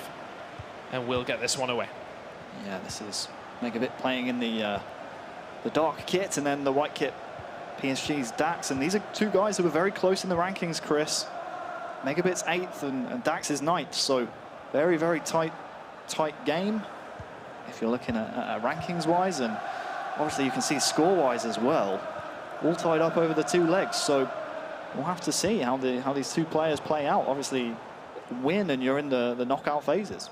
And Dax has been pretty much behind the whole game. I mean, we heard in the first leg, I should say, that he was down 2-0 till the 93rd minute. Megabit did concede, and then Dax has the lead in this game. And another one, a close affair between these 2. We know that Tex and the previous game did look very strong in his, but this one, 2 very closely matched players. Mbappe now try and get this one away from Megabit. Is going to lose it in the middle of the pitch here. Once again, Dax on the attack. Ronaldo inside to Kante. Does have a runner down this left-hand side. That looks like Cristiano Ronaldo getting away from his marker, but just choose to recycle this ball once again. And, you know, Dax has been one of these players throughout the season.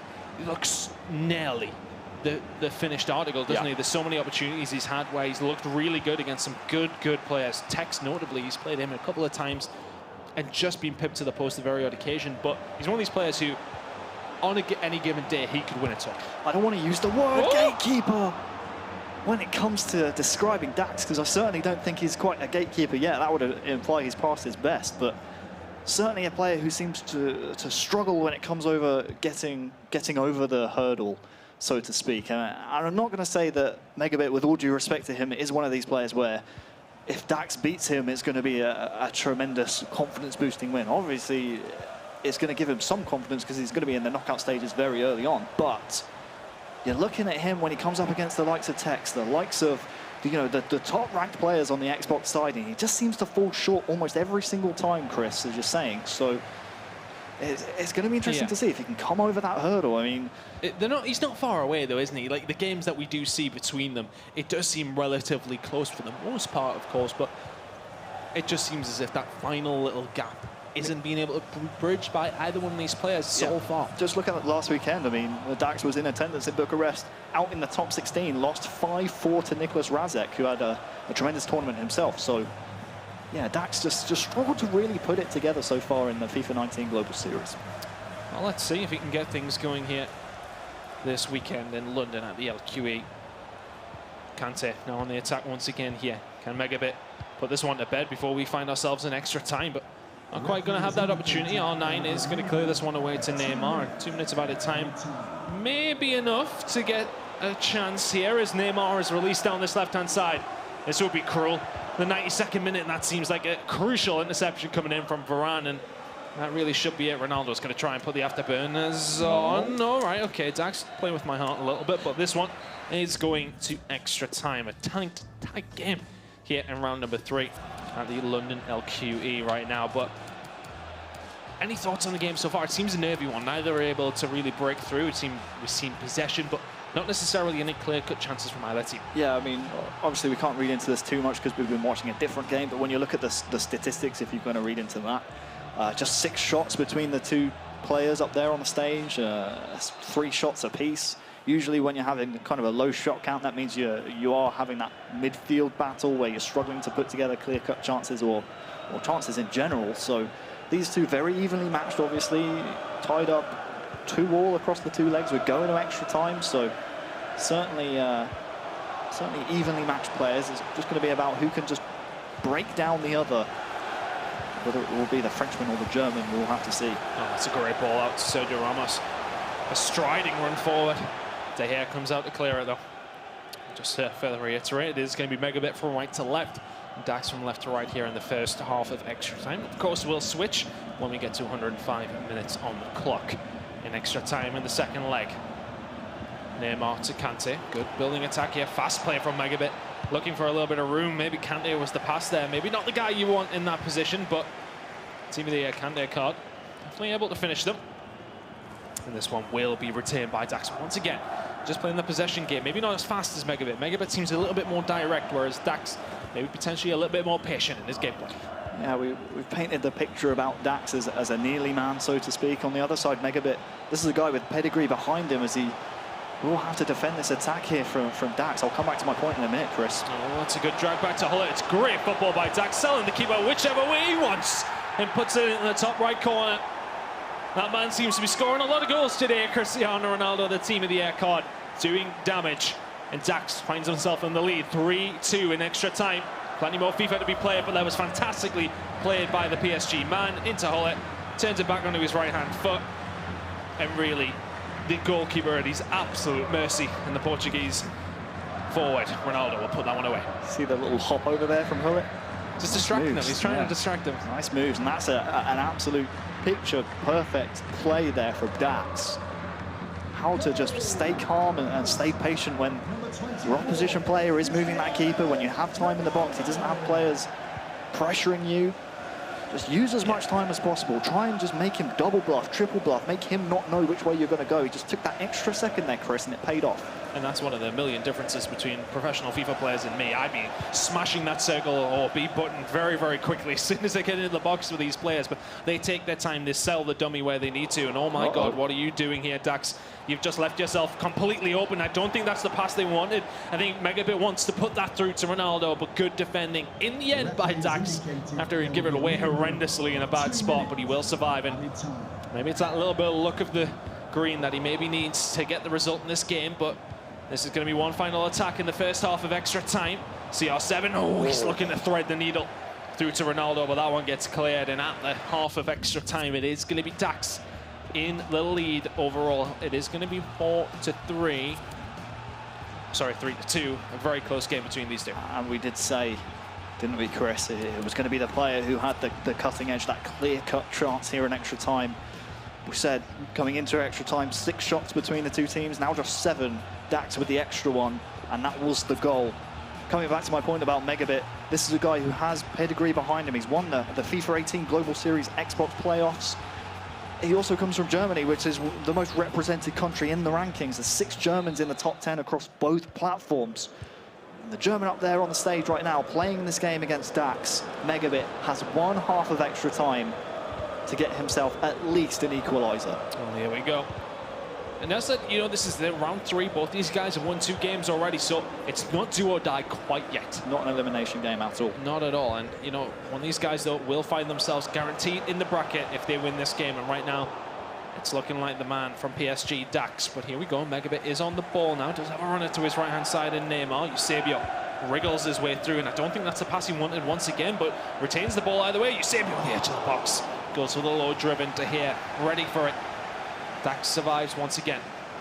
Looking for a better finish there from Eusebio if you're Megabit. And this is dangerous territory, honestly, for Megabit, because Dax is a man who will control the game. He uses possession gameplay so much, and as Megabit has to push players forward, this is going to open up chances for Messi. What a save from De Gea. And he's just went to smash it in there, Dax. And really, you feel like a finesse would have been the better idea, but just keeping hold of the ball where he can. Oh my God, it's fantastic football once again. Dax surely puts this one to bed. That might be the final nail in the coffin in this tie. Megabit just can't afford to put so many defenders back, and he just pulls them apart. Look at this passing move into Hullet. I could have scored that. Fantastic work by Megabit.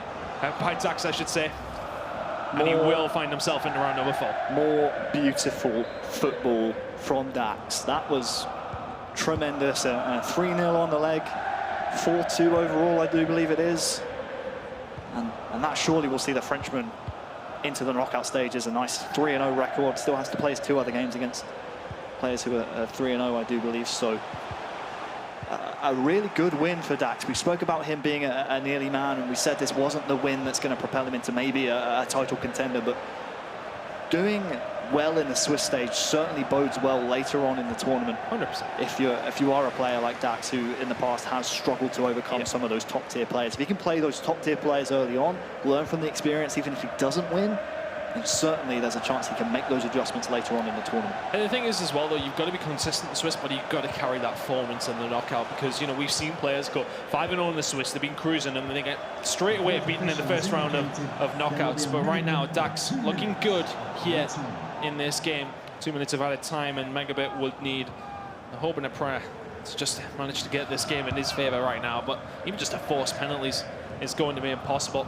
This game may well be conceded by Megabit, who maybe just wants to get off the stage there and get into his next game. Dax will be your victor in a great game between these two. Walks away as the winner after some fantastic football in extra time.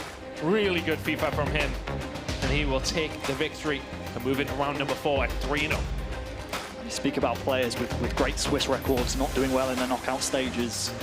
You just have to look to last weekend. Footwiz Marco and Zizinho both going 4-1 in the Swiss. Tremendous records, both going out in the top 16 in the first round of the knockouts. So Swiss certainly isn't everything, but you use it as a learning experience, a confidence booster. And Dax looking very, very good so far here in London. Maybe this is the tournament the man from PSG finally puts it all together, gets that win, puts him well and truly on the map. Some fantastic football by the PSG man there in extra time. The guys on the desk will break it down for us. But Dax moves into round number 4 at 3-0. Thank you very much to Chris Tunn and to Harry Shannon. And I am joined, obviously, on the desk by, as I like to nickname him, MLB. And seeing as Chris Tunn made a bit of a costume change, I'm making one as well. I've gone full-out MLB, Major League Baseball, for you. What do you make of that, Mike LaBelle? I'm not a Dodgers fan, but okay. All right, I'll take that. Yeah. It brings out the colour in your eyes. Thank you so much, Carl. Let's talk about the game then that we just witnessed on here.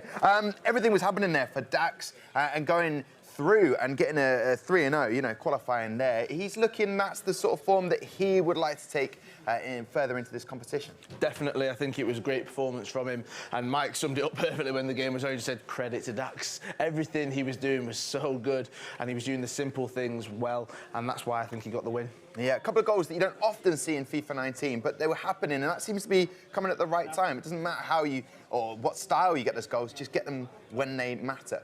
He had a lot of clever, quick passing, tiki-taka, and it made it really hard for Megabit to be able to move the goalkeeper to kind of guess which situation. Do I need to go left? Do I need to go right? And it's easier said than done, and you kind of bait the goalkeeper into mistakes. So, like I said, more credit to Dax, but at the same time, we've seen him get out of Swiss. This doesn't really change anything for Dax. Okay, good. Go home, rest, prepare for tomorrow. But if he loses first round or even second round, maybe that's not enough for him because he's looking to be in the semis or the finals of these tournaments. Yeah, it's just interesting. Back in January, we didn't actually see him go through as convincingly as we'd expect from him. So this time round, he's improved. He's getting that 3-0. Go and rest up. Come back tomorrow stronger. However, you look at that first match that we actually watched, Fabio Donoso getting that 1 over the 2 legs and F2 Tex 4. He's just making it look easy there, F2 Tex, even though he's physically not at his peak. It's what he does. This is why he's at the top, because he does just make it look easy. There must be so many professional players that watch him thinking, how does he do this? How does he just dominate everyone? He takes on these people and they just don't really have a chance against him. And obviously, we've seen upsets from time to time, but he just has this kind of secret confidence, I think, within his own abilities. And I think when somebody's got that, it's very, very difficult to beat them because they know if they go down or if you draw in, he has got that belief that he can bring it back to win. And I'm not putting words into your mouth at all, Mike LaBelle, but F2 Tex has got an excuse why he won't play well this weekend. Does that give him like a bit of freedom? Because he says, I'm really under the weather, I don't feel well. And the last competition, I was really tired. Does it help having, not an excuse, but a reason why you're not at your best? I don't think Tex does. I mean, he's also came out and been very open that he wants to do better, he expects to do better, and that he's here to win events, not here to compete in events. And even if you look at that matchup too, the difference between Tex and Fabio Denuso, especially in the first leg, Fabio Denuso probably should have had 3 or 4 goals. You watch that back. But Tex just makes these little saves, these little maneuvers. He makes you second guess as an opposition. And if you're second guessing, that means you're not being decisive. If you're not being decisive, you're not winning games in FIFA. Both offensively and defensively, you have to mean what you're going to do. You got to go for it. And I feel like Tex has this almost like a superpower over a lot of other professional players, where even when he doesn't play at his best, he's able to get a favorable result or do just enough to inch it. And then in the second game, he was much better than Denuso. But that first leg could have gone completely different. Indeed, it could have done. What do you make of the Stevie G on the subs bench for Tex? What do you make of that? Would you be using him in the meta that we're at in this stage of the game? Is it a good substitution to have there, or is it just because he's my man, he's my talisman? I mean, for me, I completely get it. He's a Liverpool fan. If there was a Sean Gota card in there and then I was winning, I'd be bringing him on because, you know, feed him, he will score. Exactly. So that's why he's on there. He's a fan, and he's going to bring him on for that kind of nostalgic kind of vibe. Okay, and going forward, Tex can now take that break, I guess, rest up now. Whereas the rest of the other lads, it's not over for them in this Swiss format, isn't it? They're going to have to fight to stay in this competition. Yeah, and it's easy to fall apart the same way it's easy to build up momentum. So if you go 2-0 and you lose that game, you're now 2-1, that can turn into 2-3 very easily. And the vice versa end, if you go 0-2 and you start to win a game, all right, you're 1-2. All right, I'm 2-2. You can easily flip that into a 3-2. And we saw that actually in Bucharest with Mrazek, who ended up going all the way basically to the finals on his side. And he started 0-2. And he was able to squeeze out a couple results, get the train moving. And once you build momentum in FIFA, FIFA rewards you. Okay, well, we'll be telling you about the round 4 in just a second. Quick question, though, gentlemen. If you were to win a competition, would you ever shave off your hair? Just a quick question on that. I mean, no, not a chance. I don't look good bald, but if you got to do what you got to do, man. Okay, well, you do have to do it. Hey, if it's 50K, I'm bald. I'll take off the hair, okay? It's a major, I'll do it. Because there's a man, he goes by the name of Zimmer, who when he won the Gfinity Elite Series, he shaved off his hair and he's with LVP right now. What's he got to say for himself? He is indeed, Tom, and yes, he totally did shave off his hair. That is, I mean, that's a winner for me in the first light. I would never shave off my hair, so love that. Zimmy, obviously, on the PS4 side, some incredible stuff from you. And, of course, the Gfinity Arena is a pretty lucky place for you because you've already had 2 tournament wins here with the Elite Series. And I've also got some match scores here from today. So you actually won 4-3 against Footwiz Marco and a massive 13-1 with RT Griezmann. Some incredible stuff. How are you feeling that you're playing today? No, it feels great. I had a bit of a rough start against Marco, going 3-0 down in the first leg, but then found a way to actually come back in the game. And then second game against RT was, I played really, really well and scored like all of my chances. So that's why I won like 13-1. With Marco, how did you actually manage to get that back? Because sometimes I think a lot of times, you know, your head can go down when things like that happen. How did you manage to get the mentality to push through? So I changed my tactics actually. I started with pressure on heavy touch, which my fullbacks were just running like forward. So I had to play balance instead, and it worked. Amazing stuff. Now, of course, you actually haven't qualified for as many events as some of the other players that are here today.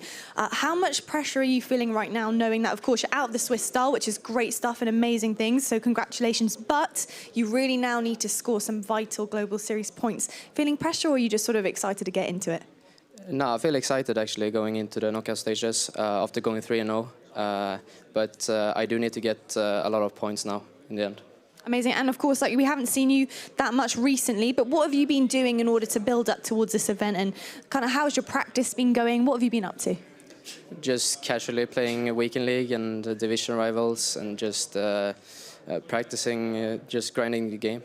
I've actually heard backstage that a lot of the boys have been playing weekend league as well. How have you been doing? I haven't started yet, but I think I will play all the games on Monday, because weekend league has been extended. So. Okay, amazing. And of course, last time we were in London, we were talking about the Team of the Year cards as well. Who were you using? I mean, I know it could be top secret tactics here, but I think everyone's pretty much using similar players. But any changes from you? Any sort of wild cards in there? Not really, I would say. Just the normal players like Messi, Mbappe works pretty well. Messi's left foot is actually insane, so I would recommend using Messi, of course. Amazing. Of course, you're on the PS4 side. Anybody that we can watch out for? Who are you looking forward to playing the most tomorrow if they get into the playoffs? But anybody you got your eye on? I don't know. I just want to play my game, and then we'll see who I get. Okay, amazing. And thank you so much, Zimmer. You have literally been amazing. Now you can go rest because you're into tomorrow to the playoffs. So amazing stuff from you, and congratulations once again. I'll see you playing tomorrow. Bring your best stuff with you, okay? Yeah. Perfect. Thank you so much. Tom, it's back to you, mate.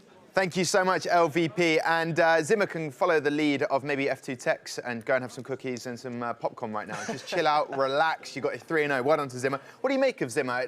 Obviously, earlier on, we said that he's not having the form quite yet earlier on in the season, but now he's showing. He got that 13-1 win earlier on today. We've seen him time and time again, especially here at Gfinity, the Elite Series. We've seen him competing. We've seen him win, and I think he's now slightly bringing that kind of form into this and here, and hopefully he'll go far because he's such a good player. Yeah. And I think he can be one of the big, huge players that are going to be taking part this year. So hopefully he'll come into more form and he can win something. Yeah, and he definitely won't be making any more tweets. Like, if I get a certain amount of retweets, I'll shave off all my hair. That is not... it wasn't a good look. It was the old R9. Listen, right, let's look at the PS4 results. We're waiting on a couple of them to come through, but actually, I believe that we're up to speed on the PS4, and then we'll have a look at the table, because this is now the end of round 3. And as you can see in front of you, that 8-7 Lost in Waves versus Web Nasri, meaning Web Nasri, I believe, is out of the competition, but we'll confirm that in a second. A 5-12. That's an unbelievable little scoreline there. Anything that sort of pops out to you there? Dr. Ahana doing the business? Well, I mean, yes, I think I saw him way back when in Paris, and he came and he actually took on, there was a competition with people could just turn up, and he won it and then got a spot in the actual competition itself, which is such a good thing. And maybe he's going to come here, we've seen him have a little bit of time off, maybe he's going to come out and show us 3-0, him and Zimmer there, they're through to tomorrow straight away. But this is where the business starts, because if they lose once, then that's it, they're going home. This is the nitty-gritty, because I'm telling you, 2-1 is a very dangerous, I guess, win-loss ratio to have right now. That can flip on you quickly, and then you start feeling the pressure. When you start feeling the pressure, some people rise to the occasion, other people are going to fall a little bit short. I'm looking forward to seeing Chris's next matchup, and the same with Mr. Dunn. He got the W. He did. Keeping the hope alive, and you can start that run. We see it happen time and time again, and Lost in Waves just had an amazing tournament in Bucharest, and now he's 1 game away. Now, Footwiz Marco is someone I'm so surprised about. Going back to Bucharest last week, I thought he had an amazing tournament, and I thought he's going to come and maybe show that form here, and it's just such a shame, but it shows how difficult it can be once you lose that first game. The second one comes straight away, then that third one. The mountain gets harder to climb, it just gets bigger and bigger. I'm looking at that black arrow going back. This is the Xbox results for round 3. Looking at those F2 Techs getting that 4-1 win against Fabio Danuso. PSG Dax getting that. He was 2-1 down in the first leg and then manages to get back into it. 4-2 wins there. And right at the bottom, Aboaza keeping the dream alive, as you will see. But it was 9-8 that one, and that held us back a little bit. There was a few celebrations. I kept looking at you, Carl, like, I'm hearing some celebrations. I look forward to finding out who gets those. So PSG Dax confirmed through, and F2 Techs. But Megabit, with it all to do, will that bother him, that last result against PSG Dax, or go, do you know what, I lost that for certain reasons, move on? I don't think he's going to hold on to that game. I think he'll be able to move forward. Megabit didn't play poorly. I mean, it's all about, like I said, small margins at the pro level, but I don't think he played poorly. I think Dax was very impressive in that game. Could have gone either way. Maybe you finish your chances a little bit better, more clinical, but I don't think it'll mess with his mentally. He has a lot of experience. Now we can see there with Aboaza how much it meant to him. But if he would have lost, that was it. He would have gone home, but he actually managed to get the win. So the next game is so important for him, and we'll see who he's matched up against and if he gets that 2-2. Exactly, because you're looking at Aboaza versus Fenomeno, and whoever lost that was going home. So Aboaza got it all to do. He's got a lifeline. He's used it. Can he make the most of it? Right then, one of those guys staring down the barrel of elimination is Lyrics, one of the homegrown heroes that we've been cheering on here in the arena. Now, we caught up with him ahead of today's start to the tournament to talk about getting his name known in the scene. Let's take a look.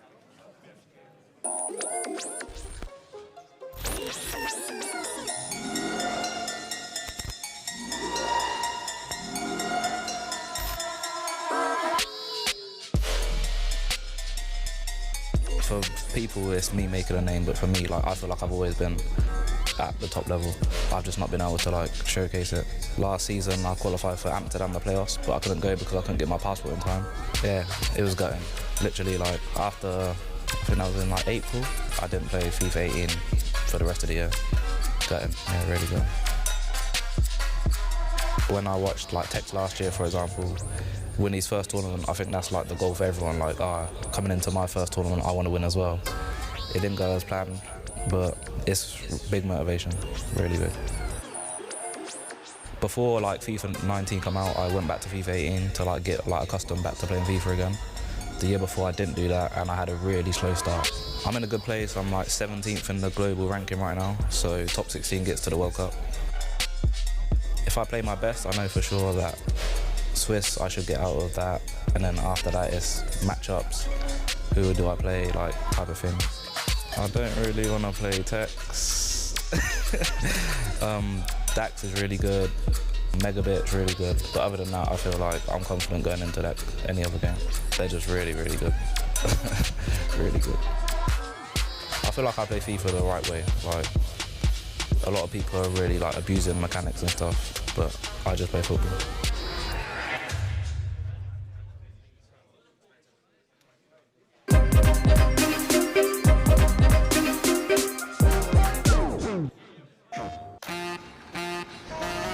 Ladies and gentlemen, the king of Paris, Neymar. Faut le voir en vrai, c'est impressionnant. Ça va trop vite. Il est au-dessus du monde. Ici c'est Paris. Paris é uma cidade diferente, né? Dá luz, amor, pra mim é uma grande honra, né? Como tá defendendo uma equipe que é de Paris. Let's go. Shoot, shoot, shoot is his philosophy. Just look at the tremendous technique. I had no choice. I had to play with PSG. There is no way I can choose like any other team. I was born here, I grew up here. Paris is in my blood, in my vein, in my heart. I wanted to be a football player, but I was not good enough. Ooh. So I decided to make music, you know? Sem música não tem vida. How spectacular is that? I used to go there. That was my spot. All the crazy people are here. Acho que o Paris está sendo desafio muito grande para mim, como jogador, como tudo. Eu jogo com frequência. Eu sou um cara muito competitivo, não gosto de perder. Neymar! Well, they kept up the pressure, didn't they? 2 years ago, we played against Barcelona, and Neymar was playing against us. His skills, his vision, he took everything in advance. He made me cry. Sorry, man. It's a quick break. You broke my heart. Left the defenders trailing now. This is someone that you want with you, not against you. Me dedicando ao máximo. A great chance. Yes. Back into play. Football is the biggest sport in the world, you know. Anybody can play. You don't need no money. You just need a ball. Lembro da época que a gente apostava uma garrafa de 2 litros, né, um refrigerante. 11 friends can play together and have a good time.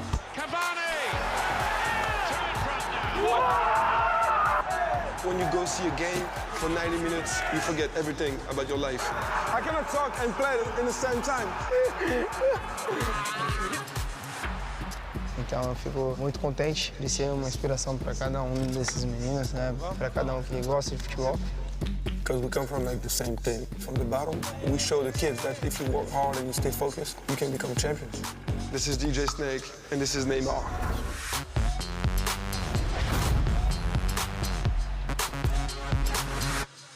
PlayStation, the best place to play. PlayStation.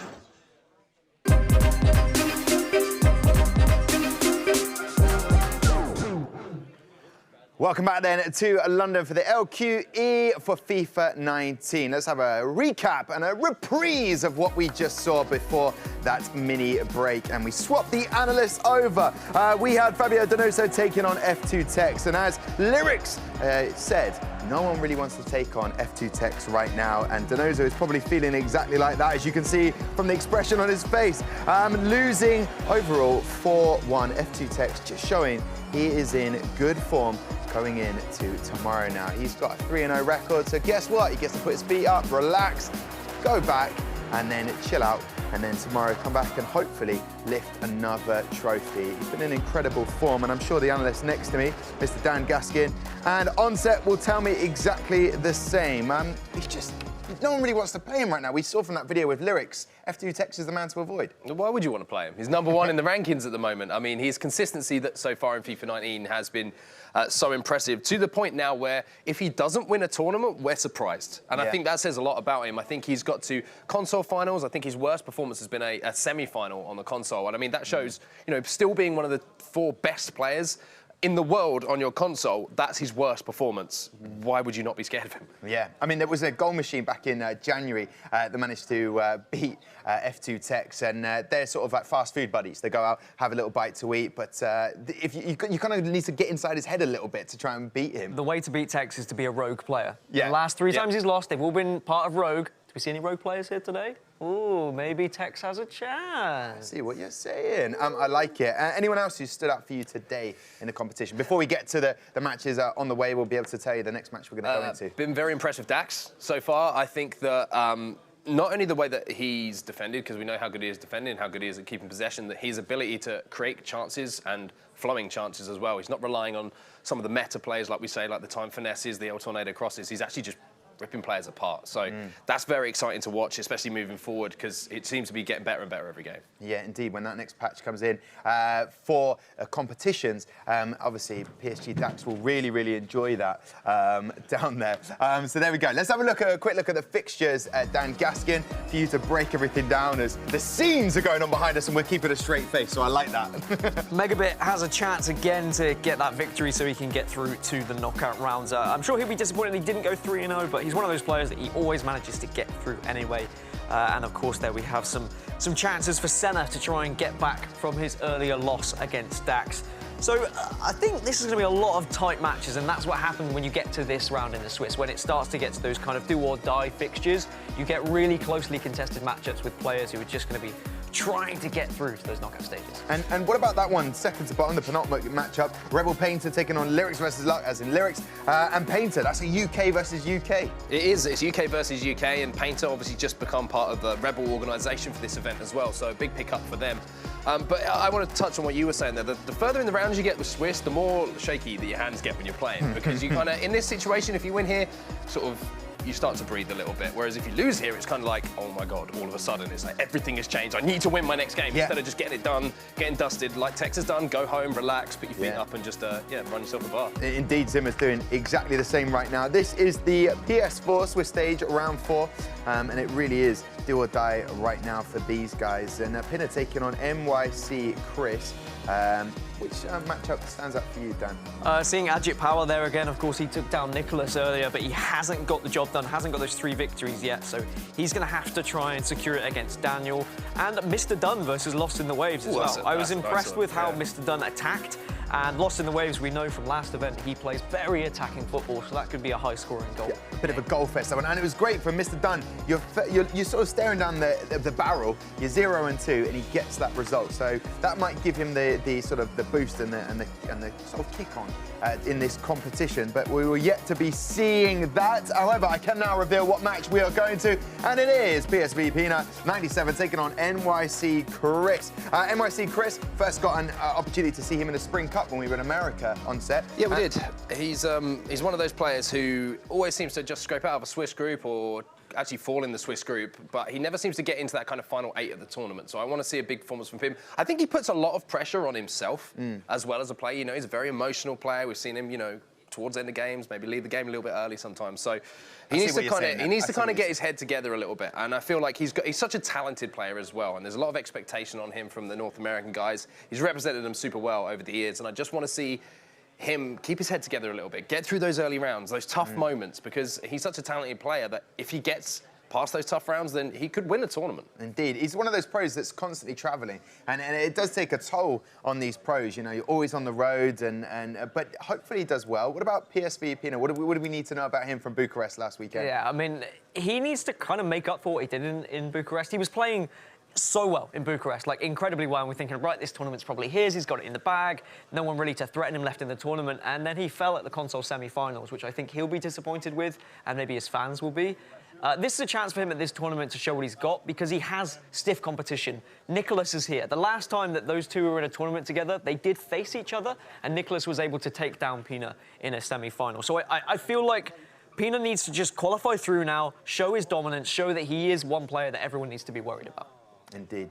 Gentlemen, listen, I won't ask for your predictions. I won't put you on the spot. I'm not that sort of host. So I want you to relax, enjoy this next match. But I'll ask you guys, tweet us at Gfinity on Twitter using the hashtag Gfinity FIFA to let us know, do you think NYC Chris is going through after all that you said on set about his sort of trials and tribulations of the Swiss format? Right, let's pass over to the casters right now. It is Brandon and Richard. Gentlemen, you enjoying your day so far?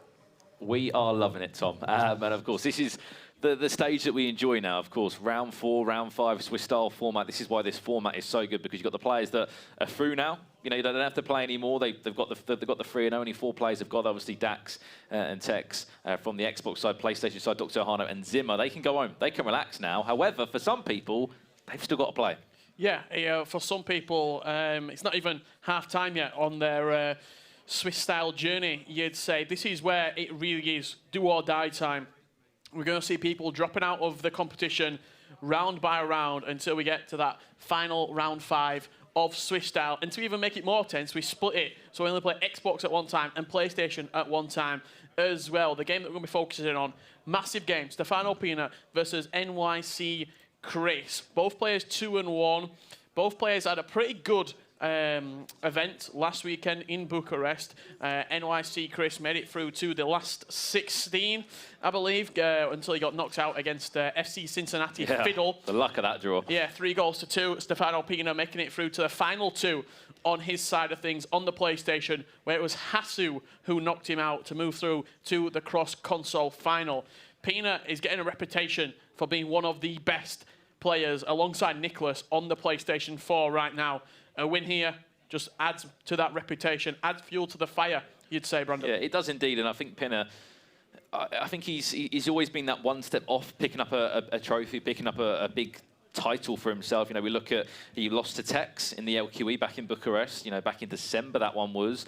Did very well in last weekend, you said, got to the console final against Hasu at this event as well. He's picked up over, I think he's nearly over 2,000 points now in those global series rankings. Again, a Belgian player, represents, you know, his nation as well with the E-Devil structure they've got over there. Plays for PSV, and he's a player that just keeps himself to himself at these events. You know, he's with a coach, obviously, Romo Abdi, an ex-professional FIFA player there. And we see it at events all the time. We talk about it, you know, some players, they get amongst it with all the other players, you know, and really enjoy the event.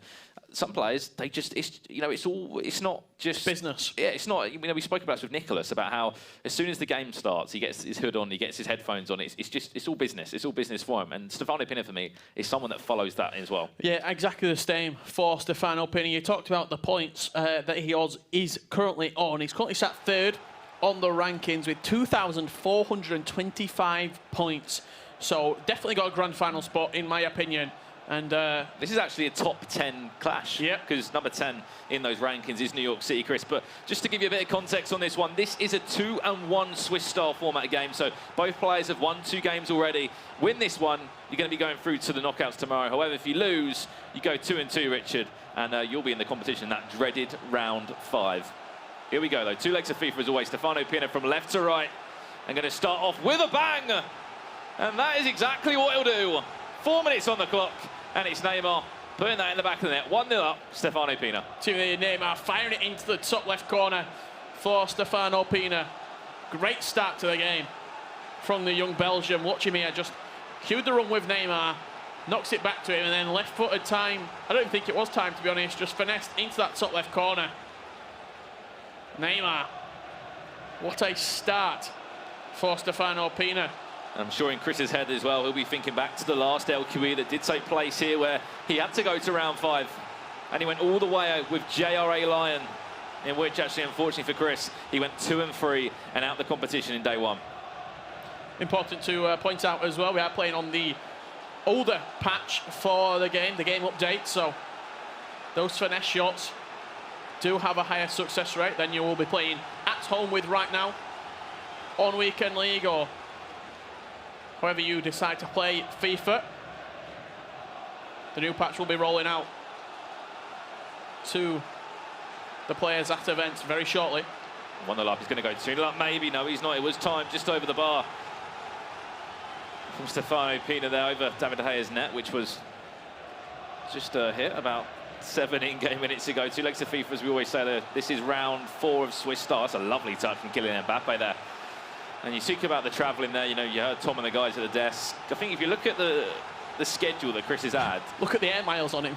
I'll tell you now, if he's whatever airline he's with, he's due a free upgrade or a free flight soon, because he's been to the, of course, the EMLS. He went to the Series 1 there, and LA, lovely ball through. This could be a chance to go 2-0 up for Pinner. No, it's not, but he flew everywhere. He was in London, straight to LA, yeah, and then back LA to back to Bucharest, back to London. Then, to be honest, I'm sure he's just waiting for a break. He'll be flying home. Well, to be honest, in about 2 weeks, it's the Series 2 of the MLS as well, so we'll be down at FC Dallas. Of course, alongside Mike LaBelle, who's part of this production team. This could be a chance to go all square. They did just change the man he wanted to there.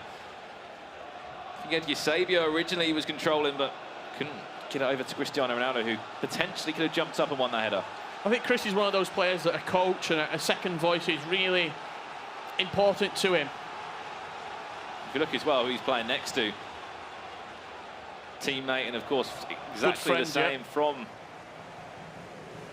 that City group. Ball goes in, there's a front post flick on again, great save David De Gea, but you kind of can't see it in the arena, but there's kind of different seating arrangements. If you're in the top 10 of those Global Series rankings, you are positioned slightly higher up on the stage. I think you kind of get in a different area, and if you look, obviously next to him, I think Marcus Gomes is sitting in the top 10 as well on Xbox, maybe 10th actually, maybe that's why they're literally right next to each other, and they'll both be supporting each other, and they're both in the same position as well, need to win a game, just one game to send them through, but however, it's easier said than done.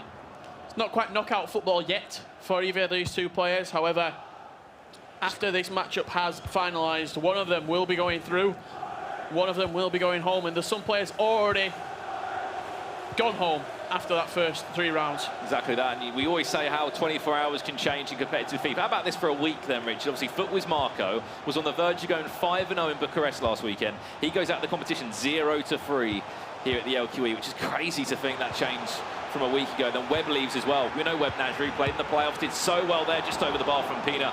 And then, of course, on the Xbox side, Maxi VIP and Fenomeno crashed out the competition there. So many big games as well, Richard, taking place. So many players on 1-2 at the moment. Yeah, a lot of FIFA left to be played. I'm interested to see the game between, the result, I should say, Lyrics and Painter happening right now. Only one of those players will be moving on to a 2-2 and taking place in that huge deciding game. 1-0 up in this one. Lovely threaded through ball to Lionel Messi there. Lovely, just use of feet there. Cuts back inside. Going to look for that finesse on the left, but any other player would go to the back post, try to trick the keeper, but Chris knew exactly what he's trying to do. In comes that corner now. Front post flick on. No, it's not. It's going to bounce around the edge of the box instead. Out to Hullet. Can he finish? Went for a finesse himself, and you can kind of see the way that Pina's trying to play here, and I'm sure that New York City Chris is going to try and start reading that soon. Messi, back to Neymar. This is non-stop attack at the moment. Back to Neymar again. Can he finish it? And it will go for a corner. Yeah, good defending from Chris, just to hold his line, you'd say, on the edge of the box. Look at the shots, 9 shots to Chris's 1. Just trying to rattle Chris, isn't he, under that pressure hold. Attack, attack, attack from the Belgium. We know New York City, Chris. You know, we know this guy. He's been competing for so long now, and we think back to potentially the likes of FIFA 17 there, where he was playing so well. Started FIFA 18 off really well. You're the nearly man in FIFA 17. Yeah. A couple of your famous line. Regional championships for Chris. Got through to the finals. Speaking of that, man, nearly had a chance there.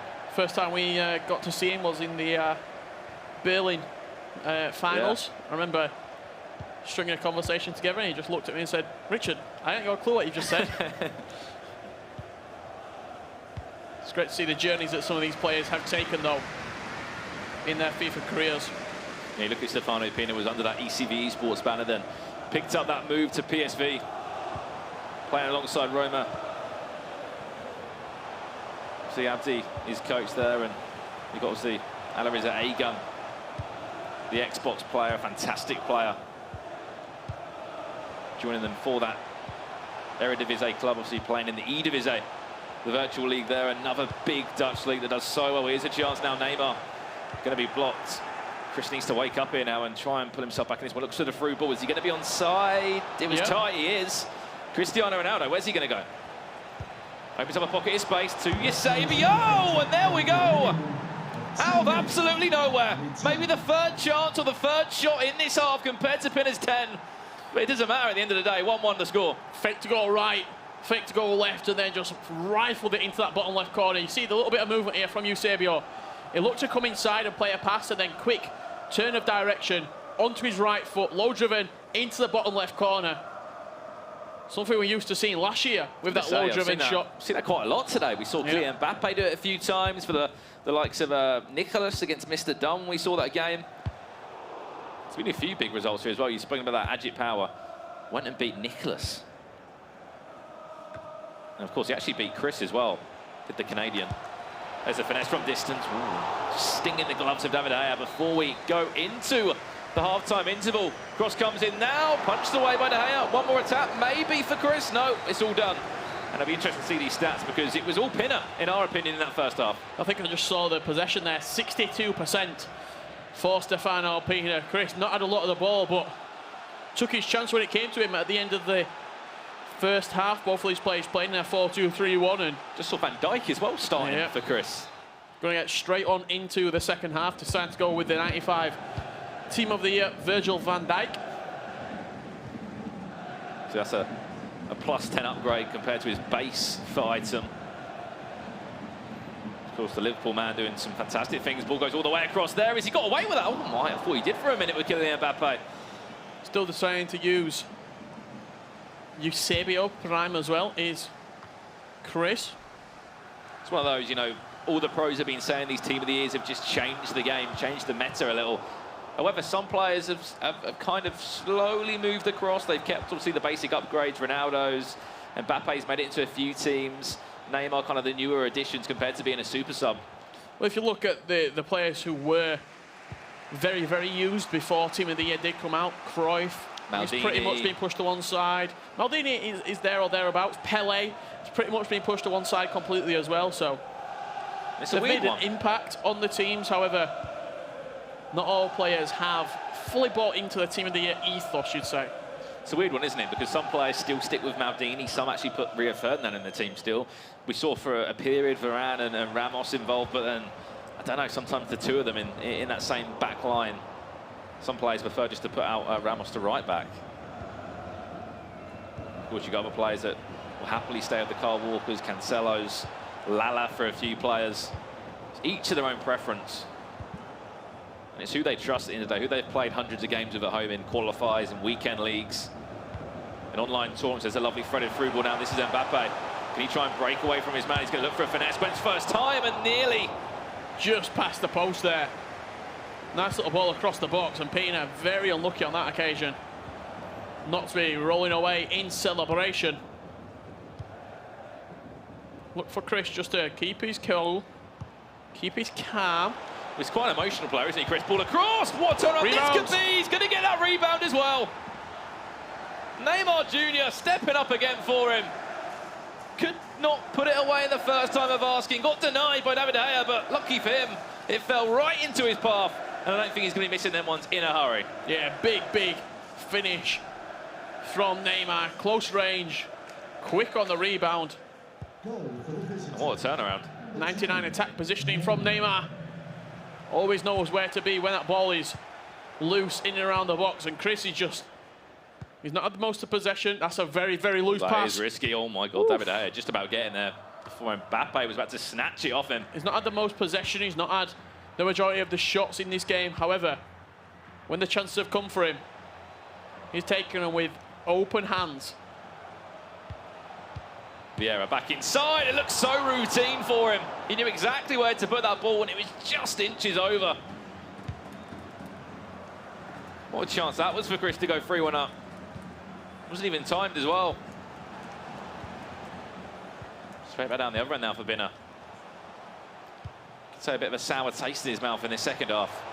Because it's going to be a completely different story. From dominating that first half, rattling against Chris's goal. Hasn't been that same way in this game. Or in this half, I should say. However, one goal can change everything. We might just curse that. There's a pocket of space there for... Good defending again from Chris, though. He's getting men behind the ball. He's not letting that area on the edge of the box where that finesse shot is so strong open up, you'd say. He's doing the basics right, is Chris. He can go 3-1 up as well. We'll be over the moon with that. Hullet to Hullet. It's Pina's Hullet that just comes out on top, and a pause from Stefano Pina there, as he is in possession as well, so if he can get himself a goal with that pause, he'll be laughing. However, unfortunately, it's not that easy for him. Still another leg to come in this game as well. Whoever wins this over the 2 legs will ensure they go through to the knockouts tomorrow with 3 wins and 1 defeat. Of course, we'll give you an update, as always, from all the other games taking place, the big games. The games where players are 1 and 2 at the moment. They have to win to stay in the competition. Ball across the box. This could be another chance. Oh, wow. Rude Hullet. Looks so routine. Looks so easy for him. You saw that ball just hung up at the back post. It seemed like forever. Like time had just stopped there, as it was just in the sky, waiting for somebody to go on and attack the ball. That's exactly what Hullet did. Powering header into the left-hand side. Goalkeeper can do nothing about that one.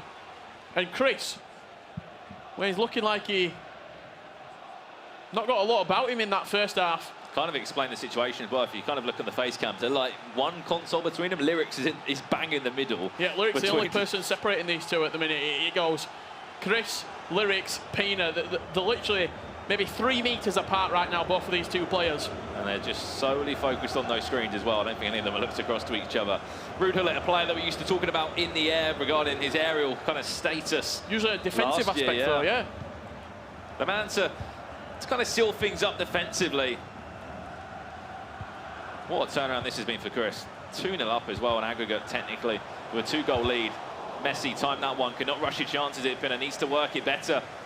Messi to Vieira. Can he get himself back in this? Or at least the goal would be massive for him going into that second leg. This is the first time I've really seen a little bit of rush come over Pina. Or being in a panic situation. Yeah. Just rushing his chances. Seems that composure just lacking a little bit in the final third. And Chris looks in cruise control right now. Says it's his time to beast up. That's exactly what he's doing right now. That's his saying, isn't it? His motto in competitive FIFA. Is he about to beast up one more time? I was going to say, it could have been 4-1 up. But Pina, he just looks a little bit under pressure.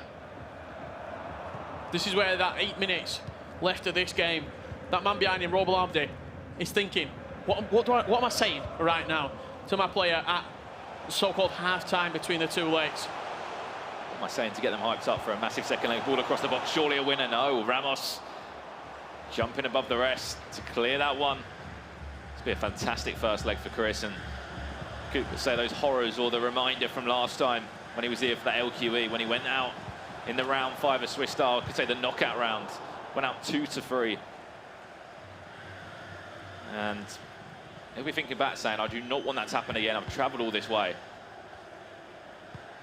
Thousands of miles. Since half-time, since he scored that first goal, Chris just seems to have kicked into another gear right now.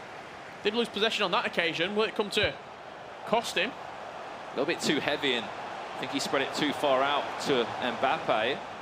Looking for that cross, as we're seeing a number of pros doing, and once again, Ramos just doing enough in the defensive He's aspect. over the moon there. He's literally just hustled. I think it might have been Eusebio that jumped up for that. Potentially even Messi. Just hustled him. Somehow got the deflection he wanted to. Added time in 2 minutes. This is Chris to give away there, and talk about an emotional player he is. He is 3-1 up, but just giving away possession carelessly there. He knows the mistake that is. He's going to get one more chance though, is Pina, so he has to make it count. If he concedes off this, Chris will be so disappointed with himself. Just kicking the ball out carelessly. He's done well there. That's game over for leg number 1, Richard. And at the moment, New York City, Chris is in the driving seat with a 2-goal advantage. Yeah, I don't know if we can have a look at Stefano Pina now, if we can get the camera on him. Big discussions, we can see it from our commentary booth right now, between these two. The best friends in the FIFA scene, the best friends out of the FIFA scene. This is where you're chatting. This is where you're trying to get that player. Nobody knows him better than that man over his shoulder right now, Brandon. Exactly that, and he'll be the man that can take the moaning when you're saying, oh, I'm just playing bad, I'm just playing, or trying to blame the game, and you always need someone just to vent that kind of that negative energy, get it out, and ensure you've only got positive energy there for him. He knows what a big job he's got in this second leg. He needs 2 goals, but it's certainly doable for him. It's a doable task for him. We're going to have a look at the replays from that first game now. However, it did finish 3-1, and it was Pinner. All first off, it was Stefano Pinner. We say this again and again, like 9 or 10 shots in that first game.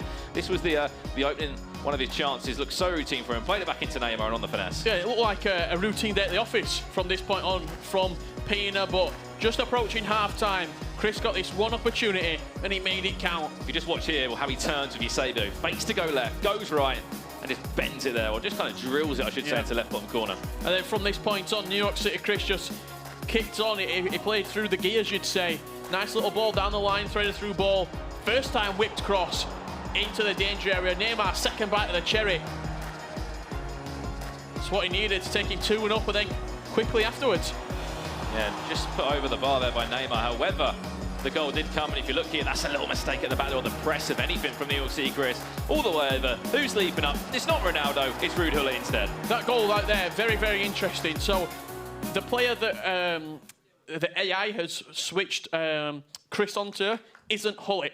It's coming in, I think it was Ronaldo or R9. I think Ronaldo might have crossed it in. Yeah, at the back post. That's the player that he wants him to attack with. Chris has manually switched to Gullit because that's the player that's actually closest to the ball, and then he's been the one that actually managed to win the header in the end. I was going to say, I remember last year when we were in FIFA 18, we were so used to seeing Ruud Gullit in a 4-2-3 when at right cam, because back then it was about kind of low driven and crosses there. But one man that, if you don't know FIFA 18 or you don't know competitive FIFA, was ranked, you could say, #1 in the world from FIFA 18, made it to that grand final against MS Desari in London. And he knows what he needs to do, currently doing so well in those Global Series rankings. And it's a massive second leg for him here, of course. If he loses this one, he'll go to round 5, where it'll be 2-2, and it'll be an everything to play for kind of game.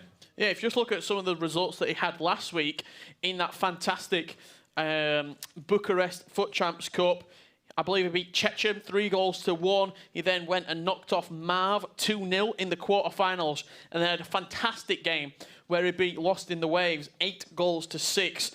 He did suffer defeat in the end to the hands of Hasu. But just looking at the rankings, Richard, sorry to interrupt. Obviously, third place at the moment is Stefano Pinner, 2,425 Global Series ranking points. And you move down 7 places, Richard. That's the next man in line who's actually up against him right now, 1,105. So this is a massive game because you're jumping up in those points. If you go through to tomorrow, you're guaranteed at least 150. That's saying if you get knocked out in the first round. That will probably bump Chris up a couple of spots as well on those rankings. I think we've said a couple of times, probably about 700, 650 for the playoffs. That's what we're predicting right now. And then for the grand finals, I'm saying roughly about 1,400 to 1,500 points, I think will be a good enough top 16 spot after the playoffs. So looking at it right now, Stefano Pinner, pretty comfortable at the minute. Very, very comfortable, in fact. New York City Chris probably needs a couple more major performances in him. Maybe if he does well in the EMLS, can rack up a good points there. I just think the great thing about this game, there's just so much more into it because, one, if Chris wins this, he'll guarantee himself into tomorrow, and then he might put Pinner in a negative mindset. And if Pinner goes and gets knocked out, Chris is guaranteed to pick up points to chase Pinner. Yep, 100%. And he's going to jump up in those top 10 rankings. However, only time will tell. It is Chris kicking from left to right in that kind of sea blue. And Pinner's the only person who can actually catch Nicholas right now. So he needs to stay in the competition. Here we go. This is Cristiano Ronaldo. This is Pinner early on. Which way is he going to go? A guessing game there, but David Hare guesses the right way. And of course, we didn't know already, Stefano Pinner kicking from right to left in that PSV Eindhoven home strip right there. That's dodgy in the back. Ooh, wow, wow, wow. That just nearly trickled into the back of the net, and that wouldn't have been a great start from Chris. Yeah, Van Dijk winning the original header, play back to the goalkeeper, and ridiculously quick pressing from Pinner. It looks like he's changed maybe one of his tactics. Maybe he's on press after heavy touch right now, maybe press after possession loss. So it seems as though he's a lot more direct. He's trying to hunt the ball down, is Stefano Pinner. You see it there perfectly. He crowded him out. See the press as well from Chris. Well, like 4 players there, 100 in packs.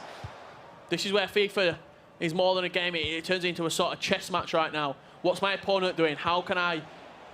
If he's doing this thing very well, how can I change that? How can I get over that obstacle in front of me? Messi, which way is he going to go? Went Rebound. just direct to the Yeah, keeper. time. Oh, no.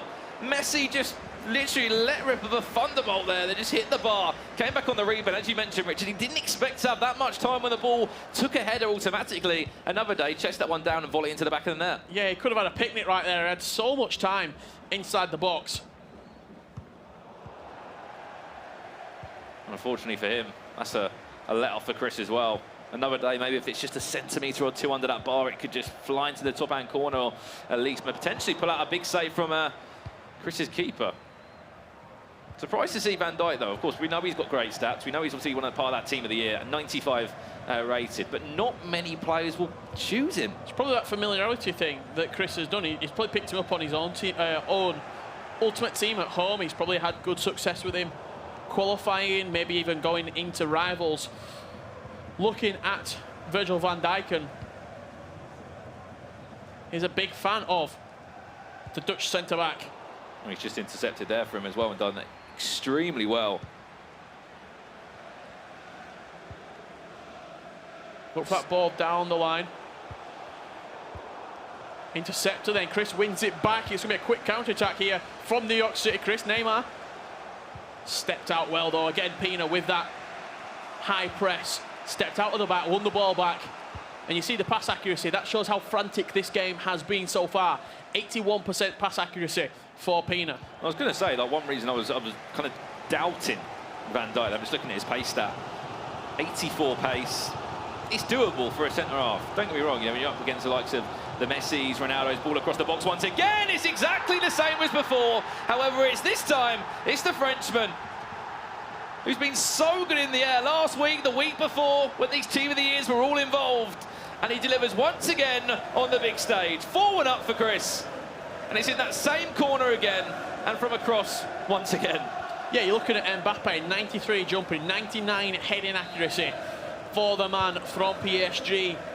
Combine that with his ridiculous composure and his finishing stat. Inside the box, in the air, he's not going to be missing the target. He's killing Mbappe.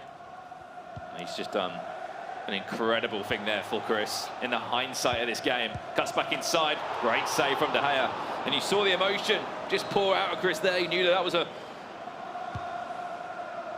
huge... Van Dijk's been solid in the air. He has, and I think that's why players will maybe sway towards him as well. Only issues I'm looking at his acceleration. I think it's 79.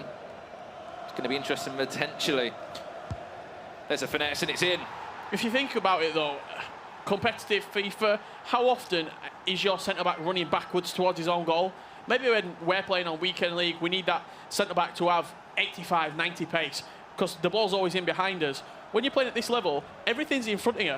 So having that extra couple of inches on Ramos, Varane, with Van Dijk, having that extra physicality maybe, having that build, he's strong, he's tall as well, is Van Dijk. I'd say it's a pretty good idea to have Van Dijk there. Put Ramos over to right back. You've got Varane next to him as well, who's got that pace. We know how fast this guy is. Obviously, you've got Ramos at right back as well. But just a word on that goal. That was actually something special. He did a drag back into a finesse. Somehow opened up the smallest pocket of space. Did Stefano Pina. As you could see that we were talking about a few stats there. Caught us completely off guard. However, only 2 goals behind his Pina as we approach this first half interval in the second leg. But I think you're completely right. You're looking at the balance of the defence there. You've got Van Dijk. He's got that height. He's got pace around him with the likes of Varane. He's not slow either. No, he can hold his own. But we know in a running race on FIFA sometimes. Yeah, throw a shadow on him. That pace is going to be extended. And we know as well, we know in the pace battle, if you've got a bit more strength as well than an attacker, you're always going to be winning that one. But who's quicker and stronger than Ronaldo? That's the question. Not long before we get into the first half interval for this one. We've seen 2 goals in it, 4-2 still to Chris. He's actually started this game really well. He had a quite slow first half, and it was around the 40th minute actually where he scored his equaliser from a through ball. There's a chance now. Can Ronaldo make the run off? But there's Van Dijk. We questioned him. But his interceptions have been unbelievable. Of course, Mbappe scoring that goal for Chris in this game. He leapt up from a cross similar to what we saw him score in the last game. Neymar now, is he going to fall back to him? Yes, it is actually back to Mbappe instead. Maybe a chance before, looking for that finesse, went to the other corner. Well read. Was, as you said, well read there by David De Gea. Yeah, well read from Pina as well, just to not be too frantic with the goalkeeper movement. He didn't throw him all the way to either post. Kept him quite centrally in the goal and a pretty comfortable save for the Belgian, but you see the frustration on his face there. He's only 2 goals behind though. It's important that he got himself a goal back after conceding so early on in the first half. 2 added minutes as always. Could this be worse though, heading into that break? Lovely through ball. This is Eusebio all the way across. Not again. Kyle Walker in the way that time. Yeah, that back post cross, Chris just seemed to have mastered the technique. Lovely hill to hill. Still in possession somehow. Oh, he's going to win a corner. The ball is just in the air for so long. Just floating it. It's going to come in once again. Ronaldo this time. Oh no, Chris. He thought it was in. He knows that is an absolutely huge chance, does Chris. You can't see it as well, but Honey Badger's just behind him because Marcus Gomes is next door to him. And he even reacted, did Honey Badger there, to that missed chance from Chris. Sure, we're going to see more of the man from hashtag throughout the calendar year in FIFA 19. We'll see him through that EPL structure as well. I believe he went for the qualifiers of Fulham now. Of course, that's going to be interesting to see. 20 clubs all involved this year. The first year of the Premier League involved in an esports capacity. Of course, 850 Global Series ranking points are held on that league as well. Of course, that's to come later on in the year. Before we get there, though, we've got to get through another LQE this weekend. Swiss style round 4 at the moment. Here's Chris again, who's looked so good to the back post. David De Gea just clawing something on that. Pressure still remains for him. And if that had gone the other way and it had fallen to Chris inside the box, I think we'd have seen quite a desolate Stefano Pina. You can already see he's reacting after misplaced passes and shots that don't find the target for him right now, which is something you rarely see from this man, who is usually so composed and so just cool under pressure. You see again there, it just seems as though it's just something's just not clicking for him right now. He's losing 4-2, but it seems a little bit more than that. It's not the result, but the way that he's losing. Maybe the play style he's coming up against as well. You've got to remember that both from different regions completely would never have matched up other than a competitive event. Where you can't really test out your test out your opponent when you're playing at an event. You're playing in a knockout game, or you're playing in a group stage. Just feeling like how I think Chris is a confidence player. 100%. When he's playing well, when he's scoring goals, the confidence is oozing out of this man. There's a Eusebio falling back to Ronaldo. He's just shot back to goal. That's not Stefano Pina-esque. Yeah, you saw the offside trap as well coming out from Chris there during that attack, squeezing his players high up the pitch, making sure the room between the edge of the box and his own goal, where this finesse is powerful and is a good way of scoring. That room is just really narrow and quite tight. I just think the issue we're seeing here is Pina's just trying to do the same thing again and again and again. So he knows it's effective, though. It's effective, one, but at the same time, I think Chris has done a good job of realising, you know, what Pina is trying to look to do. However, look on the other side of that, we know Chris loves a cross. I don't know if they're maybe slightly more difficult to stop at the back post. We speak about, do you put Ramos at right back to stop that? Here's Messi now. He's going to shoot outside of the boot, actually. Could have went with his right, but we know how strong that left foot is. Just outside the boot. Curve somehow into the top of the net. No stopping that one. Messi absolutely smashes it into the near post. Team of the year, Lionel Messi. Just moved the keeper, didn't he? He always had the attacking stats, did Messi, with his normal and then his informs. But this team of the year gives him a huge physical upgrade as well to 85 physical. It gives him a 22 stamina upgrade. Which is massive, because that was one of the reasons why he wasn't, for some reason, starting. Yeah, it goes from some teams. Like 77 stamina to 99. Means you can play him pretty much throughout the game. He's also got a big pace upgrade as well, so he's viable at this level, as he should be. The magician around the edge of the box. We're so used to seeing him last year performing so well, and hopefully throughout the year we'll see this as well. Chris could just restore that lead by an extra goal if he can, but still 1-0 up, and that goal could maybe have just started something here for Pina. Has it sparked a revival? Only time will tell. 20 in-game minutes left. Again, good offside trap from Chris. By Marcelo, really well done. If Pinner scores now and puts it 4-4, I think he will go and win this game. Just from how Chris is such he's a mental player, yeah. You're 3-0 up on an aggregate scoreline. I know you're playing against one of the best players on PlayStation. Oh my God. If that just somehow... Did you think that crept into the bottom corner? Surprised it didn't just rub against the post on the way out there. Mbappe caught us all off guard there. Even Pinner, he's paused it though. Stefano Pinner knows that time is running out for him. He wants to change something right now, does Stefano. Well, if he scores and goes into that pause, he might have a different mindset. Intercepted. Attack not over yet though for him. If you're Chris right now, you do not want this ball to go out. Or if it does go out, make sure I've just scored a goal. I wouldn't even be surprised to see Pinner, if he gets the ball, just kick it out. We've seen that before from pros. Look at the back post, if he can find it. He has found it. No, it's too heavy for Neymar. Can he keep in? Apparently so. Neymar all the way across to Ruud Gullit. That's intercepted. Eusebio! And I said, if there was one time you want to head into a pause, straight after you've just scored a goal. Yeah, the ball fell very, very kindly to Chris. Inside the box, Eusebio slotted it in from close range. I think that's constant pressure from Stefano Pina on his custom tactics. We're going to see Bale introduced. And that mindset, Pinner, just changes completely. You've gone from 1-0 down to 2-0 down, and this is really Chris's to throw away with just over 10 in-game minutes left. You should not be losing this one. You see the header from Gullit first. It fell to Eusebio, probably 10 yards out.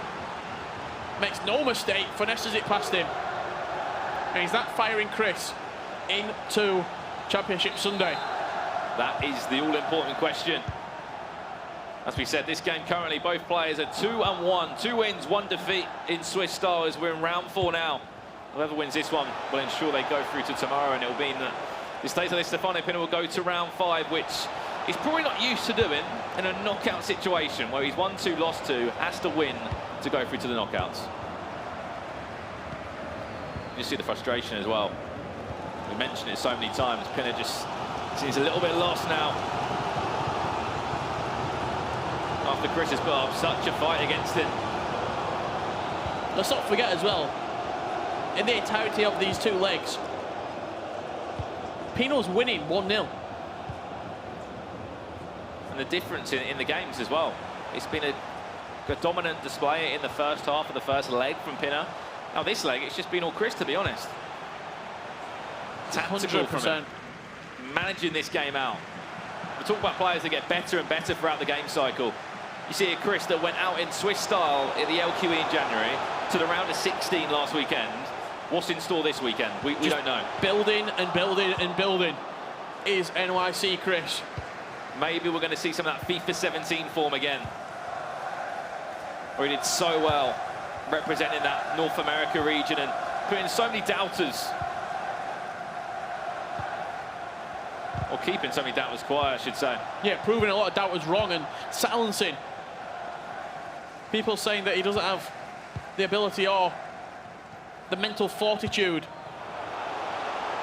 I think that's game over now, Richard. One more attack. Could it be? You know, it's not going to fall to Messi. Added time at 2 minutes, and what a performance this has been over 2 legs for Chris to somehow soak up that pressure in that first half in the first leg, to go and score on the stroke of half-time, and then pushing himself forward into that lead, scoring a goal when you look most vulnerable. And there we go, you can see the emotion from him. New York City Chris is in the knockouts tomorrow, and he'll be involved in Championship Sunday, Richard. He'll go 3-2, or 3-1 right now. Massive performance from NYC Chris. A little fist bump there with Honey Badger stood behind him. Big, big performance from the man representing NYC FC. But on the other hand, you see a good celebration from Chris. I think it's time to beast up for him. On the other hand, Stefano Pina, who would have predicted he'd be 2-2 going into a massive elimination match. Exactly that, and I'm sure the guy right next to him as well, you can't see on your screen. Obviously on the Xbox side, you've got Marcus Gomes, so I'm sure Chris has just finished that, and the attention goes straight over to his teammate now under that City group, under that City banner, to see how he's getting on there. You can just see him looking over there to see how he's getting on. Of course, you've got Lyrics. I believe going to jump over to that one or have a look at that game in the all-UK game up against Rebels. Newest edition. And what a game we've just arrived to here on the stroke of half-time in this second leg. Rebel FC, they just joined the space in an esports capacity. And I'm sure they'll be happy with the trust they put in this man. He's 3-2 up at the moment, up against Lyrics, who we did see last weekend in Bucharest. And wow, 45 minutes left in this one. The balance is kind of in the hands of that man. Yeah, Painter controlling the possession at half-time in this matchup. This is an elimination game if you are just joining us. 1 and 2, both of these players do stand on right now. So the winner goes to a 2-2 record, and they will play someone else in that final round 5 fixture, who is also 2-2. The loser goes out at 1 and 3. Lyrics representing Imperial. Yeah, that is correct. Alongside, played for them in the FIFA Club World Cup, which he qualified for. Alongside Christian Spiteri. And as you're talking about, Painter there used to represent XL, who had a great run here at the Gfinity Elite Series. Now moves on to Rebel FC, a brand new team in the FIFA competitive scene. Cal Frazier there, long-time FIFA YouTuber and content creator, now stepping with his club over into FIFA esports. And I'm sure they'll make a massive splash. Just this is, we talk about how big games are in these competitions. You can look at Painter right now, 52nd in those rankings, up against Lyrics, who's 17th. So potentially, again, I think this is a 1 and 2 game. So this is a knockout game. So Painter goes and wins this. He's won in the knockouts tomorrow, jumping up in that prize. Oh no, sorry, it won't be the prize. It'll be 2 and 2. It'll be closer to that. But he's knocked out Lyrics, who, if I do my maths right, is 35 places above him in those rankings. So it's a massive statement. Again, just like that Pinner game we just saw then. We've joined it with a lot of FIFA left to play, though. I don't know if this is a mind game as well, because Painter is a massive Liverpool fan. Yeah, I don't know if Lyrics is or not. Using the badge and the kits. Didn't know already, it's Painter in that white strip. He's 3-2 up in this game. And now they're back to Hullet for him. This is an all-UK game as well. Over on the Xbox, played inside. This is R9 on the finesse, and there we go. 4-2, 2-goal advantage for the man as well. Yeah, great finish from R9 inside the box. Created the space. Finesse past the goalkeeper. I think you're going to see it here. Just a little, not even a skill move, just a little bit of close control inside the box, close dribbling from Painter. Creates the opportunity, slots it past the goalkeeper with a timed green finish, and finds himself into a 2-goal advantage.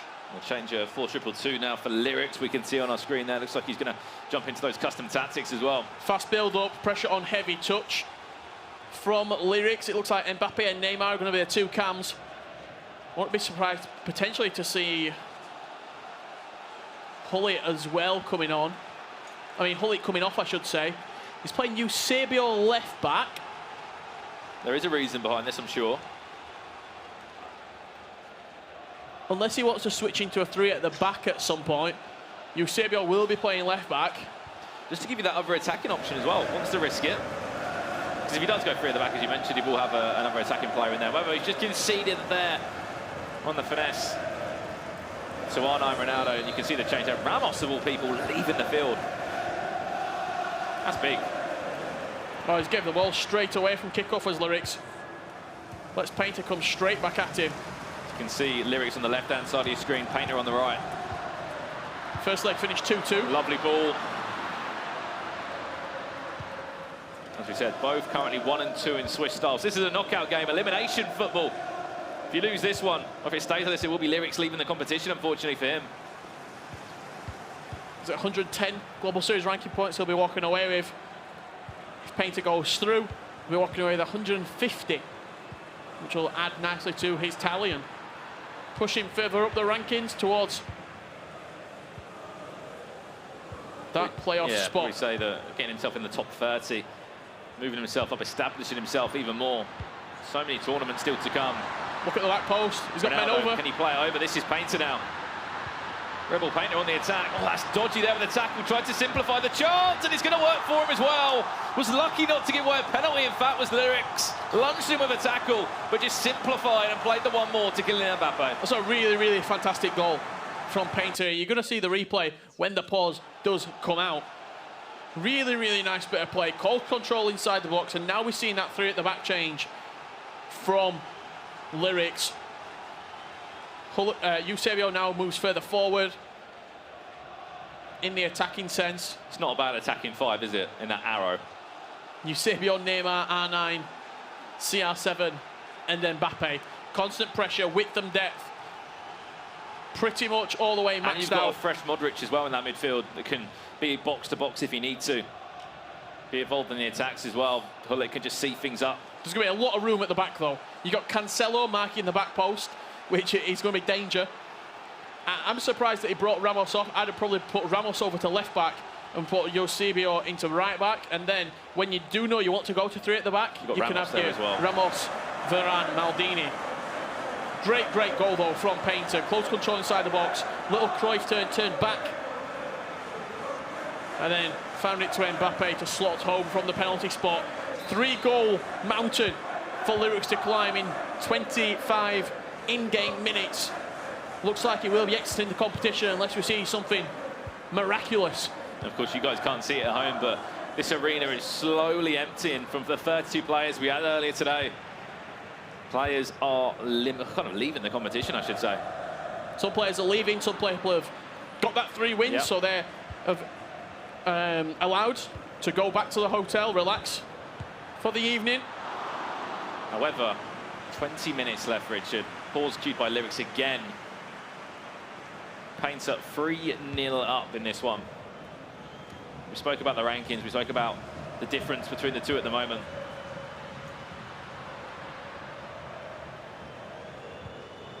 Cancelo to Messi. 3 at the back as well from Lyrics. We have already mentioned. Needs to create something, that ball across. Could it be worse? It will be. Game, set, at match for Rebel Painter. Out of nowhere. Really good possession on that far side. Kept hold of the ball, worked it down the wing. It didn't seem like it was going anywhere between Cancelo and Messi. And then just pinged it into the box. Who's there? Cristiano Ronaldo leaping up. Heading it past the goalkeeper. Get your forward on it. Make a good contact. That's what I used to get told. Get something on it. Yeah. Look at that. 4-0 in this second leg. 2-2. The first game was 2-2. Oh, sorry, 2-2 was the first game. 4-0 in this one for Painter. And that's been like 3 or 4 changes as well. Lyrics has made. And that's what he's done. He's played 3 at the back, and you've got the likes of defenders there running around like a headless chicken because they don't know who to mark. Yeah.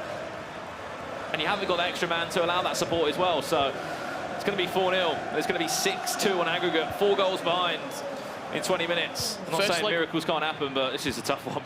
Yeah, the first leg was so contested as well at 2 apiece.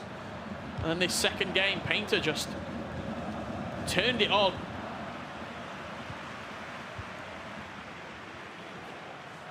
It's almost like he's turned the thermometer up a little bit, has Painter. It's a massive game. It's a knockout game. This will put Painter 2-2, so still needs to go and get himself through to tomorrow by winning another game. However, it'll be the end of the road for Lyrics, I'm sure.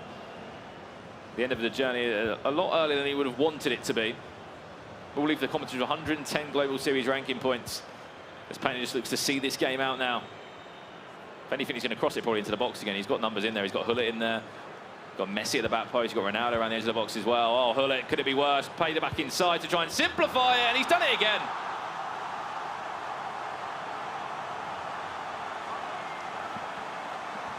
And that makes it 5-0 there. You're probably thinking this is game over.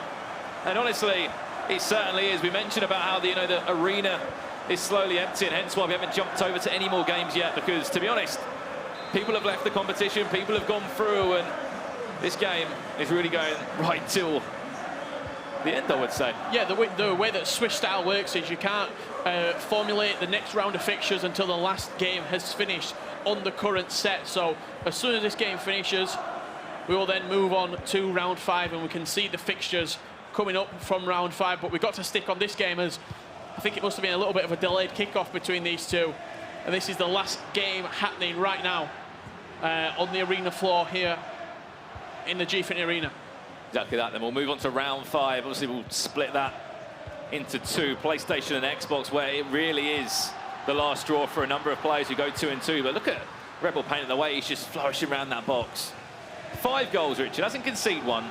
Looks so confident. That's a player that's going into another elimination game. It's not a bad time to hit your peak form, is it? It's the best time. It's not a bad time at all. Whoever he's facing right now in this round 5, it's going to be a tough task for him. They're going to be scared because coming off the back of Ronaldo to make it even worse. I'm going to say 8-2, a 7-2 victory. I think we're putting this down to as well. Of course, Lyrics is the mindset there of when he was probably 3-0 down in this game. He kind of lost it there. Could be worse for him. Oh my God, Painter he's not stopping. He just wants to keep on scoring goals, and it looks that way as well. One touch playing around the edge of the box as well. Looks so confident. And this is a very unlike Lyrics performance, especially in this Swiss style. Is he going to go 1 and 3 for him? 1 and 3 and out of the competition, and looking at the other players 2 and 2 potentially on the Xbox. I think it's going to be a tough game for Painter, but you've got nothing to fear right now coming into this last game. You just won your biggest game of the tournament so far, your knockout game, 7-2. You've got nothing to worry about coming into your last game. Just replicate this second leg performance and you'll be making your way through to Championship Sunday. But it's going to wrap it up, Brandon. What a victory. He needed to step up, Richard, in an all-UK affair between the two. 2-2 in the first game, and he's run away with it in the second. 5-0 up. Referee call it down. Unfortunately, it'll be the end of the tournament for Lyrics. However, the new signing, the new transfer for Rebel FC, and I'm sure they'll be very happy with the money they put into this man. If he can go and do it again, go and replicate that performance again. A big 7-2 win there for Painter. Yeah, you see Lyrics there on your screen, knocked out of the competition, 1 and 3. But that man there, Painter, moving on to a 2-2 record on the Xbox side of things, where he's going to be facing a massive crunch match in a 2-2 record. Oh, that was amazing, Richard. That was, of course, a massive game. That was round 4. We've still got one more round of Swiss style before the stream finishes today. But in the back of his mind, yes, I've won that game, Painter's thinking, but I've still got to go over another 2 legs and win. Yeah, you saw him just laughing there. I'm wondering if he could hear us talking about him, Painter. But a big performance from him, and he'll move now on to 2-2. And just talking about some of the more people joining the FIFA esports scene. Rebel FC, massive almost football club in YouTube and on that content creation side of things. You've got F2 with Tex, 2 of the biggest YouTubers in the UK. Billy and Jez, hashtag, who have been around for so long. The space just keeps on expanding and expanding. Well, the crazy thing is, we're used to saying football clubs or esports organisations. Now it's together. We're going somewhere else now. And then, of course, the other transfer was Infinity Esports there with Janos, the Colombian. I call him the nicest man in FIFA for a reason. He picked up an organisation for him as well. So this esport is really growing, and like more people want to get involved. More people want to have their names involved in these tournaments. Yeah, more organisations getting involved, and more football clubs also getting involved. And one of the football clubs that are involved is New York City Chris, and their man, I should say New York City FC, and their man New York City Chris is with Lottie right now. Thank you so much, gentlemen. Yes, he is indeed. Chris, congratulations. Amazing run for you today. Just quickly, first of all, Stefano Pina, quite the opponent. We were actually talking about him right at the beginning of today, saying he was one to watch out for, but I mean, he is, but we definitely should have seen your name up there, mate, because you've been making a run for it today. How did you feel going up against him in that last match? To be honest, when I heard the matchup, I was like, oh no, not him again. But I had a tactic in mind, is to, I guess, set deep and hit him on the counter-attack, and it works. Amazing stuff, it certainly did. Now, looking at the score, 3-1 in the first game, and then you drew in the second leg. Obviously, he made a little bit of a comeback there, made it a bit more difficult, and it might not have been the same story if that happened in the first leg. What happened in the second game that didn't quite go to plan with your tactics? He changed his formation to the 4-2-2 and to put more pressure on me. And yeah, I couldn't really cope with it at first, but I changed my formation as well to, I guess, again, set more deep and again, counter-attack OP. Yeah. Well, you've had quite the day as well. So you're 3 for 1, and you're into the playoffs now tomorrow. So amazing stuff there. But let's just quickly talk about the one game that you did lose today. I believe it was against Agate Power. How was that for you? What happened? Because we didn't get to see that one. So from your experience, how was that game? I know him well, and we played in the qualifiers back in NA.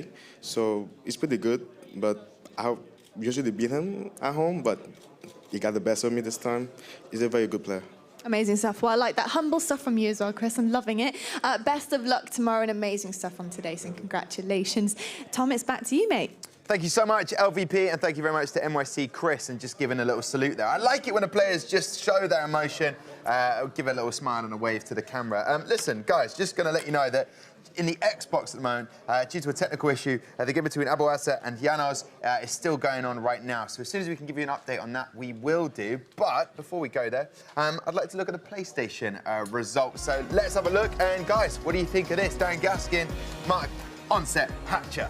Nicholas getting back into form. That's all I see. 9-2. He needed to get some goals under his belt. He looked a little bit shaky today, but that's the result he needs going into tomorrow. And lost in the waves, beating Mr. Dunn 7-6. So Mr. Dunn, sorry, that's him out. He is done and dusted out of the competition, which will be a shame for sure. But Waves trying to continue his fine form from the last event. The only time it's good to be dusted is like if you're a sort of donut and it's the sugary bit. It's the dusting, like a powder. light dusting on that. What do you make of those results, Onset? Anything that stands out to you, the PlayStation? Obviously, the game that we just saw was one of the biggest results I think we've had all tournament for a number of reasons, but I'm sure we'll talk about that in a moment. But I want to know what the penalty result is down at the bottom as well, because I see one game's gone to penalties there, and they're always stressful to watch, especially to commentate. So I want to find out who won that one.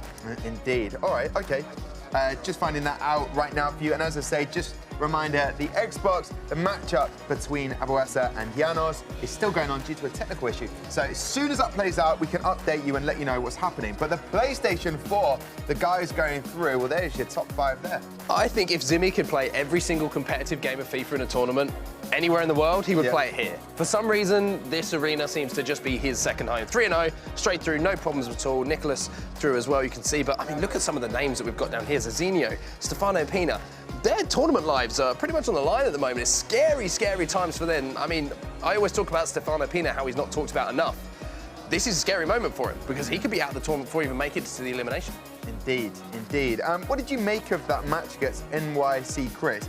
Onset had said, Dan, that he really needs to it can go one of two ways. Either out early at the Swiss, but not going far in the competition.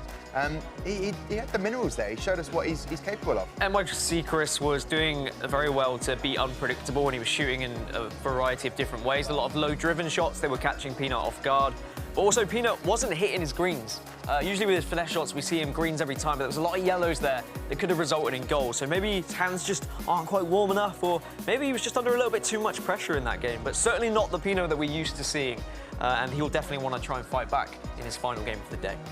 And what can Pina take from the game that he just lost to NYC Chris? Because he's, at the moment, 2-2. Sometimes you kind of, when you get to the first day of the tournament, you just struggle to find your rhythm, and he seems to be just struggling a little bit with that rhythm. He's a very mechanical player, kind of set in his ways with the passing patterns that he looks for on the pitch. And as you say, Danny, he's always looking to hit those time finishes and hit them green. He's just not doing it. Something isn't clicking. I'm not sure why it is, but he doesn't look as formidable as he had previously. Also, I'm seeing a few mistakes creeping into his game, which is something that we rarely see. We always talk about Stefano Pina and maybe Nicholas being two players that make the least mistakes across the tournament. So to see him making a few mistakes, that shows to me some signs of a little bit of worry in his game. Indeed. Brandon and Richard mentioned a few moments ago that the 32 players are now being whittled down. It kind of feels quite eerie in the arena as I look behind. It's only a couple of us left in here now, but it is tense as we move into that round 5. We will be able to announce our next fixture in just a moment. As I said, waiting for that result to happen between Abuasa and Janos in the Xbox. So as soon as we have that, we can give you the update of the fixture. So what we'll do right now, take a break. These guys will start running up because they're going to be cast in next. And we'll be able to let you know the result in just a second.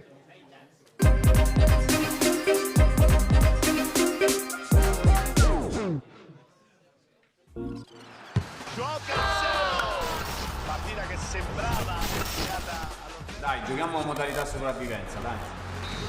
Sì. Vai, subito, assist. Grande Gemmi! Gol! Troppo forte il portiere, chi è? Ciao, sei tu, hai fatto gol.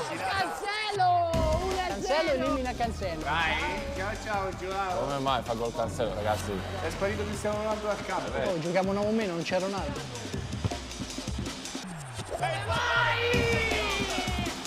Con il cucchiaio! Lui gioca ogni giorno. 2-0, grazie, tutti a casa. Finisce la gara. Sono rimasto così io. Giochiamo alla modalità niente regole. Fai gol allora. Che rigore? Non ci sono regole qua, oh. Che son vero. Non sai giocare, giochi bene, ciao. Ma voi siete macellari comunque.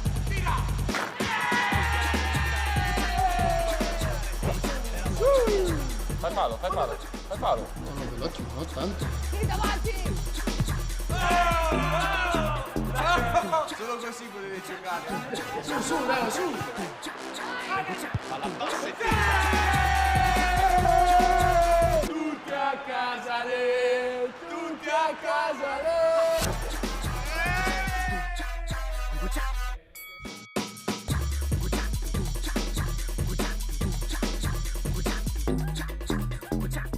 For the players. Hey, listen up. This is definitely a FIFA to get excited about. Definitely get excited about more than 17,000 players, 70 icons, over 700 licensed teams, and 70 noisy stadiums. Across more than 30 official leagues, including the Chinese Super League, UEFA Europa League, and you might know this one. Sounds like this. The pinnacle of club football. And looks like this. Unbelievable! Champions League changes your career. If you play here, here, here, or here. Are you kidding me? Excited? Keep calm, mate. We're not done. Even with over 700 of them, we know you want to build your own squad. Pick a player in the player pick pack, like Paolo. Place him there. Oh my word! Then dominate your division rivals on the way to the weekend. Play for the silverware in the new kickoff. Or buy your own rules, or without rules. We don't mind. In the journey, take a trip back in time. Then take Alex, Kim, and Danny on to become champions. New flicks, tricks, and the silkiest gameplay to ever silkiest way on pitch. Tactical changes without pausing the vibe. And new time finishing to ensure you hit it sweet. Sweet like these. So, what more can we say? FIFA 19 is the ultimate football experience.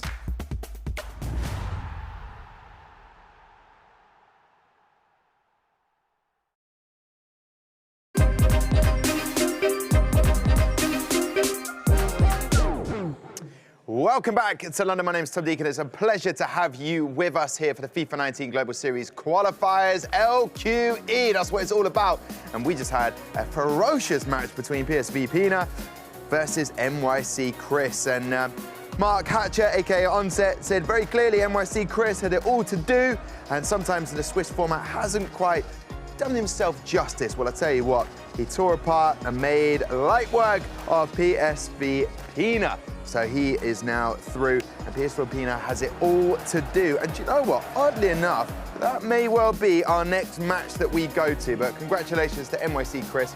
He can now rest up a little bit and take it easy and think about tomorrow, Sunday, where we will have the final. Now, swap at the desk. It's all changed. The subs with the absolute sweaty pace. Carl Walker and Wonderboy. Wonderboy? Wonderboy. Yeah, Wonderboy. Well, I went German there for a second. Yeah, sehr good. Yeah, Dankeschön. Okay, gentlemen, what did you make of that NYC Chris before we move on quickly? Unbelievable stuff. His hashtag, I always use it, beast up, and that is what he did. And he looks like he's just enjoying himself at the minute. We saw at the end of his interview, he gave his little thing.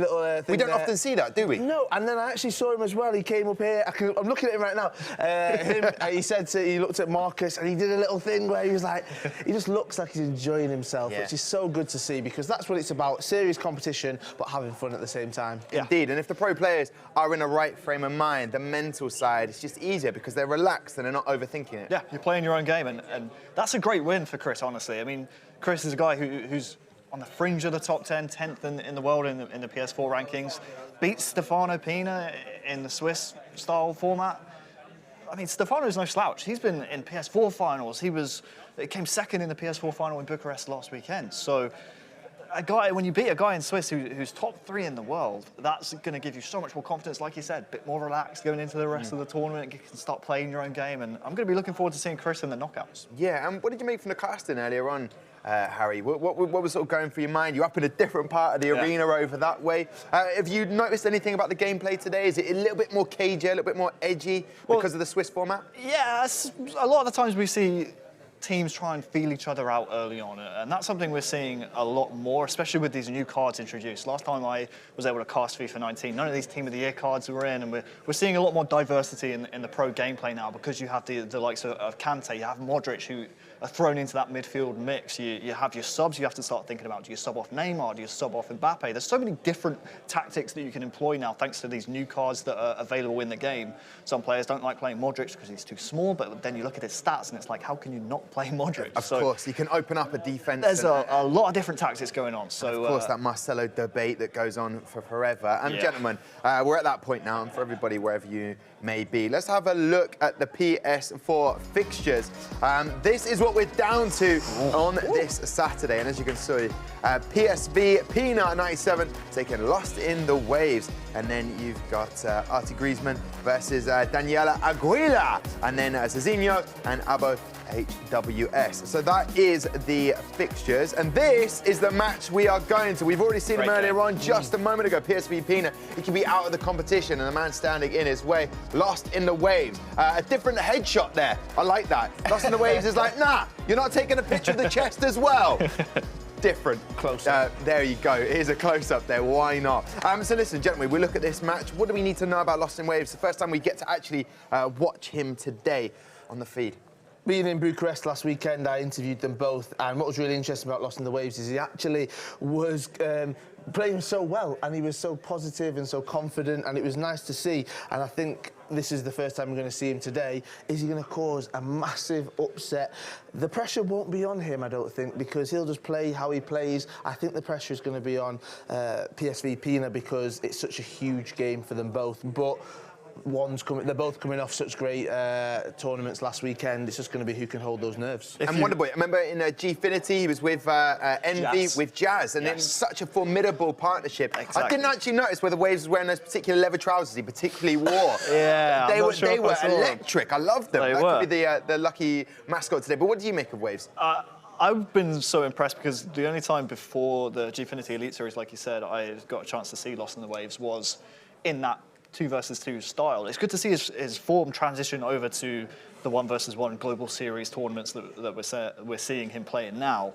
And like you said, Carl, last weekend in Bucharest, he had a great tournament. That was a real breakout tournament for him, in my opinion. He's up there now in the global series standings. He's up into the top 20. He finished top 4 in the PS4 side and actually played against Stefano Pina, who he lost to last weekend, 8-6 in Bucharest. So these two have played against each other before, not too long ago. So we'll see if Lost in the Waves has made the adjustments against Stefano Pina, but I don't think you can count out the PSV man because top 3 in the world, it's no joke. And Waves is just asking for some spelling there on that WhatsApp that he was about to send. I don't know that. He's probably saying something about you and the leather pants. Oh, that's harsh. Come on. I like the leather pants. I just don't know where you buy them from. There we go. Listen, gentlemen, Carl and Harry, let's throw up to the casters who, for this match up between Pina and Waves, you have got none other than Mark Hatcher, a.k.a. Onse, and Dan Gaskin. Is that how you say your name? Yeah, it just comes out. It's actually got 7 A's in it. It's really strange. Now we're getting to the meat and bones of the tournament, Dan. It's scary times for both of these players because if we take ourselves back just a few days now to the major in Bucharest, both of these players, they got through the Swiss stage and they were 2 of the most dangerous-looking players in the bracket on the PS4 time. This has got to be seriously concerning for both these players being in this position. Yeah, we saw a very attacking style of football from Lost in the Waves at the last tournament. One of the games where he won 12-10, there were so many goals, but defensively, he looked pretty weak. And then when he was going up against Stefano Pina in the console semi-finals, I believe it was, we were thinking, all right, Stefano Pina's just going to have it in the bag here. Defensively, he's too strong. It was an 8-6 victory for Stefano Pina in that game. So Lost in the Waves certainly put up a good fight, but it's going to be what he learnt from last week. Is he going to be able to now come back and actually try and stop some of those errors, stop Pina being able to get those goals that he was able to secure last time they faced up against one another? Yeah, I also want to see if Lost in the Waves has added something to his game defensively as well, because we were giving him so many plaudits for how he was going forward, how many goals he was scoring, but he was only winning games by a few goals on aggregate over the 2 legs. So a lot to look out for here for everyone in the arena, for everyone at home as well who's watching, to see how these two playstyles match up against each other once again, to see if they almost sort of get a little bit closer in the middle, as obviously we have Stefano Pina, known for his defensive play and his slow build-up, against Lost in the Waves' kind of gun-ho approach. But the thing is, even for Stefano Pina, even though we do regard his defensive play as why he wins a lot of games, he's still plus 37 across the season. He knows how to put the ball in the back of the net. Here we go then, first leg underway. Both these players very much under pressure here on the PS4. Win, and you're going home. It's as simple as that. First attack of the game here is going to be to Stefano Pina, but once again, defended well here by Lost in the Waves. Looks like he is playing that 4-3-3 once again that we haven't seen from many pros, Dan, but he's made it so effective, and CR7 already looking out wide here to Messi. Good block from Marcelo. Now let's talk about this 4-3-3 attacking formation that we are seeing him use, because those two wingers alongside that man up front, when you have the 4-2-3-1, sometimes that striker can get isolated. You're using him sometimes as a hold-up player, looking to bring other players into it. But that 4-3-3, you have 3 players just so high up the pitch to cause problems. Yeah, it also gives a little bit more space to your left wing and your right wing, and then they can cut inside and they can have those shots on goal. They can take those finesse attempts. And that's one thing that Lost in the Waves does. He just shoots and shoots and shoots. He is relentless. And it is so hard to combat his bombardment of your goal. You've really got to be on the ball. You've got to be focusing on every single shot. Your goalkeeper movement, you have to be well aware of when Lost in the Waves is going to be taking those shots. And you can't let off at any moment. Otherwise, that ball could just be sailing into the back of the net. Now, if you start comparing that to the 4-2-3-1 that we are going to see from Stefano Pina, the one thing he is lacking, and one of the reasons that he is conceding quite a few goals in comparisons to some other players, as we just see this set piece right here as Neymar goes forward and does take a finesse shot. Fairly comfortable save, though, for David De Gea, is you have those 2 CDMs. You have those 2 players who are sitting in front of your back 4. You have that Hullet, Vieira, or Kante sometimes we've seen. It gives you that extra cover. It gives you that stability, and he's missing that. He is a little bit, and I feel like he doesn't really care. He's more than happy to like outscore opponents. That's how he won games at the last event. He was like, I'm going to score 8. I don't care if you score 7, as long as I get the victory. As the ball gets pulled back, I think it was actually an offensive foul. Don't worry, there's not going to be any penalties, Mark. I saw you were getting either excited or nervous, but either way, it was Messi who actually brought down Marcelo there. But going forward, I mean, Pina knows how Lost in the Waves plays. He's already faced him last week. He knows he's going to go for that aggressive approach. So I feel like if he can cut it out early, cut it out at the top of the pitch, he's not going to allow those shots to just be hitting him constantly throughout the game. Well, let's see how this one develops then. And it's actually Stefano Pina now who is coming forward, obviously representing PSV Eindhoven as well. Another football club we see represented here in FIFA eSports. Great to see them. Such a strong part of the scene. And Hullet now, a little bit of space here for Mbappe. Finds the ball through Messi. Oh, what a save from De Gea. That was a special save from the goalkeeper. It was a yellow, but I think even with a green, it was probably still going to head into that net. Sorry, it was still going to go out for a corner because he had moved his keeper across. Nice and comfortable, nice read of the play.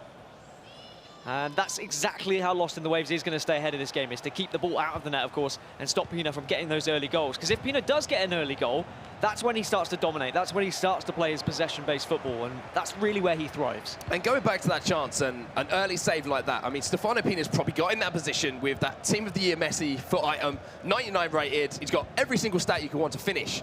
That's got to start playing on his mind, because this is an elimination game. This is somewhere that he isn't used to being. He's not comfortable in these situations. As we see the El Tornado come in, Marcelo will cut that one out. When you have a big chance like that and you don't take it away, the doubts start to creep into your mind. They really do, for most players. However, I think in this case, when we have 2 phenomenal players who have been through it, they've got through group stages before, they've got through Swiss stages, they know what it's like to get to the latter stages of those knockout rounds. Things like that shouldn't bother them. Also, notice how Pina is focusing on this left wing for his El Tornadoes, trying to cross it in. Really trying to use the vulnerability of Marcelo's height at left back. But unfortunately, it was Messi of all people who was challenging there. If it was Ronaldo, that might have been a goal, as Ferdinand cuts out the man I was just speaking about. Yeah, that was superbly read there by Lost in the Waves defensively with Rio Ferdinand to read the turn, make sure that he positioned that centre-back in the way to win the ball back. And now he can start an attack of his own. And we know how quickly he likes to go forward. know how those wingers can create space in the middle of the pitch, and here is Neymar now, takes that finesse. However, De Gea moved across fairly comfortably by Stefano Pina. And chances from both ends at the start of this game, Dan. Another thing that this 4-3-3 allows Waves is it allows him to play even more attacking players. He's playing Mbappe in a central midfield position. And that means that Mbappe's pace not only can be used offensively, but also coming back and defending. He's so quick that look what he's doing now with him. Mbappe just tracking in the midfield, making it so difficult to get any sort of easy pass across to one of your forwards. Here comes Stefano Pina then. Coming forward, Hullet gets that one around the corner. Lots of space here for Neymar. Does go back across goal, and he's going to break the deadlock there. You saw Lost in the Waves moved his goalkeeper across, expecting that finesse shot. However, he changed up the angle, he drilled it back across goal. And the man who has had such a great start to the year on the PlayStation 4, Stefano Pina, will get the first goal on the board. And there's a very fine line between predicting where your opponent thinks they're going to go and reacting to where your opponent has gone. In some situations, you have to predict early, you have to gamble, but sometimes it's worth just taking that extra split second to see what the position is, what the body movement of that player is, and then that's when you suddenly react and you move your goalkeeper. But as I say, it's a very fine line and it's a very difficult skill to actually obtain. So then, a little bit of respite here for Stefano Pina. He's going to feel a lot better, especially after that big early chance that he wasn't able to put away. But as you say, Dan, still using this left-hand side to great effect at the moment. Hold it now. Little ball into Mbappe. Fortunately, Neymar just got pushed off the ball, but that's a slightly rushed pass there. Yeah, he needs to be from careful. Lost in the Waves. And he does try and get the ball forward, but as you say, he can leave himself open at the back with those quick passes forward. He's damned if he does and he's damned if he doesn't, because if he doesn't play it forward quickly, suddenly PSV Pina can get back into position. If he plays it forward quickly, suddenly he's in these kind of scenarios where he's got several men, he's got more men overlapping the defensive that's still there for Pina. So Waves, that's the way he's going to approach the game. That's the way he's going to just be playing for the rest. And as long as one of those chances counts, that's all that matters for him. And this is where he's left open. Look at the space here for Lionel Messi. Little drag back, there's the finish, and that is the problem with the 4-3-3. It can leave you open. And when you have such a player of the caliber of Stefano Pina, who just knows his formation inside and out, where the spaces are going to be, it's going to leave players in space. And he is more than happy to finish these chances off. And we said, why do we think that we didn't see Pina win that last game? He wasn't hitting greens, he was hitting yellows. It was going wayward. That time, hits it green, smashes it into the top right-hand corner, and now 2-0 up. He's got that cushion. He should be comfortable enough to just carry on and get through this game. But the scary factor is, Pina's been in this situation versus Waves before. He has had cushions. Waves does find ways to get back into games. And this is the thing as well, we have to remember, if you're lost in the Waves, you kind of expect to concede a couple of goals in your games that you play because of, you know, just your record in tournament play. You do concede goals. It's if he can outscore Stefano Pina. So although the score is 2-0, don't go anywhere at the moment, because there's one player who can turn a scoreline like this around. It is Lost in the Waves, but Stefano Pina's not looking to give him the chance to do so. Unfortunately, couldn't find the pass into the box, and now Lost in the Waves. That's a slightly rushed pass forward there into Cristiano Ronaldo as the half-time whistle goes. I'm okay with the rush pass there because he was actually seeing what the time was on the clock, and he was seeing that he had to go forward. He only had one chance. So the interception stopped the attack, but he knew there was no way that the referee wasn't going to blow his whistle there, so he just wanted to get the ball forward. But last event, Stefano Pina, we were hailing his defence. He was only conceding 1, maybe 2 goals throughout the tournament. Lost in the Waves then came in and hammered 6 goals past Pina. Regardless of whether Pina won that game or not, the fact that Waves was able to break down one of the best defensive players at that tournament shows the attacking caliber of Lost in the Waves. But he needs to actually find that. It's whether now Pina's got his number because he's played against him, he's faced him, he's been in this situation. Maybe he's studied it, maybe he's analysed, maybe he knows how he needs to compose himself in this game. I think it's a really good point that you raised there. I'm sure that he has done his homework, and Lost in the Waves looking to get that shot away pretty early on, in the second half. And I think one thing that Stefano Pina can learn from the game that he played recently against Lost in the Waves is when he has the opportunity to shoot, he is going to take that chance, which means that he can almost use his goalkeeper movement early. He can commit early to that finesse. Yeah, perhaps Pina does think that Waves can be somewhat predictable because he knows the shot is going to be coming out, and maybe Pina could even present those opportunities by stepping off slightly and saying, hey, look, if I do show him a little bit of space, he's probably going to hit this. and I'm more than comfortable to move my goalkeeper to save it, and then perhaps that's easier for me than actually trying to save a one-on-one situation if he keeps passing it around. So maybe Pina is controlling the game more than we think here. Great spread of the play there. You can see Lionel Messi's trying to keep track of Cristiano Ronaldo. Vieira now round the corner to Neymar. Here's Lionel Messi, tries to squeeze through the gap. Of the two dreadlocked heroes there, I suppose Marcel is more of an afro than dreadlocks, to be fair. But him and Hullet do combine to win that ball back. Lost in the waves then, comes forward again and looking for that drill pass in again. Stefano Pina is defending this superbly. I think we really have to sort of hammer that point home, because Lost in the Waves in Bucharest had his number at certain times with these driven passes forward, with these lofted balls forward. Stefano Pina's reading it beautifully. I don't know if Pina maybe has a slightly higher line than usual, than what he's comfortable with playing, but he's certainly cutting that ball out quite far up the pitch.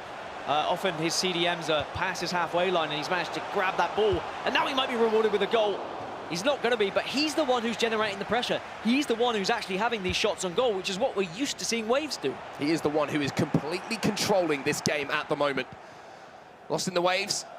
Might need to think about how to approach this second leg now with half an hour left in the first leg. Might need to change things up a little bit. We talked about how some of the best in the world seem to have a plan A, a plan B, and a plan C for certain situations. Does he have those resources in the locker here? Plenty of space for Messi now, just streaming on forward. Has two opportunities. He can either just go short and play the pass, but he's opted to take a shot. He gets a corner out of it. And now a chance just to calm things down for Waves. And one thing that I just saw there, a little shake of the head from Lost in the Waves there. I think he's starting to think negative thoughts sometimes when you leave a player in that much space, because you're already chasing the game. It's sort of like, what am I doing? It's like a mental reset. It's like, come on, like, think about what I'm doing here. I've got a lot of time left in this game, 30 minutes left in this game. If he scores once here, it's a one-goal game heading into the second leg. Shake of the heads are always a weird thing to analyse and think about. There's so many different connotations they could have. I mean, Lost in the Waves might be thinking, oh, I would have scored that in that situation. Why has he done that? That was terrible. But at the same time, he's losing 2-0. So he just needs to focus. Oh, De Gea just beat into that one at the near post. As Ronaldo also almost finds the goal. And I feel like 3 might be a little bit too much for Lost in the Waves, but at the same time, with his goal-scoring record from last weekend, you've always just got to be careful of what he has to offer. But it's been Stefano Pina's defence, and I am convinced his line is very far up the pitch. His defenders almost stood on the halfway line for every attack, and then they drop back with the attack of Lost in the Waves, and that means Waves is really struggling to find those through balls and behind lobbed balls he was succeeding with last event. Yep, Stefano Pina moving the goalkeeper pretty early again. Finesse shot taken very early once again by Lost in the Waves. So the pattern of play is sort of continuing as we were expecting it to, but here is a chance here for Lost in the Waves. Going forward, finds Messi on that left foot, goes near post this time. Goalkeeper not moved there. Stefano Pina's David De Gea will make comfortable work of that one, and now Stefano Pina's going to be coming forward again. Unfortunately, Eusebio just didn't quite lock onto that ball. It was played out wide. It was actually deflected out wide, so he will keep possession of the ball towards the end of this first leg, as he now goes down the line and finds Eusebio. And I do like that Pino is still on the offensive here. He's still looking for those goals. He's being aggressive. It does leave him open to situations like that where he gives the ball away, and now Waves can maybe get onto this. Here's Ronaldo then, 1v1, takes it early and finishes it perfectly. He's very much back into this now. Cristiano Ronaldo presented with the opportunity after a mistake from Stefano Pina. Tried to move the goalkeeper, wasn't sure which way he wanted to go. All Lost in the Waves was thinking, I'm hitting this green and I'm finding that top right-hand corner. Just when I'm praising Pina for going forward and for taking those risks, he gets punished for it. But we have seen in the same situation, Pina be 2-0 up. He's tried to hold the ball, and then he's made a mistake passing it around the back. So it can happen either way. It means this way he still has to go forward. He still has to get more goals. But it was a mistake, and he will be a little bit upset about that one, I'm sure. Eusebio then for Stefano Pina. Now he's inside the box here. Ronaldo, Criqueta past one. Ramos makes a strong challenge. And he gets a lot of the ball as well. It's a great challenge there from Sergio Ramos. And now look at this. Waves flying forward once more. Messi turns inside. Little ball. Look at the space out here for Eusebio. Eusebio takes it early, and Eusebio buries it. And just like that, he's right back in the game. It doesn't matter how much Pina was dominating in that opening half. We said it could happen. His goal-scoring ability is too strong, and on the counter-attack, he's found another one. And what a finish this is. First time volley. Well, half volley. But he's hit it green again. It's almost like Waves is just a magnet to those green shots. Very rarely do you see him hitting them yellow. And it would be even more rare to see them red. Well.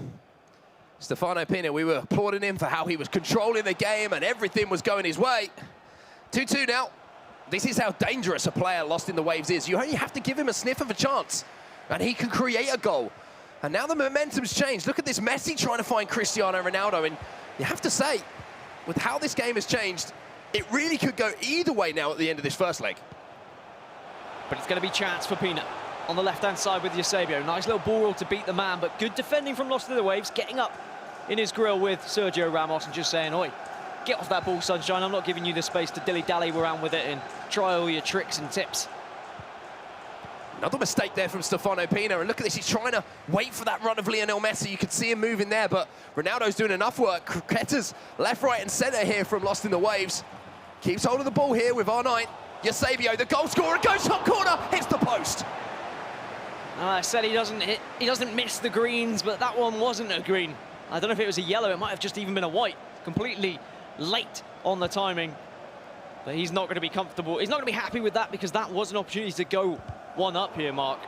And it was off a mistake from Pina again, and you could see the frustration from Pina when he wasn't able to win that tackle. It bounced back to one of Waves' players. And maybe Pina just needs to level his head a little bit, calm down. He could probably do with the full-time whistle coming soon, so he can just speak to his coach and reset. And when we say reset, obviously we mean mentally reset. You know, take a few seconds, take a deep breath, and just realise the situation and what it is, which is 0-0 pretty much on aggregate. But here's Ronaldo for Lost in the Waves. He's turned it around completely. 2 goals down, 3-2 up. What a turnaround. This is not the kind of performance you'd expect to see from Stefano Pina.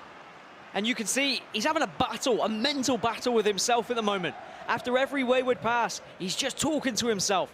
After every opportunity for Waves that is presented from those mistakes, he's getting angry, he's getting upset. And he is almost beating himself in this game. He's given away a comfortable 2-0 lead. Can he Here's Messi, here's Messi, look at this strike, oh, he hits the bar! He can't believe it, look at him, just rocks back in his chair. Yellow. The ball gets sent out of play, and that was the chance to tie it up. That was the chance, Dan, he couldn't take it. If he hit it green like he had earlier, might have just crept in.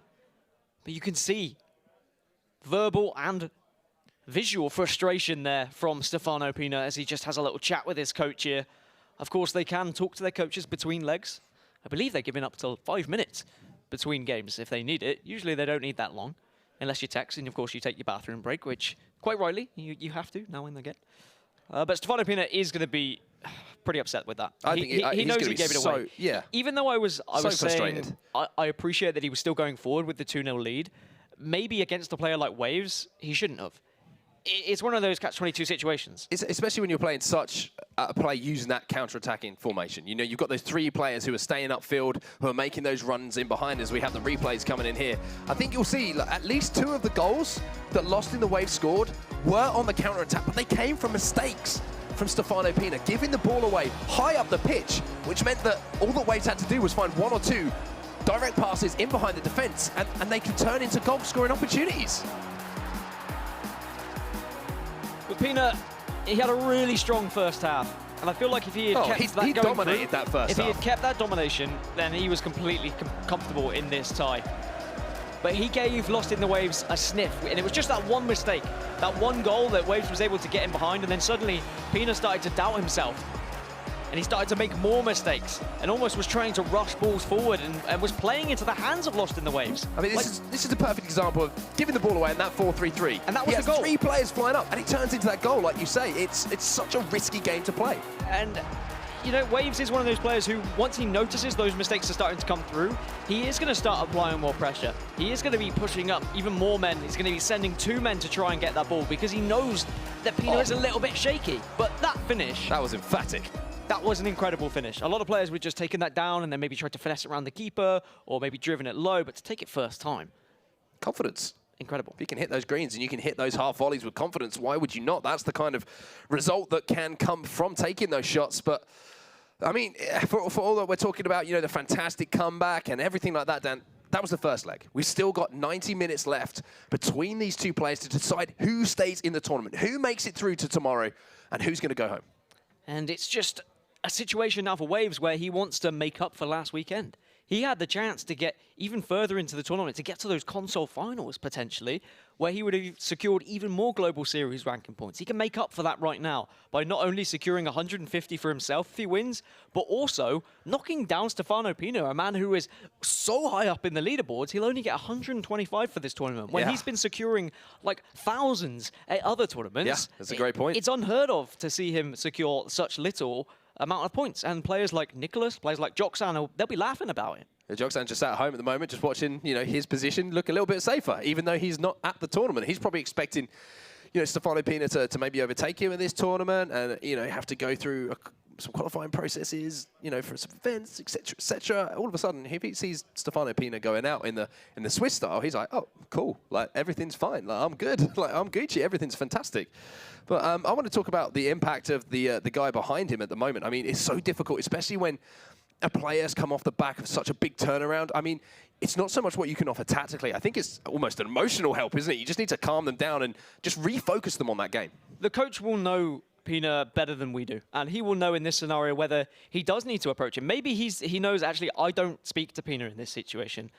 When he loses, he just needs to reset mentally himself. He might just say, look, have a word, think to yourself, just play your own game. Or it depends the other way. Maybe he does need talking to. I know when I play, sometimes I need someone just to say, hey, Dan, hold the ball, play possession, you've got this ball. You've done that before to me, Mark, it's when you've sat behind me playing some weekend league. And coaches are very important. Of course, they can't communicate to them in-game. It's only this period. So you have to take advantage of this little break to make sure that you can just tactically advise them, point out where the mistakes were, and maybe he is just going to say to him, look, you had a 2-0 lead, and maybe you were rushing the ball around a little bit and you were trying to outscore Waves because you know Waves has the ability to score. And then you left yourself vulnerable at the back. It's such an interesting matchup of players and play styles, and it was one that I really enjoyed last weekend, and it's obviously producing the goods here in London at the LQE as well. But, I mean, Lost in the Waves, he kind of, you know, it was his first tournament back in Bucharest. He performed so well. He kind of exceeded expectation of a lot of us who were on the analyst desk or on the couch, as it was called, sorry, back in Bucharest. But, I mean, to come into the tournament here, his life's on the line. To stick, the one thing I want to give him credit for is sticking to what he has had success with. You've seen a lot of players change to the 4-2-3-1 who would have played a narrow formation, who maybe would have played the 4-3-3 at the start of the year. He's found a way to make this work for him, and he's stuck to his guns. He believes in his own game, and you just have to wonder how far it could potentially take him if he just stays with this throughout the rest of the season. And the good thing about seeing players succeed with different formations is it does open up the meta a little bit. You look at Nicholas Razek at the last tournament playing that 4-2-2 and just saying, hey, from the start, I'm used to playing with 2 strikers, so I'm going to play with 2 strikers. And it worked. It was able to beat people who were playing that 4-2-3-1. And players are going to start to notice those patterns. They're going to say, oh, well, actually, maybe I should try a 4-3-3. Maybe it'll work for me. And then suddenly we're going to see more and more formations come into the game. Of course, with patch changes, there'll be changes in gameplay as well, so maybe we'll see even more formations introduced. It's exciting times going forward. Here is the replays of the goals. We're just waiting for a little reset on the game at the moment before we get into the second leg. We'll get into it, of course, as soon as we possibly can. Trying to keep you guys waiting at home, and as soon as we can bring you that second leg, we will. If you're just joining us, of course, it's been an action-packed day here in London.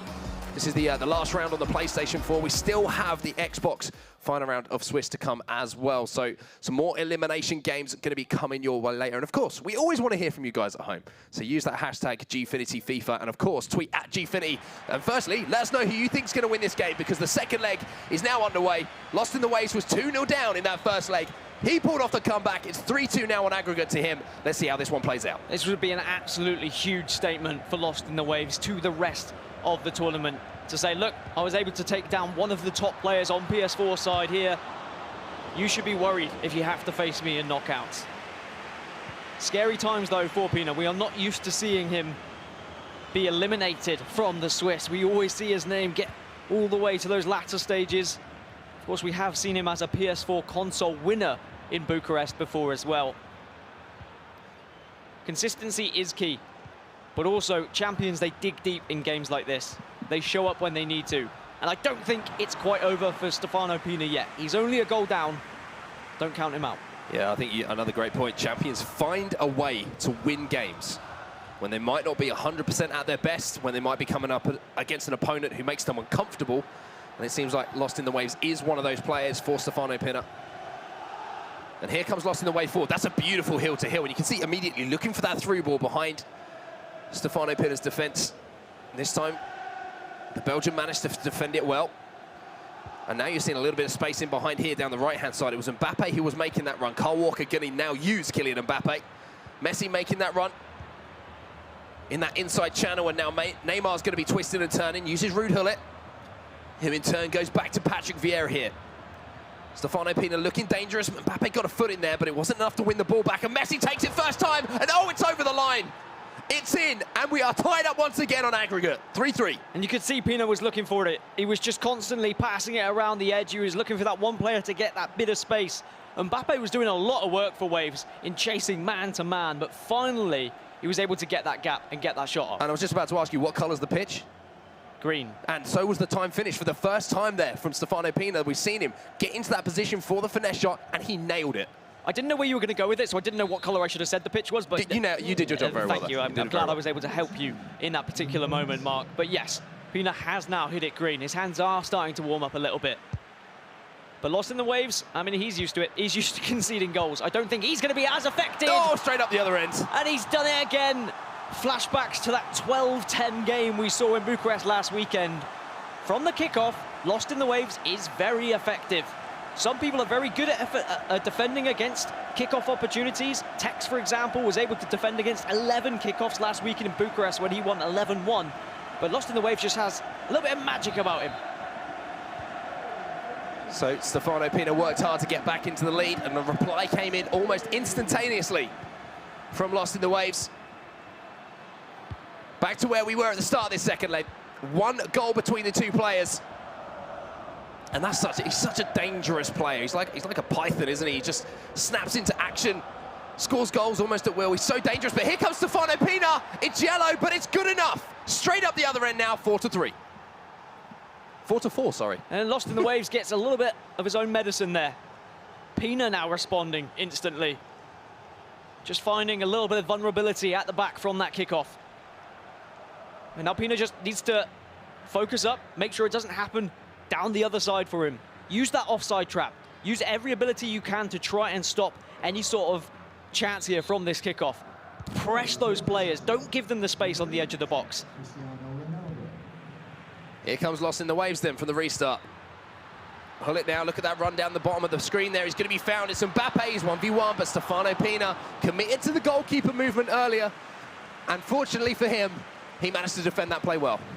And that's all he had to do. He just had to switch on. Watch very carefully of how Waves was going to approach that attack. Now coming back forward. Pino has found a little bit of space. It's Neymar! Oh, is it in? It's not gone in! Oh, we saw the last one just creep over the line. Goal line technology, please! Deacon was calling for it on the desk. Maybe I want to see that one again, because that was about as close as you could possibly get without scoring. Gullit now hits it. And the only thing it does strike is the face of Sergio Ramos. Now Ramos just in the right place at the right time, but it's certainly a couple of chances. Another save, back post for Rad. How has it not gone in for Pina? And again, he just needs to make sure he doesn't overreact to this. He doesn't start thinking, oh, everything's against me, woe is me. Just keep focusing, focus on the positives. He's getting these chances, more chances are gonna come. Here's Ronaldo inside the box now, Criqueta, Neymar, finally he does it. He takes a chance. And the game is again turned on its head. PSV's Stefano Pinner is now up 3-1 in this game and 5-4 on aggregate. There was 14 goals between these two players when they last matched up last weekend. And it looks like we might be getting to a similar scoreline here with the way this is going. Waves' lead has now been obliterated, and Pino is the man who now looks like he potentially is going to be heading into those knockout stages. But I still feel like this could go either way. Now, only the Stefano 27th Pinner, minute. The 27th minute, as you say. Stefano Pinner needs to not make mistakes here down. Take ourselves back to that first leg. The mistakes were what let him down. He needs to focus now. He has the lead. He has control again.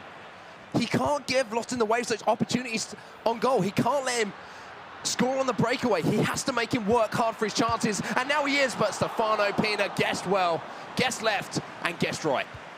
the reason why we saw Lost in the Waves, for example, performing so well against Fafilza when he was able to score those 12 goals was because Fafilza also plays very attacking football, and it was a constant back and forth action. It almost looked like basketball rather than football. So Pina just needs to slow this game down. Don't allow Waves to have that kind of ping-pong of attacks. Instead, just play possession football, try and frustrate Waves a little bit, try and make him rush his attacks, and maybe make those mistakes. And then Pina should be able to close this game out, but it is very much easier said than done, and I wouldn't want to be in Pina's boots right now.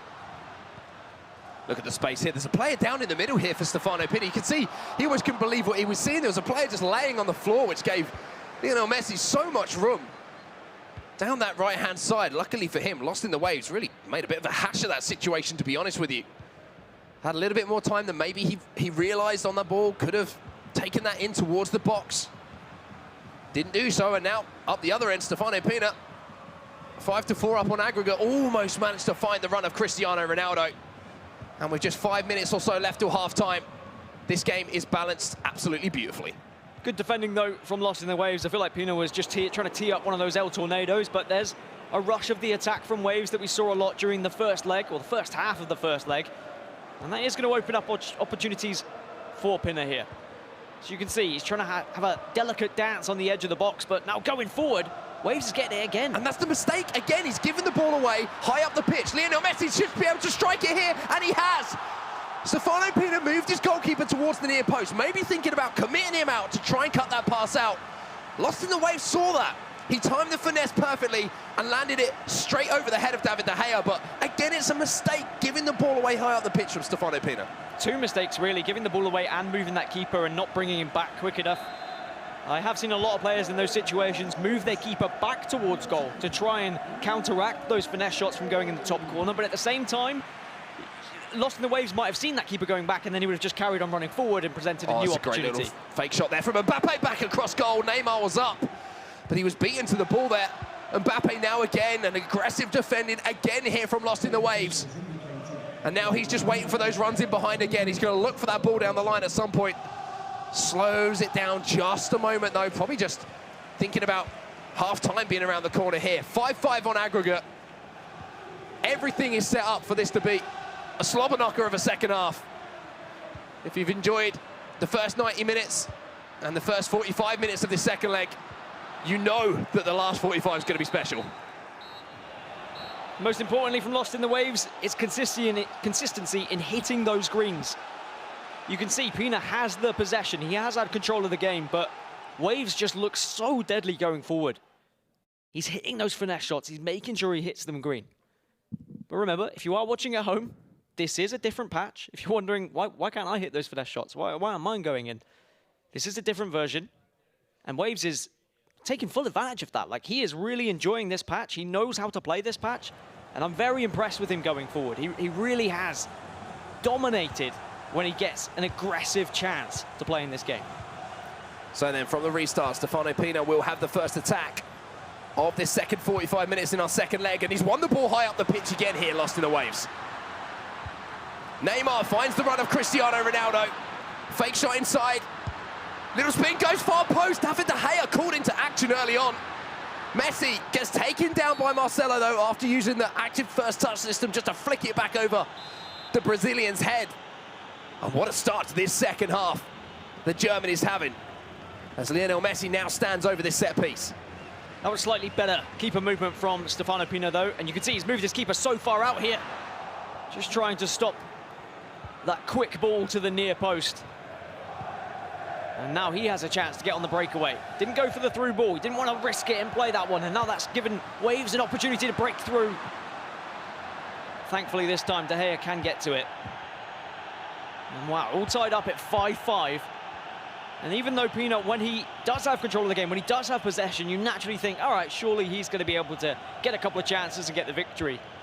You can just never count Waves out. Oh, there's loads of space in the middle here for Neymar, and he finds the goal that he needed. 4-2 in this game, 6-5 on aggregate. He's back in the lead, but you just have to ask for how long, Dan? I think Pina will be asking himself that same question, really. He said, I've gone ahead enough times now. How do I actually close this one out? Well, the answer, he just needs to rewind to last week. He closed it out when he had a similar game, really, a back-and-forth struggle against Waves in Bucharest. But it was just about finding that extra goal and getting that 2-goal cushion, and then that's when he started to go really defensive, dropping several players further back on the pitch, defending a little bit heavier. He needs to be careful when he is playing it around his own edge of the box.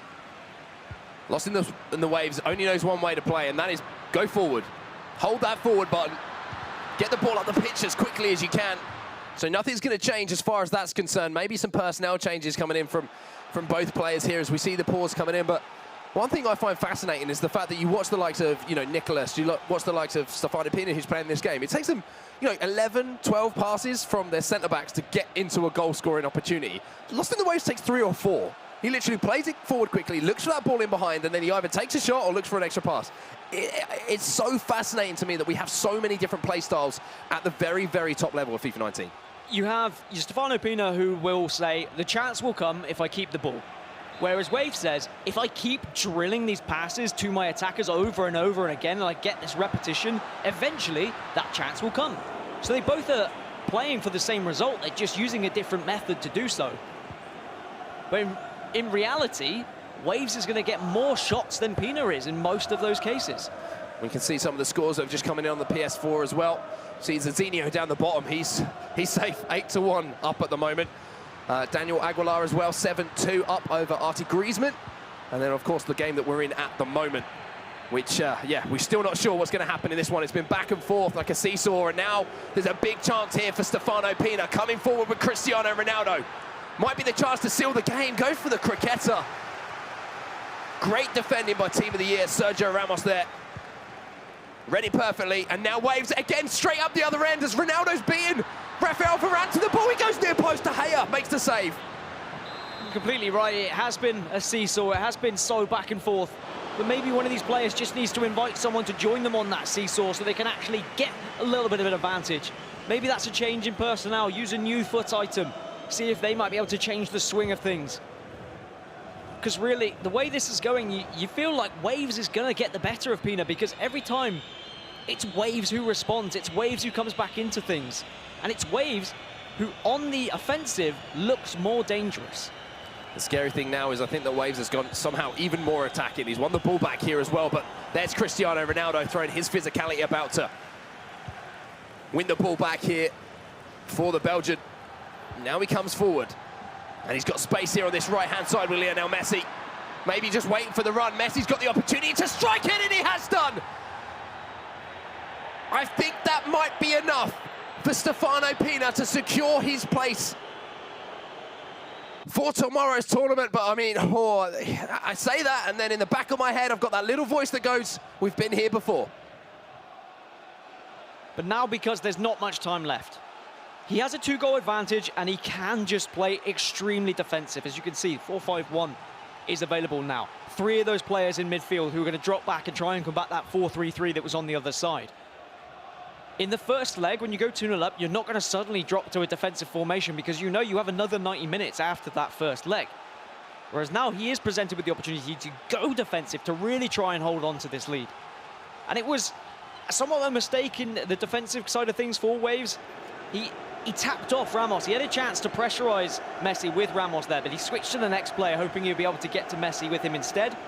Unfortunately, he didn't have that time, and he gave Messi that room. He gave Pina the chance to put this game potentially to bed. Right then, Lost in the Waves needs 2 goals to send this one to extra time. Stefano Pina has very much taken control back of this game. Messi to Ronaldo though, goes near post, it just shaves the outside of the post. Deep breath there for Stefano Pina, but he survived. Extremely important that he did as well. That might have been enough to kind of rattle the head once again of Stefano Pina and then start to implant that seed of doubt. Now, how is he going to approach this last 15? Is it going to be a case of keep ball? Well, that's not going to be the way you do so. A pass goes wayward, and it's going to be Waves coming forward again. The space on the right-hand side.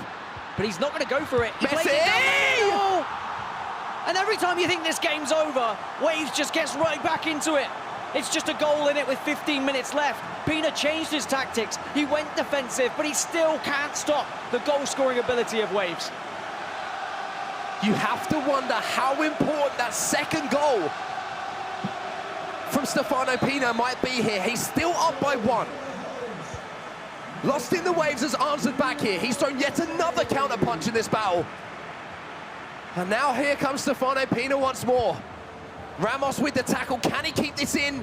He does just about manage to keep it in as well. So there's going to be a chance here for Lost in the Waves to fly forward. We know he's going to do so. And here comes the German once more. And these are the situations where you were talking about when your hands start to shake in these latter rounds, Mark. I mean, when you're in these latter stages and then you're in these scenarios, that's when you're going to get even more nervous. As Mbappe somehow beats the man. Oh. But it's well defended in the end by Lost in the Waves. And going forward, he looks scary every single time. That's a smart play. That's a very smart play there from Stefano. Might be a red though. I'm not so sure. I think a yellow card would suffice here. In my opinion, we'll have to see what the referee's decision is here. It is a yellow card.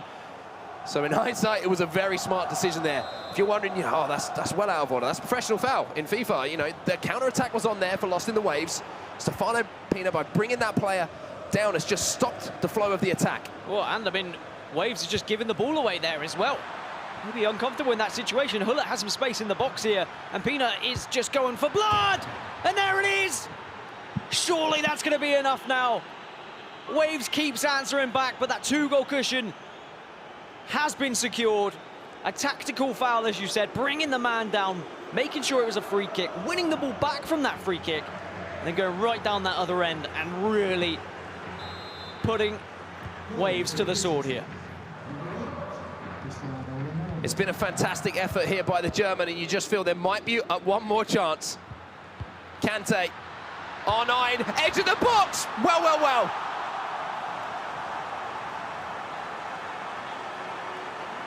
Stefano Pina's head is in his hands. Straight from the restart. R9 drills it back across goal, and it's 1 goal.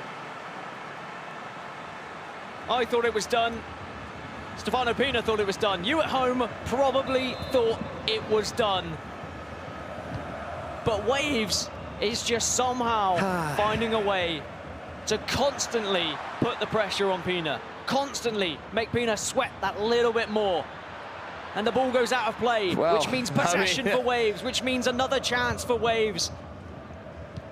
It was 8-6. Oh, he's giving it away! It was 8-6 last time they faced each other. Waves has done one better. He's got that 7th goal, but he needs an 8th to get to extra time. Ronaldo then into Mbappe, running the clock down. The croquetta's beautiful. Ronaldo with another chance to finish it. That is it. GG, the game is done. I think we can confidently say that now. Every time we've said it thus far, we've probably always had that bit of doubt in the back of our minds, but time just will not permit goals. Surely, because whatever happens, even if Waves were to get a goal from kickoff here, Stefano Pina would have possession from his own kickoff, where he could just play it backwards. I think Waves knows, by playing it backwards himself, he knows this game's over. Pina certainly had it all to do. Waves gave one hell of a competition, but it will be Pina through to the next round. Yeah, it will, and it's been a fantastic performance from the PSV man. He's done just enough. Lost in the Waves has given it everything, we have to say, and once again, it's been an incredibly entertaining game from here, but Stefano Pina will stay alive here in London. He'll move on to tomorrow. Well, he will be looking to pick up another tournament victory. Unfortunately, for Lost in the Waves, that's going to be the end of the road. Same old story for Lost in the Waves, though. Going forward looks incredible, but still, those lapses at the back defensively was vulnerable, and Pina was able to pounce on that. An incredible high-scoring game there, which is exactly what these two were able to give us last weekend as well. But now Stefano Pina can move into those knockouts, and he's probably going to be hoping he starts to play against some players like Dax, for example, where he will feel far more comfortable in a possession-based game and not the constant bombardment that Waves was able to offer. Yeah, it was a fantastic performance and a great way to round out the PlayStation 4 Swiss group format today. It has been a day full of excitement. We've had some upsets. We saw Nicholas drop in a game earlier on the broadcast. We've seen Stefano Pina pushed all the way to his limits there. But I need to give some massive props to the mentality of this young man you can see on your screen right now. He had some situations really go against him in that last game, but he kept his composure. He kept his head, and he closed out a game which we might have seen him lose just 1 week ago. He was able to get a 2-goal lead in 3 different situations. In 2 of those situations, he almost threw it away.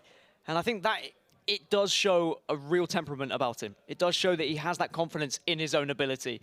And I'm now really excited to see what Stefano Pina can do this tournament. We've got Nicholas through on the PS4 side of things. We've got Stefano Pina on the side of things as well. Those are the 2 players we're going to be looking out for in those knockout stages on the PS4. But now on the Xbox, which is coming up next, I believe, correct me if I'm wrong, I think Megabit might still be playing to get through to those knockouts as well. But there are still players who have qualified to knockouts before who are still fighting for their tournament lives, which is crazy, really. Yeah, it's going to be a very exciting finish to the day. Not sure what game we're going to have coming up on the Xbox side of things. Still waiting for things to obviously settle down, and we'll try and get you some scores as well from the other games on the PlayStation 4 as well. But it's been a little wobbly day for a few of the players that we were talking about being potential tournament winners. But the reason that we talk about them being potential tournament winners, Dan, is because even when they have that little bit of a wobble, when things aren't looking too hot for them in certain situations, they get those wins, and they are the biggest wins of the tournament. And I think Stefano Pina will take a lot from the game. The fact that he was able to kind of go up against a massive goal scorer in waves. And Pina still continues to impress and succeed and build on his goal difference throughout the season. He was plus 36, I think I had before. No, plus 37, so he's now plus 39, which is incredible if you consider him as a defensive player. Like, he can find the goals when he needs to, We've but just in the seen games when he doesn't need to, he doesn't. We've just seen it. Well, I believe that we're done. We're done and dusted for the day. But one person who certainly isn't is Lottie Van Prague. So, Pragstar, what you got? Thank you so much, gents. No, I'm certainly not done. I've got a little bit left to go, but Stefano, you can breathe. That game was a heavy one for sure. I was literally on the edge of my chair thinking, what is going to happen? But you pulled it out, and fantastic stuff from you. How did you feel going up against Waves there? It was pretty difficult. Yeah, it was a crazy game. I played in Bucharest last week in the semi-final, and it was also a high-score game, so I know it was going to be a difficult game.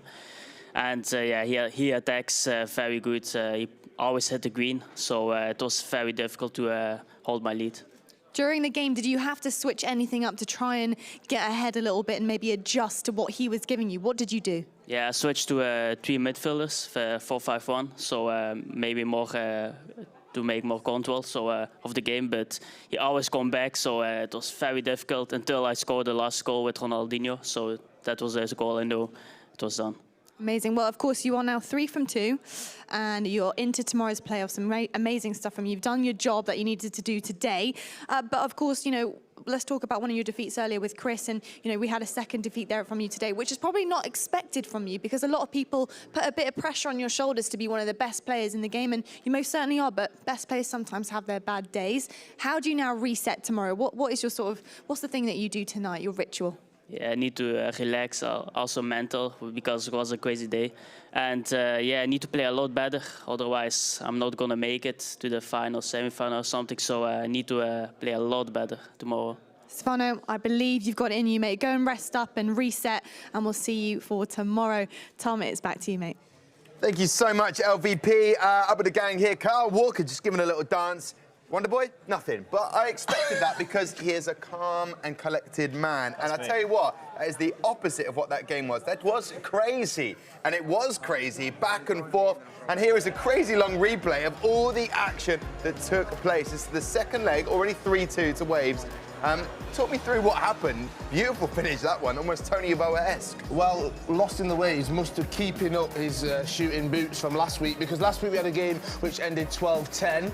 And this week, he's scoring more and more goals. They were going back and forth, and what an ending it was. But here, they were just keeping us all entertained with these ones. I couldn't call it throughout. I didn't know who was going to take it. Anyone probably could have taken it at any point. We saw what happened, obviously, in the end, but they were entertaining. It was nice to finish watch. there as well. It was a beautiful thing. The thing is, it was basically who could learn to defend quickly. It was a goal fest. I think that's the only way to really describe it. And it was the same when these two matched up last weekend in Bucharest. I mean, we stated it a lot, you know, Lost in the Waves, struggled to overcome the hurdle of Stefano Pina last week, 8-6. There was even more goals this time round. I don't think it was more a case of who learned to defend. I think it was who wasn't going to pull the trigger, and in the end, Stefano Pina, with his experience, was able to be the sharpshooter in the end. And I think this is a result that really benefits Pina. I mean, based on his form so far here in London, he wouldn't have expected to come into this match 2-2 in a one-and-done situation. For him to beat Lost in the Waves, who threw everything at him, to be honest with you, for him to come out and win the shootout, as it were, I think that's a real confidence boost. That's going to give him such a great mentality going into tomorrow. Just to know how to like battle through and get through it, you know, that's the sign of a true champ. You know, Onset and Dan Gaskin were talking about that a lot. It's you know, being clinical, but sometimes you have to grind out those results, and that's what PSV Peanut has done today. Yeah, he definitely did. This is what the champions do. Even then, the pressure's on there. We can see there he went 8-6 up and then Lost in the Waves. He brings it back again. And true champions know how to keep their calm, know how to keep their nerve, and they can keep on pushing on, which he did. 8-7 up, and he capitalises on it here to make it 9. Unbelievable stuff, and this is what I think we're going to see time and time again from PSV Pina. I think he's going to score lots and lots of goals, and between these two, over 2 weekends, they've scored 30 goals when they faced each other. Last weekend it was 8-6, this time 9-7. Lots and lots of goals going in. I just feel sorry for the crossbar. We saw so many goals going off the crossbar. Must be rattled. It is absolutely rattled. A man who is never rattled, and this is a serious moment. I've seen him deal with many situations, but this man is a true professional. Mike LaBelle at the breakdown. Thanks, Tom. I don't know how many situations you actually see me deal with, but we are looking at the Pina versus Waves matchup. And something that Pina does that's so special is the way that he's able to read the game and then also create space. And he often does some of this space creation without all the skill moves, without all the fancy flicks, but just a combination of understanding the meta and understanding the game. And that's where I want to look at one of these examples. This is a classic Pina goal to me, because he just does everything right. So he's got a bit of a counterattack and he's breaking. And once he cuts inside, what Pina's looking to do is take both of these defensive players from Waves, and he wants them to commit to the runner. So he wants them to back into this space. And the reason he wants that to happen is because it's going to open up an option for Messi to have a little more room to work with, and it gives him an easy outlet. And Messi's kind of the main man, the way that he can turn, the skills, the shooting, all the above. And you're going to see the play develop. But it doesn't stop here, and this is another reason I really want to give like some appreciation to how well Pina reads the game. So you see Messi's got the ball, and he's going into a drag back. And something that makes the drag back special as a skill move in FIFA 19 or any of the previous installments is that you can exit midway through. So you can choose to go backwards, you can choose to go forwards, you can choose to do neither, and it'll just pull the ball back. So he sees that Marcelo, right here, is moving in the wrong direction. So he's going to cancel out of the drag back and go forward with it. And you're going to see that with Messi. It looks like a big mistake from Waves, but it's just such a smart read from Pina. And a lot of times we overlook and don't appreciate some of the things that he's doing on the pitch because he's seeing the game so much quicker than his opponents. What do you guys think at the analyst desk? Thank you very much. I've seen him in a few difficult situations. Some of the chocolate bars that we have back in the green room, the way he's able to just deal with it, he can't manage a whole chocolate bar, he does half of it, puts it aside. That's something that Mike LaBelle that not a lot of people know. Well, he's a team player. He likes to share, so he'll have a bite of the chocolate bar and then offer it out. And I mean, I'm the first one to jump up and say, yeah, of course, mate, I'll help you finish it. And the interesting thing is, some people are very annoyed about the fact he just leaves it around. So he's able to deal with different people with different scenarios. Let's talk about the results. I'll tell you what though, Tom, just to jump in there, I'm glad that he's leaving half-eaten chocolate bars around, not eating all the chocolate bars from the snack box, like some people are. I mean, some people are doing that backstage. Yeah, shocking. No, let's not discuss it too much. Listen, back to the important thing, FIFA 19. Let's look at the results for the PS4 before we are moments away from getting you the Xbox match, the next one up. So PSV Pina, 9-7 against Lost in the Waves, and Artie Griezmann, 2-9 against Daniel Aguilla, and then Zizinho versus Abo. So there's some big scores there. Really, it's almost like the players are just finally warmed up and they're like just banging it, taking their shots when they need to, and that confidence is back, and they'll be back on Sunday. Yeah, looking forward to seeing Zizinho. I mean, last week in Bucharest, he exited out in the top 16 despite a 4-1 Swiss record. Again, he's in the knockouts this week, so we'll have to see if he does any better than he did last week, which obviously he would have been disappointed with. So there you go, guaranteed going through to PS4 tomorrow. Those 8 competitors, finalists, however you want to look at it, going into that knockout stage tomorrow. And these are the guys who didn't quite make it. you know, they go back to the drawing board in some respects, think about the next qualifier, and as we know, you know, the series global ranking points that they need to start accruing, back to the weekend league, and then looking at the new patch and perfecting that. Definitely. The beauty about this year is there's so many different qualifiers, so many different tournaments, and we're going to see more and more players come through, as well as the weekend league. They're all going to be looking to get those 27 wins plus, so they get those 10 points, get them on the board. But also, we're going to be seeing them pop up all over the world. There's some amazing tournaments coming up, and I'm sure that some of them would have qualified for that. I'm going to see them come back stronger and ready to hopefully win a tournament. Okay, well, there's 3 games that are going to be taking place on the Xbox. The question is, which one will we be featuring? We will tell you that after this break. So see you in a second.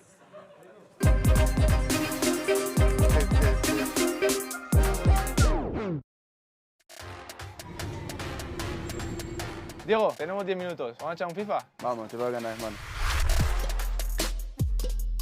Venga, vamos. Dale, Costa, saca.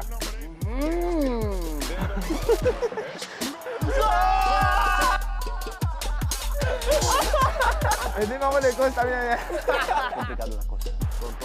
Totó, que pase para Dieguito La Costa. Gira, Costa. ¡Ey! ¿Qué hizo en la otra, mano? Si hubiese empezado el partido al minuto 30... Ya, la cosa iba a ser otra. Vámonos. ¿Qué pase? Vaya, graba, mira, picadito.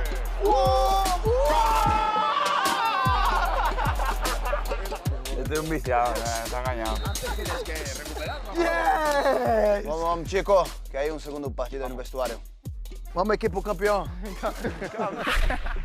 Pues aquí estamos con Rodri, la cosa está complicada porque el primer partido yo no he estado muy bien, pero tenemos la esperanza porque somos la leche. Da la vuelta, Rodri. Vai! Vai, safadinho. Pero vamos que ahora va un gol. ¡Qué golazo! ¡De Rodri! ¡Qué bien, chaval! Rodri juega muy bien ahí. Va, Ronnie, va. ¡Qué bien! ¡No es para Rodri! Y marca con el dorsal número 7, Antoine Griezmann. Dos tonto, mano. Pero la verdad que esperaba un poquito más de ti. Te voy a ganar, te lo juro. Dale, toma, ¡gol! ¡Qué golazo de mi hermano! ¡Tómale más! Pero yo creía que Rodri era mejor que yo, pero la verdad que... Diego Costa.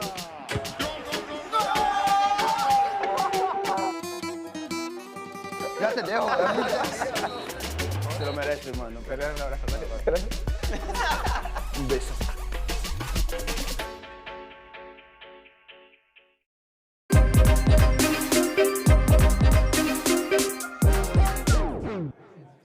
Welcome back to the Gfinity Arena with me, Tom Deacon. What I love more than anything is Chris Tunn, who's next to me, just pointed and realised he wasn't on camera. Anyway, let's have a reminder of everything that we just had in terms of the action. And it was, of course, PSV Pina taking on Waves. Now, if you're familiar with the Gfinity Elite Series, we have seen Waves dominate for Gfinity, the 2v2.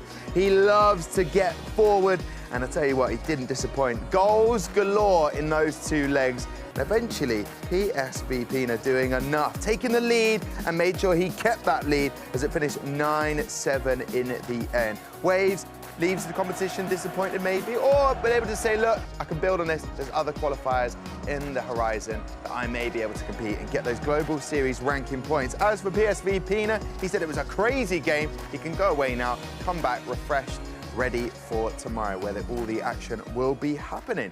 Right then, now we can point. There we go. Beautiful stuff. Chris Tunn, lovely to have you back at the desk. Dan Gaskin, great game to cast on that last one. It was. We knew it was going to be a potential goal fest, I think, as you said, because we've already seen them compete as they did last weekend. But Waves just finds that one way to just step up and get that extra goal and that extra goal, whereas Stefano Pina, I mean, for someone who was so good defensively, the fact that Waves is putting in all those goals just shows how good offensively Waves is, but clearly he's lacking at the back, just not able to defend to complement that attacking football. Yeah, it's one of those games that you love to watch as a spectator, but somebody who is watching from a defensive point of view in FIFA, you're a bit like, oh, so what's going on here? There's a lot of crazy goals going in, though, and it was a really, really good game. Some of the best goals we've seen so far today, and I think it was different goals, and it wasn't a typical time finesse. It was just absolute rockets into the top corner nearly every single time. So really good game to watch, and it was an interesting one for the viewers, I'm sure. Yeah, it wasn't one for the tap-in purists. Right, gentlemen, let's look at the Xbox results today. First of all, let's look at the group tables, though, because that is the current standings. PSG Dax, FT Tex, Megabit, Zidane, and Senna all going through with a win record of 3-1. And obviously, there's two boys at the top, FT Tex and Dax.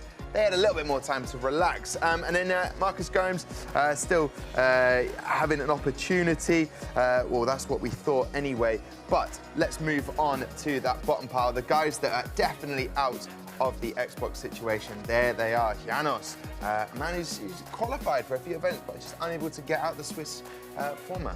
Yeah, a couple of those players down in the bottom who would have liked to have progressed into the knockout stages to try and secure some more of those Global Series ranking points, but you still get 125 just for turning up.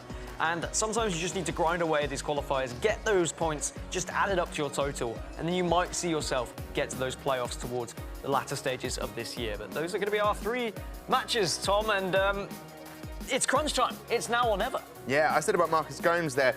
He's still got that chance to take on Black Arrow and Sakul and Owatsa. Owatsa, this is a final chance to stay in the competition where throughout the day he's been like, no, he's going to be out now. Oh, he manages to get that win. And he's sort of staying on with tooth and nail, just trying to claw into this. Yeah, and as Dan said, it's sort of down to the nitty-gritty now, isn't it? It's to the point where everyone really needs to turn up in this last game. This is where your composure comes in, and Abuaza clearly has that. You know, he found himself in a bad position, managed to claw some wins in, but, you know, you're going up against opposition who obviously haven't won as many games as well, that sort of thing. So, obviously, just trying to find his level right now, but seeming to do all right throughout the rest of the day after that tough start. So here it is. Gentlemen, the new signing on the left, Rebel Painter taking on Danuso. Fabio, the FD, versus the man who potentially could be joining FT Tex as one of these UK competitors sticking around for Sunday. What do you make of this contest in this competition right now? I mean, you spoke about Tex, and of course, Danuso, he faced against Tex in his first round, and on the opening, in the first half of the first leg, he was going toe-to-toe. He had something like 73% possession against Tex. He was a goal down, though. He just wasn't able to find the back of the net, even though he had so much possession. So hopefully he's been working on that through the tournament, and maybe he's going to show up here against Painter. But when we saw Painter earlier, he was finding goals in strange ways. He'd be able to manipulate the midfield to actually find space out wide where maybe his opposition was trying to defend against it. And I was really impressed with that. So I think he has a real chance in this matchup. He does indeed. And his management as well. You just sign somewhere, they come along and support you along, and he scores that many goals against Lyrics. It was beautiful to see. So I'm hoping this will be a good game. Just in one word, who do you reckon is going to take this one? I think Fabio Danuso does. That's not one word, is it? No, I know, but his name is Fabio Danuso. I couldn't do it in one word. You could have just said Fabio. It doesn't matter. Well, Fabio then. You could have pointed, Chris. That's what you normally like to do, just on the screen. What do you reckon, Gaskin? Rebel Scum, I think, is who I think. That's what I've learned from Star Wars. I think you've always got to believe in the Rebel Scum, and Painter is going to be able to take this one. No, I think that Painter is probably going to be my prediction. He dug you out for going on a bit. Unbelievable. Well, I said 2 words. Rebel Scum. Unbelievable. Listen, stand by, gentlemen. 2 guys who are on standby right now up in the casting area. I don't want only Mr. Richard and Brandon. Thank you very much, Tom. And you heard it from the guys on the desk with some interesting predictions there. Of course, quite hard to get it in one word, isn't it, Fabio Danuso? It's impossible. I mean, it is when you put it like that. Yeah. Well, to be honest, you'll probably put in initials. You'll go FB. FB, yeah. Like Diego Pochettino last week. Yeah. DP. Just initials. It's on the same lines. It's on the same lines, of course. This is the last round of fixtures now from day one of the competition here in London at the Gfinity Arena, of course, of this LQE February. And there's 3 games. Of course, the game we're going to be looking at is Painter, of course, recently just signed for FC. Rebel FC, I should say, up against Fabio Danuso. He's been around the block for years, this guy. Multiple finals this guy's been in, multiple FIFA Interactive World Cup finals. You know, an Italian player that's followed by so many, and of course he had a great year last year, made the finals. Yeah, we talk about Painter joining a new organisation, but Danuso as well. He's joined Alks. I'm going to go with Alques potentially. Going to have to get the pronunciation on that one a little bit better. But Danuso joined a recent team and looking to perform under that banner right now.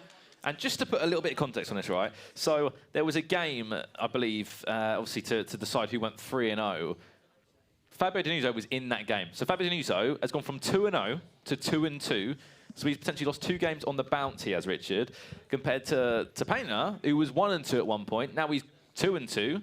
It's everything to play for, literally. Yeah, you've got one player who seems to have come out and had a sort of a resurgence, and another player who's been down in the dumps. Fabio Denuso lost his last 2 and is struggling to find any form right now, whereas Painter is on for 1-2. He's been building his way throughout this Swiss-style format, and right now he's 2 legs of FIFA away from taking it through to tomorrow. With some of the other names on the Xbox side of things, Dax, Megabit, Tex, already there. Will Painter be joining them? Of course, you've got names out of the competition. Janos goes out, Lyrics, Phenomeno, Hazard Heath, and Maxi VIP, the 2 North American players that came over to this event. However, 2 legs of FIFA in front of us. This is round 5 of the Swiss-style format, and this is elimination football. This is Denuso on the attack as well. Played it to the back post if he can, and it's going to go out there for a goal kick in the end. But you can see there, I think there's a sound issue there for Rebel Paint. If you didn't know already, he's playing in that red strip. We're looking at his team now. 4-2-3-1, a normal formation we're used to seeing in competitive FIFA. However, you can't see it at home, but this arena, people are leaving. People have either gone through and they're leaving to have an early night. I'm sure Tex wasn't feeling too well. He's gone back to rest and prepare for a really big knockout day tomorrow. Of course, if Tex didn't go through Swiss style, I think something would be up.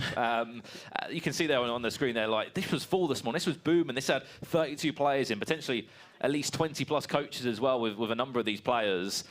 It's empty now. You know, people are leaving the competition, Richard. Yeah, people are leaving the competition. People are going out of the competition. That audio issue has been resolved for Painter. England versus Italy. Maybe the crowd was a little bit too loud in the stadium for him in this massive game for him. And, you know, we saw the game he had up against Lyrics, which was a must-win for him. He's always had the mindset of elimination football. That's the way I've seen it with Painter. He plays a lovely little kind of dink ball there from Messi all the way to Ronaldo. Here's an attack for him now. Back to goal. A chance there's going to be saved by Thibaut Courtois, but early warning signs for Fabio Denuso. Yeah, good chance. Eusebio on his left foot there, looking to bend it into the top corner, but good save. Not the real sort of placement he was looking for. Painter. Of course, Ramos at right back. We're used to seeing it now since that team of the year came out. Want to get him in the team somehow, even pushing out a right back. And of course, we know how, you know, some crosses can be difficult to deal with at the right, we'll say right at the back post, and Ramos is able to compete with the likes of Ronaldo's, with the Mbappe's, or whoever's looking at that back post. Looks for Denuso to play quite a slow pace. He's going to keep hold of the ball. He's quite good with his skill moves as well in the final third. He's Fabio, so potentially see some of them pulled out to try and beat a man, to create a little bit of space for an opportunity. But he's not in no real rush, is the Italian. And again, we talk about those rankings and how big and important they are. You know, looking at this one coming into today, after this attack does fizzle out in the end. Painter not just about clearing that one, instead just plays it back into the path for the Denuso. He's going to have an attack now, goes for finesse, tries to trick the keeper there. Both players using Thibaut Courtois in the goal. But just speaking about those rankings, Richard, 52nd in the rankings, obviously with 267 Global Series ranking points is Painter at the moment. If you go up a few spots to 28th place, you've got Fabio Denuso lurking there. So just like the game against Lyrics, this is massive for Painter, because if he can knock out Denuso, it's another player that he can build up points on.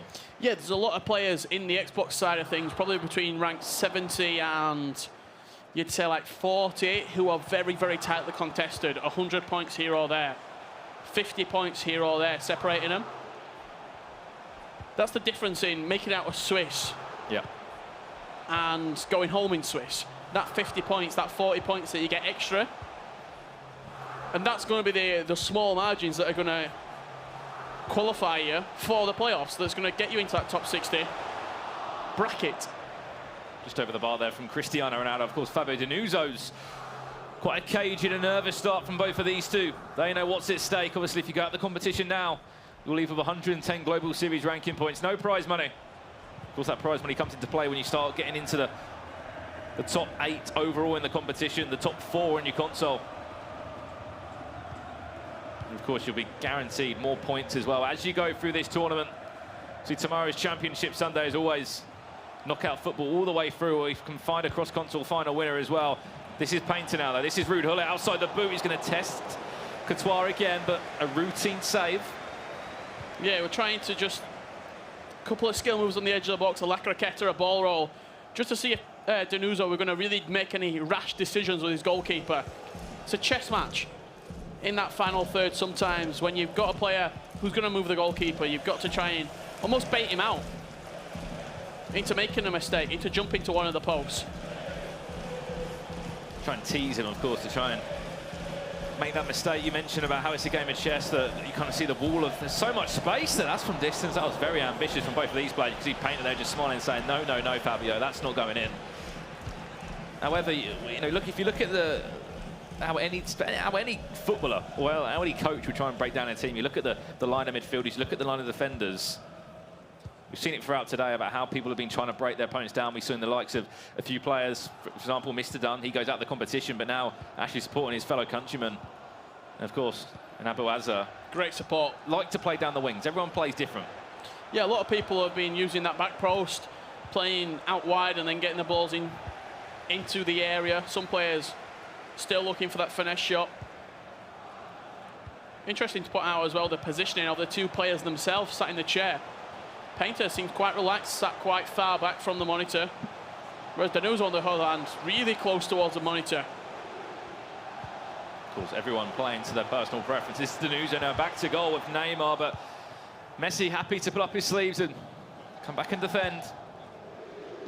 And to be honest, he hasn't really delivered for an entertaining first 45 in-game minutes, but for me, I'm putting it down to a few nerves because this is an elimination game. They want to play tomorrow, or maybe I've just cursed it instead. He was looking for a finesse on a few occasions now, Fabio Danuso. And on that occasion, he does pull it off okay. You can just see on the replay as well, keeper didn't even move. You're looking for the finesse, and that's exactly what he found. Into the top right corner. Courtois rooted to the spot. Wasn't even in the corner, really, just out of the goalkeeper's reach, I'd say. On the 44th minute on the clock. He's been trying to set it up, and third time's your charm for Fabio Danuso. Certainly worked for him as well, Richard. Well, there we go. What a way to end this first half. It hasn't delivered too much still. I'm going to stick by what I said. You've got Fabio Danuso trying to pull off a few finesses, and down the other end, Painter has stung the gloves once or twice, and that one just flies over the bar. We're going to go into half-time between the two.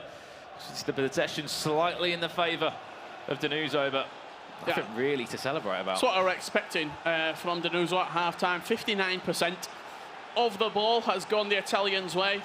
See the formations here from both of the players, 4-2-3-1, the standard formation. No real surprises there for Painter or for Fabio. As we're going to jump into the second half. Winner of this will go through to tomorrow. The loser will be going out of the competition. Of course, just looking around the other games that are underway as well, you heard the guys at the desk talking about it. Marcus Gomes up against, of course, Black Error, the German player there, and then there's another German in Sakul up against Abuaza, the Saudi Arabian, who just about scraped through 3-2. The last LQE we were here, he's used to playing in round 5. Yeah, and that's sometimes a good thing if you're used to playing in the latter stages of the competition. Look at someone like New York City Chris. They seem to, that experience, that negative experience, it can become a positive for you. You can get used to that high-pressure situation. And we saw him earlier today as well. Big smile on his face, good emotion from the New York City man. Yeah, 100%. Then you've also got players who are just born winners. Look at Pina. He's back against the wall. He's 2-2. What did he do? He came out and he got that win in the end. It was a big performance. It was a 16-goal thriller between those two, Lost in the Waves and Stefano Pina. We said how a week can change in competitive FIFA. You know, you look at Lost in the Waves, out in Swiss-style format. You look at Foot with Marco, out in Swiss-style format. Yeah, we talk about how a week can change. Lost in the Waves, probably getting deja vu, matching up against Stefano Pina in a knockout game, so to say. And it was an absolute goal thriller as well. Crazy Last week game. it was 8-6. Pina won, this week 9-7. 16 goals, what a game that was. But this is the last round of Xbox. You can see here, it's obviously Fabio Danuso up against Painter. Said recently just signed for Rebel FC in that red strip. In possession now, looking for an equaliser. Will he get it? What a tackle that was from Rafael Varane just jumped in the way there of R9 and said, no, no, no, you're not getting that finesse away. Yeah, really good bit of defending there. Not diving in, just making sure that he's always got control of somebody in that back four. And he's happy to keep hold of the ball, switch from left to right. This, you'd say, classic Danuso performance right now. He's got that 1-goal lead. Look at this, the possession in the Tex game. I think he had 71% possession at half-time against Tex. And was losing 1-0. He's not giving Painter the ball as well. We know from Painter, scored what, 7-2 in that game against Lyrics in an elimination game. That one was as well. The guy scores goals. Don't give him possession. That's exactly what Danuso's doing. He's won himself a corner as well, Danuso. He's going to look to maybe play this one short to R9. He's making that same run again. I doubt he's going to play it. Oh, yes, he will. He's also got options in the box. Going to play actually to the edge of the box. Maldini went for a finesse, and you can see Painter there. He knows exactly what Danuso's trying to do every single time.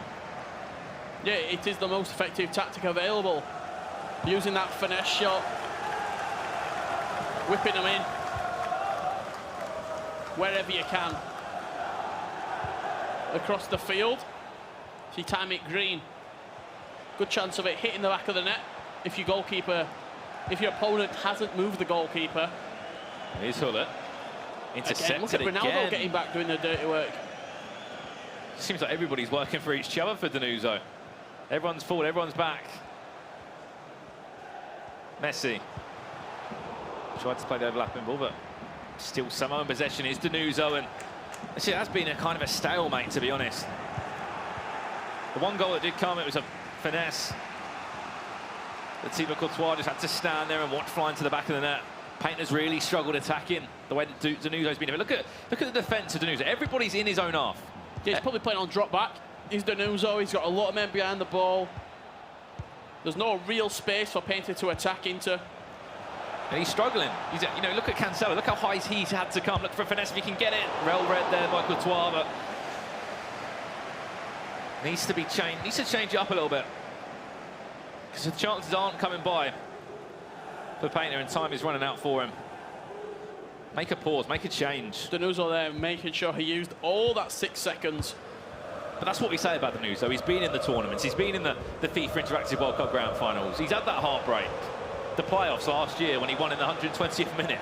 Yep. Against #Ryan. Sorry if he's watching at home to bring that one back up. But the game management. Danuso knows how to see out a game. But he's still got another leg of FIFA. For me, 1-0 will not get him through. It's not a safe scoreline at all, 1-0. So he's going to make it 2-0 probably. Messi on nearly. We'll just go potentially for a goal kick. I think it didn't actually get deflection the way through. However, this is good. We want to see a change from you, Painter. Mbappe on. I was recently watching YouTube content creator Bateson. He was streaming Division Rivals. Obviously, very good player this year, 30-0 Division 1 player. He matched up against Danuso. And seeing how Danuso just plays, even on Rivals, where it's almost less of a competitive, you're not a LAN event, you're not competing for money or for Global Series ranking points, exactly the same. The man's just a winner. He was keeping the possession. He was using effective skill moves in the final third, as we're seeing here.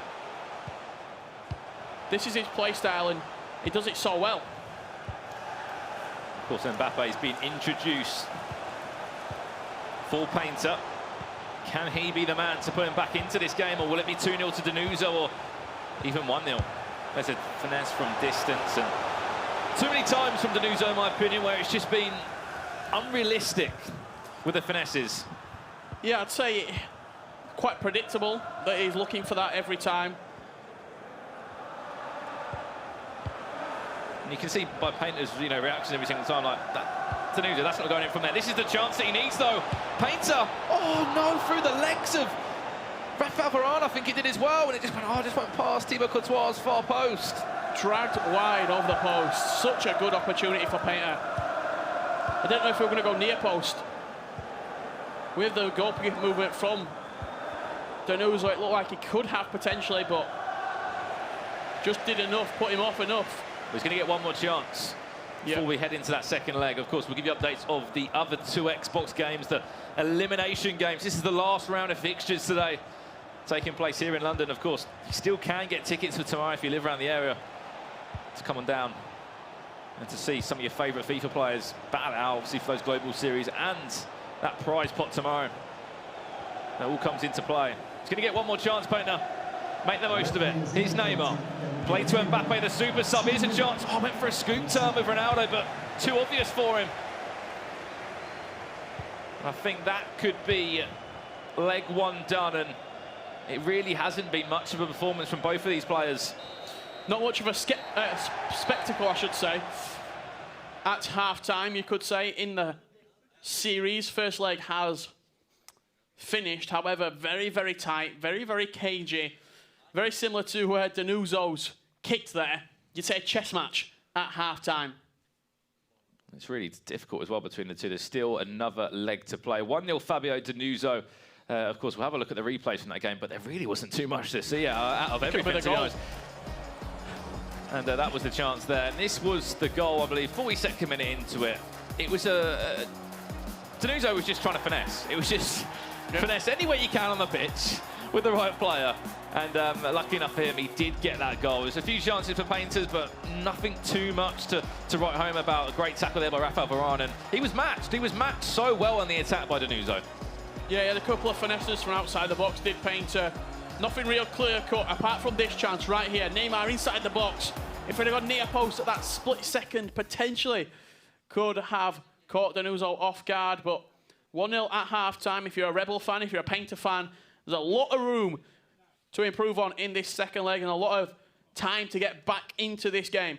Exactly that, and if there's one man that knows this arena, it is Painter. He played obviously for XL before he moved on from seasons in the Gfinity Elite Series, and of course I've probably actually played on that level that he's on right now on that stage, maybe actually even in that seat. You never know. Yeah, potentially so. But you know, what does he need to do other than create chances? Because Danuzo, for me, matched him up every single time in the attack. You know what Danuzo's going to do? He's going to keep possession. I'd maybe say, if you could pressure on heavy touch, maybe just try and squeeze your defence a little bit closer to the midfield and just push everything forward, potentially 5 to 10 yards.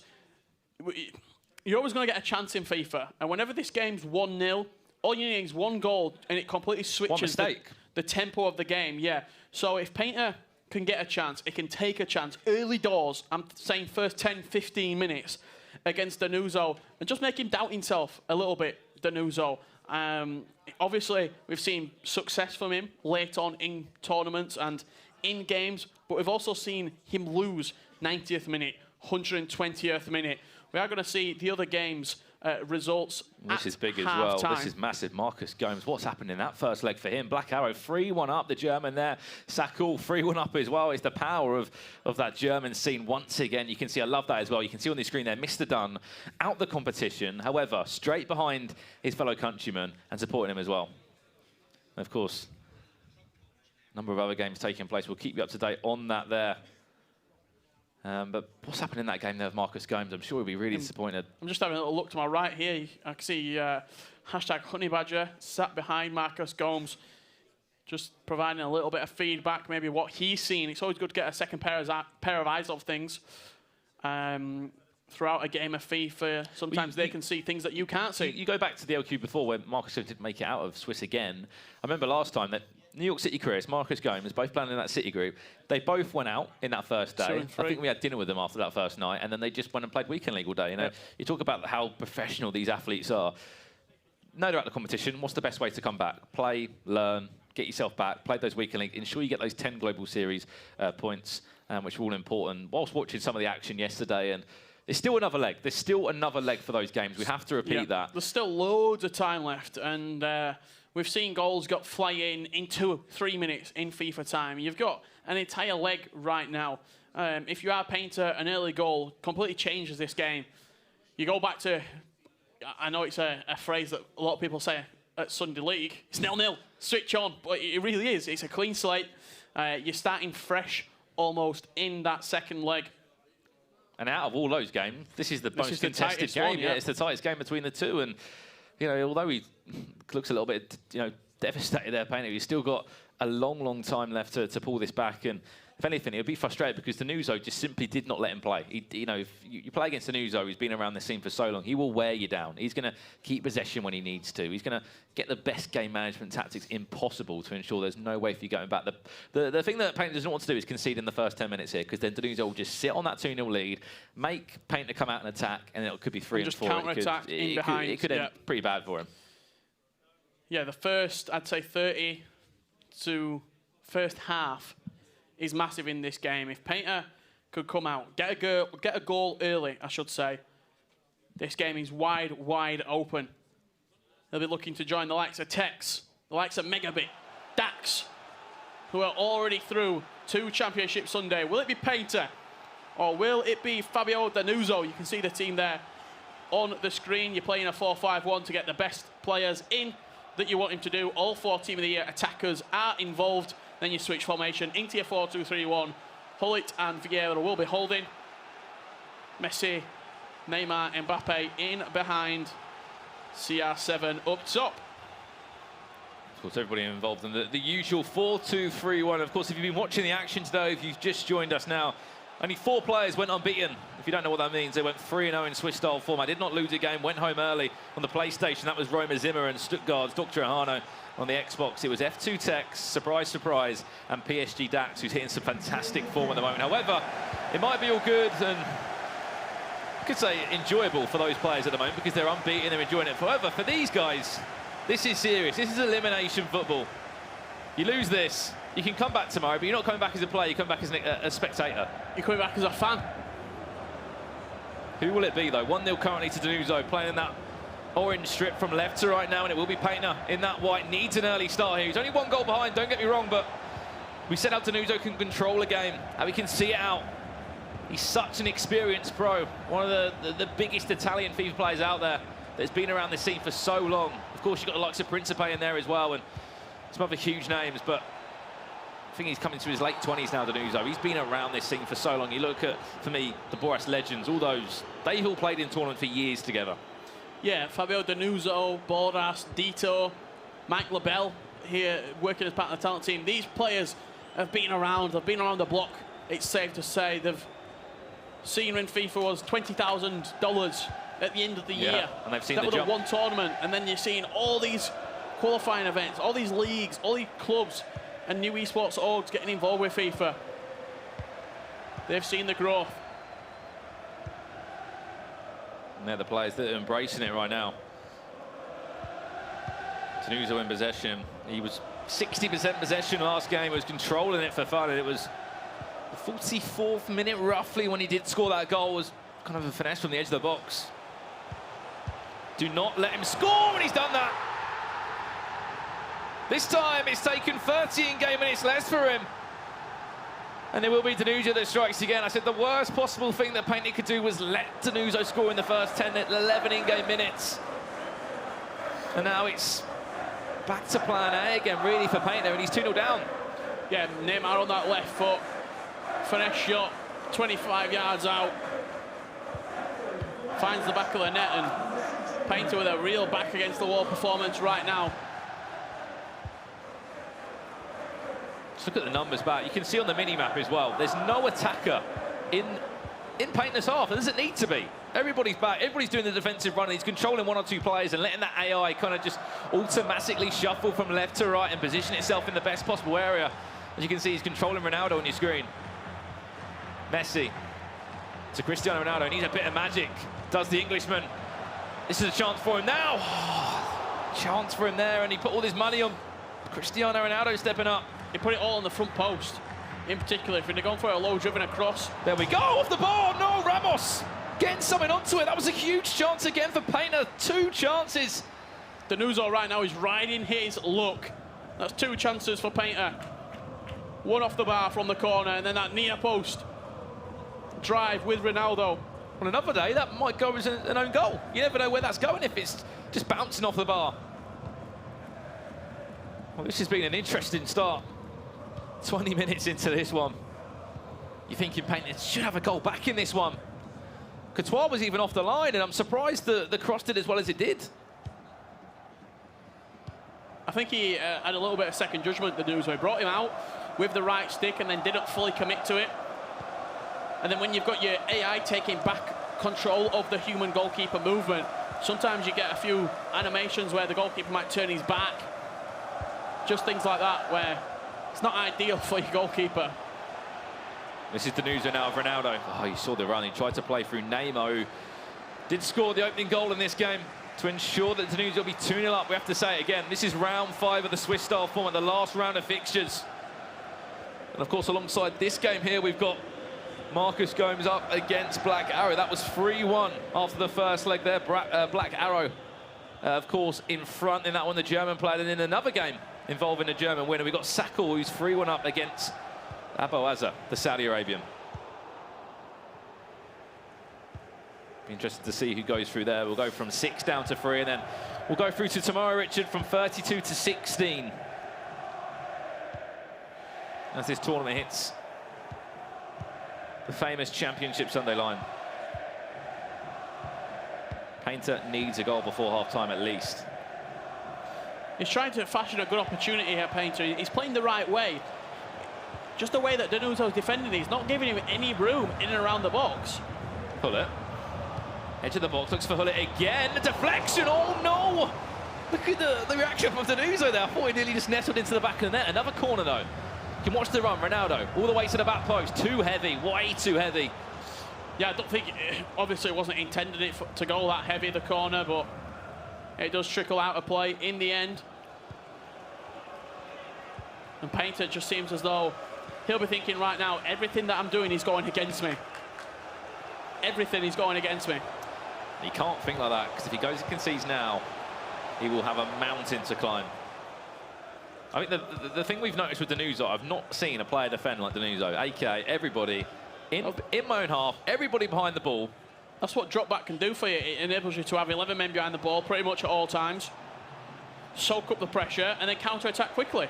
Needs to do, again, Hullet to Hullet. He's still in possession though, he's Painter. Kylian Mbappe. Through to Vieira, I doubt you want to be shooting with him. A little bit too readable there, went for a fake shot, but just didn't work for him. Yeah, just forced a little bit wide there. Was Painter. Danuso's in no rush, as we've said, to go forward. Just going to keep hold of the ball and wait for that finesse opportunity to open up. To be fair, he's done well in the last 15 minutes, as Painter. Yeah, he's definitely been on top. He's been the more aggressive of the two players. He's been more direct. Hasn't really let Danuso have much of the ball as well, which has been great for him. Messi to Mbappe. It has to be quick. Every pass has to be 2 steps ahead of Danuso, which is hard when there's no room to manoeuvre in. Go on, Vieira. Can he get past Ramos? No, he can't. He's going to put pressure on, though. Risky, though. Lovely chest pass there from Ramos. Yeah, I don't know if you saw that, but Marcelo came a long, long way out of position. He's in midfield right now, Marcelo. That side's open. Oh, he could be in trouble now, Richard. This could be free. Well read. I had to read it well because basically, as Marcelo came out, everybody else had to move across one. So it meant Ramos was coming into the middle, and then there was a space at right centre-back for him open. He's going to change formation, is it? Or is it going to be a...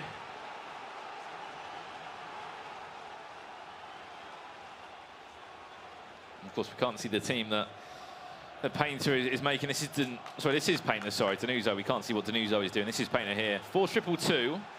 Let's put Mbappe at right back. Varane and Ronaldo. Oh, Ronaldo's saying, I want to play centre-half now, the icon.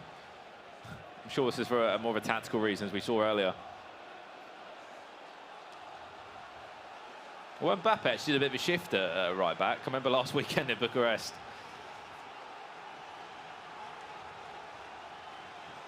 And of course, that is just for an attacking option later into the game. To ensure that if he wants to go free at the back, of course, he can do that right there. However, he needs 2 goals to send him through. And of course, it's going to be an interesting finish to this one. 45 minutes of FIFA time, about 6-7 real-life time minutes. Can it be done? Scored 7 goals against Lyrics in 2 legs there. Hasn't been able to net a single goal or a chance yet for Danuso. Look at the offside trap played there by Painter. has to be aggressive. He squeezed all his players up there, and it forced. Oh, he's done well there as well to win the ball back. Messi, plays to Neymar. This is R9, he's fresh as well. Messi there just loses that physical battle there between Hullet. Good pressure from Painter here. Remember as well, R9, he can go on his left, he can go on his right. 5-star weak foot off the ball. On the rebound, no! The important thing here is that Painter, he has to keep going. In his head, he's probably thinking, this doesn't want me to win. Every single chance I'm having, I'm hitting the bar, I'm hitting the post. How on earth has that not gone in there? The rebound as well, it looked like it was falling straight to CR7's boot. It's twice now, though, he's created a good chance. He's hit the bar, he's hit the post. Just cannot lose his head. I don't even know what to do. He's gone for that one. Courtois. I think the problem is when you shoot from that far, you've got more time in the air for the keeper to move as well.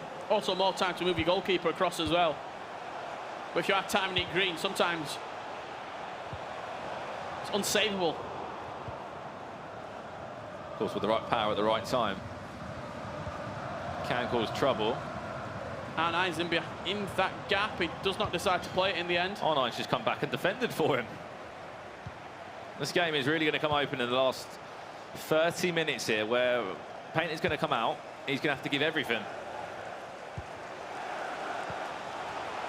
But can he defend Danuso? As much as he can have the ball, Danuso's going to be wanting to score, go 3-0 up. He just powered the ball at Mbappe's head there. Possession falls back to Danuso. To R9 now. Surely this could be game over. I think it might be. Mbappe with just a few too much time, a few too many seconds on the ball in a pocket of space, and unfortunately that could be curtains. That could be 3-0 when it's game over. So come from the clearance here. He tries playing a ball out from the back. Does Painter. He's gone for a switch of the play, and it's actually bounced off, I think it's R9's head. It's turned over the possession straight away for Danuso. And then Mbappe finishes it from close range. And if he was struggling, you know, mentally after missing those two chances, then to go and just boot the ball literally at Mbappe's head. Outside the boot, Neymar, oh no, again! Is it the woodwork? Three times. You can see he moves maybe like an extra metre back on his chair to think, what else can I do? I'm in the right position, I've created 3 good chances, and now I'm 3-0 down. So unlucky is Painter right now. 3 chances, 3 woodwork hit. I don't know what kind of goal Danuso's got. It's just keeper seems to know it. I think he's got the square post that the ball bounces out and don't bounce in off. Another chance here. Dispossessed is Danuso.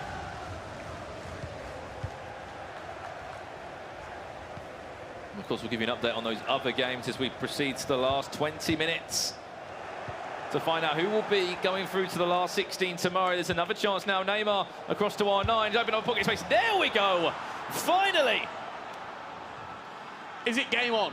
Is it game on right now? Painter with a last gasp of air potentially. Did really well there as well to fake left, go right, and just simple. Nothing from distance. Move it you, Thibaut Courtois, and I'm going to finesse it past you. Now with 20 minutes left on the clock. Is he going to get another chance? That is the question. He needs 2 chances to force extra time. If you are just joining us, this is the last game of the day. It's an elimination match. I can honestly see Danuso just managing this game, though. It depends what the press is like. If the press is insane from Painter, he can dispossess Danuso a little bit like that.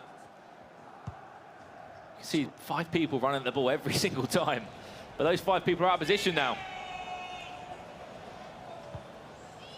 And if you play it down the left, lucky enough for him, it's just got back. But Danuso, he's been in so many tournaments. We've said it throughout these 2 legs about the experience he's had. He's won the ball back, though, Painter. Every attack is more important than ever. Modric, where's he going to play to? R9, there's a pocket of space for Hullet. Can he win that battle? Yes, he can. He's still in possession. Ronaldo now, all the way across. No! No danger for Courtois there, and he's going to hold this for the entire 6 seconds.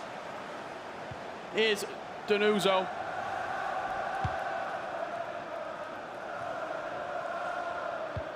And of course, some other scores in the other games. Marcus Gomes was 3-1 down. Unfortunately for him, he's 5-1 down now against Black Arrow and the German player from Sampdoria.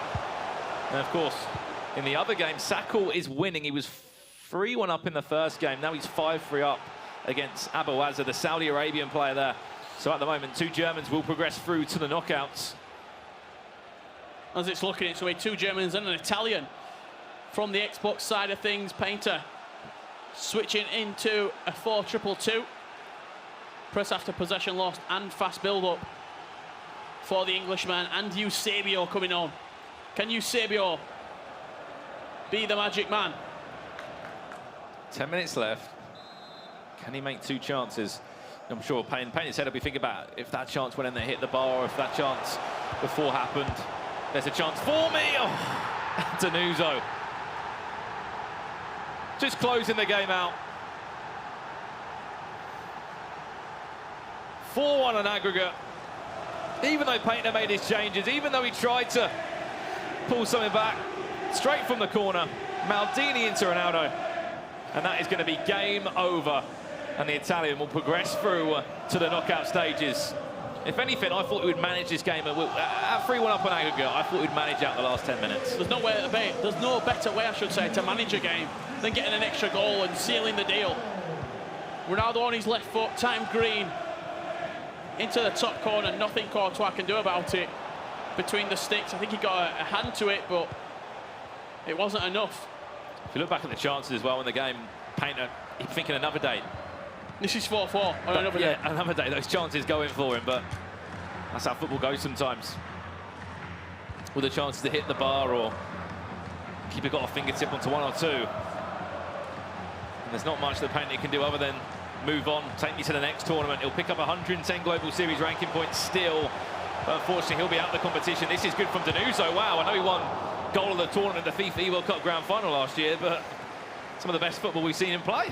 Yeah, a lovely bit of one-touch passing there from Danuso. As we said, he'll go through. Looks like Black Arrow will go through, of course, and Sakal from the Focus clan. So those 3 names will be in the hat tomorrow for the knockout stages. Unfortunately, it comes to the end of the road for Rebel FC's Painter in the first tournament. This is another chance for Danuso and Messi. Step overs for days. Oh, Ramos there just throwing himself out saying, no, no, no, it's not going to be 5-1. Yeah, great tackle from Ramos, getting back, doing the defensive work. Painter will be thinking back to those 3 chances that he did hit the bar, hit the post with earlier on in the game. You often think about when you go out of a competition, what if those chances would have gone in? The only man who's going to be thinking about the competition right now is Fabio Danuso. He books that 8th place into the knockout stages for tomorrow. He does indeed. Of course, the Italian in Fabio Danuso will win that one. In the end, 4-1 on aggregate. A man that's got years of experience in competitive FIFA. And of course, I thought it was Marco behind him, of all people there. Thumbs up from the Italian. He will go through to the knockouts, as we know. We'll give you an update on the other games as they come to the latter stages. Unfortunately for him, though, of course, Rebel Painter, it'll be the end of the road. He still picks up 110 Global Series ranking points, but I'm sure he'll be thinking, I'd rather have 850 and $8,750 in my back pocket as well. Yeah, it bumps him a little bit further up the Xbox rankings, does it, Painter, but he'll be going out of the competition with 110. It's 11 sessions a weekend league, so you can't complain at that. You're going to see the goals from Danuso in this second leg. Talk me through a few of them, Brandon. Of course, and this was the chance as well that nearly sparked a comeback. Ramos in the right place. We'll see it was an opening goal from Neymar on the finesse. However, another chance for Painter as he did come forward now. Let me guess, did he hit the post again? Yeah, hit the bar on that one, and then Ronaldo couldn't get there on the rebound. Maldini. That was so close there, and that was the beginning of the mistake. Just booted it at Mbappe's head. Danuso thought, you know what, I'm going to make the most of this one. Played a through ball into Mbappe, through the legs of Thibaut Courtois, and that made it 2-0. Or 3-0 on aggregate, I should say. Yeah, really unlucky there. Looked to switch the play. Didn't get the rub of the green, did Painter, and you're going to see here. What's happened to this one? Neymar outside the boot. Oh, he did get a fingertip onto it, though. Thibaut Courtois, I'll give you that one. It was timed to green. However, that was another chance squandered there by Painter. Courtois got a fingertip onto that one, but unfortunately into the back of his own net. And that sent through the Italian, of course, through to the knockouts tomorrow. And yeah, it's been a fantastic day of action for myself, Richard, and of course, all the other fantastic casters here at the Gfinity Arena. However, that man, Fabio Denuso, is with Lottie now to talk about going through to the knockouts tomorrow. He certainly is. Thank you so much, gents. Fantastic stuff from you all day long, and we'll be seeing you tomorrow. Denuso, amazing stuff from you as well. I mean, you've got through to the playoffs tomorrow. You're a long-term veteran here, actually. We've seen you at the Gfinity Arena quite a few times, and you're back again. How do you feel you've been playing so far? I'm very happy because I want to make so many pro points to get a spot to the playoff. And today I played very good. I got very hard games against Tex, against Megabit, hard bracket, but I was playing very good, so I went through the Swiss format, so I'm very happy. Absolutely, and you should be, for sure. And it's good to set the pace. It's already good to go against people who are at a high caliber, because otherwise tomorrow might be a bit of a shock, so you're prepared for that. How did you actually prepare coming into a tournament like this as a pro gamer? You know, lots of people at home might want to know what you do leading up to a big event. I try to play my best FIFA. I try to play my play style, possession, and I hope I can score many goals. So we prep arch with finesse shot and El Tornado, crosses, like things like that. But I also try to play football, you know, and I just hope works also tomorrow. So we will see tomorrow. I hope so too. You know, obviously going into tomorrow, it just gets harder and harder as the day goes on. Is there anybody you're sort of not looking forward to meeting maybe in one of the matches? No, honestly, I want to play with the best because I like to play because to improve. So I hope I can play against Tex tomorrow. So. Love it. Great answer, Denuso. Love it. You want to play with the best, and you are one of the best. So well done, and congratulations. See you bright and early tomorrow. Tom, it's back to you for the final time. Grazie, LVP, grazie. And to Fabio as well, congratulations, see them tomorrow, both of them. Now joining me on the glasses analyst table, here we all are, Chris Tunn, Dan Geske. What did you make of that round 5? Stay in the competition. I've been struggling to see it. Lottie actually broke my glasses today. She I just want did. to point that out. These have been super glued back together, but they're working fine. I think the painter was very unfortunate. A lot of the chances there, he could have well easily been in the game. Instead, he has to just watch goals go in the other end, and frustration's always going to start to kick in when that happens. And unfortunately, he just didn't get the rub of the green today. Yeah, 4-1. Still in it for large periods of the game, but just couldn't get that second goal. It's one of those that it really could have been 4-1 the other way. It was one of them where you just seen Fabio, his shots were going in, and it's just the other hand painters weren't. I know that's how football works, but realistically, he found himself in the same situations as Fabio did. And, you know, Fabio's executed just maybe a little bit better on the odd occasion, and that's basically what did it. Yeah. I'm just trying to listen around us at the moment, Dan and Chris. There is a lot of energy in the arena right now, more so because the nerves are done. Like, if you're out of the competition, you're out. If you're going through, you can start to relax a little bit. So all of the players that are going to be coming back tomorrow can now head off, put a bit of graft in, a bit of grind in, and make sure they're ready back for tomorrow, can't they now?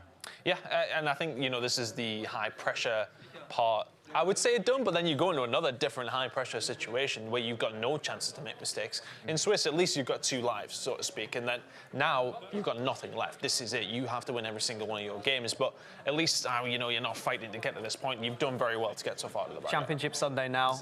Those players have secured 150 Global Series points. The people that go out, they still get 110 Global Series points, so everyone can just chill, relax, and then enjoy the night and then come back tomorrow. Yeah, and we hope that you join us for tomorrow and back here, same place. Before we get to that and update you on the results and the schedule for tomorrow, we need to go over to that touchscreen for one more time. Mike LaBelle, one more time. You ready for this? I feel like I'm going to be joining a boy band. Hopefully it's not just Tom and I. So we're going to be looking at Fabio Denuso facing off against Painter. And I want to talk about some of the simple pleasures. And you need to master the intangibles if you're going to play FIFA at a high level. A lot of people want to jump the gun and start using all the skill moves and adding in all these new features. And it's really important to have a mastery of some of the basics before that. So we get a turnover here, which is always going to be a key to success. Probably the best time to score is when you get a good takeaway, just your players are in better positions. And outside of your players being in better positions, the guys on the defensive end are usually a little out of position. competition. So what you're going to see here is Painter's defense. He's got Varane, and he's kind of hoping for a 2-for-1, but it backfires. And what I mean by a 2-for-1 is Denuzo has 2 attackers, and he's trying to cover both of them with 1 player, and he kind of gets caught ball watching, and Mbappe's going to split the lane. And this is a very classic through ball into space, and he does the most with it. Very clinical, as you can see. Mbappe, the main man, back of the net. And that pretty much wrapped this game up. Once you had the 3-goal spread, even though Painter did have a couple close chances, you're not going to blow something like that.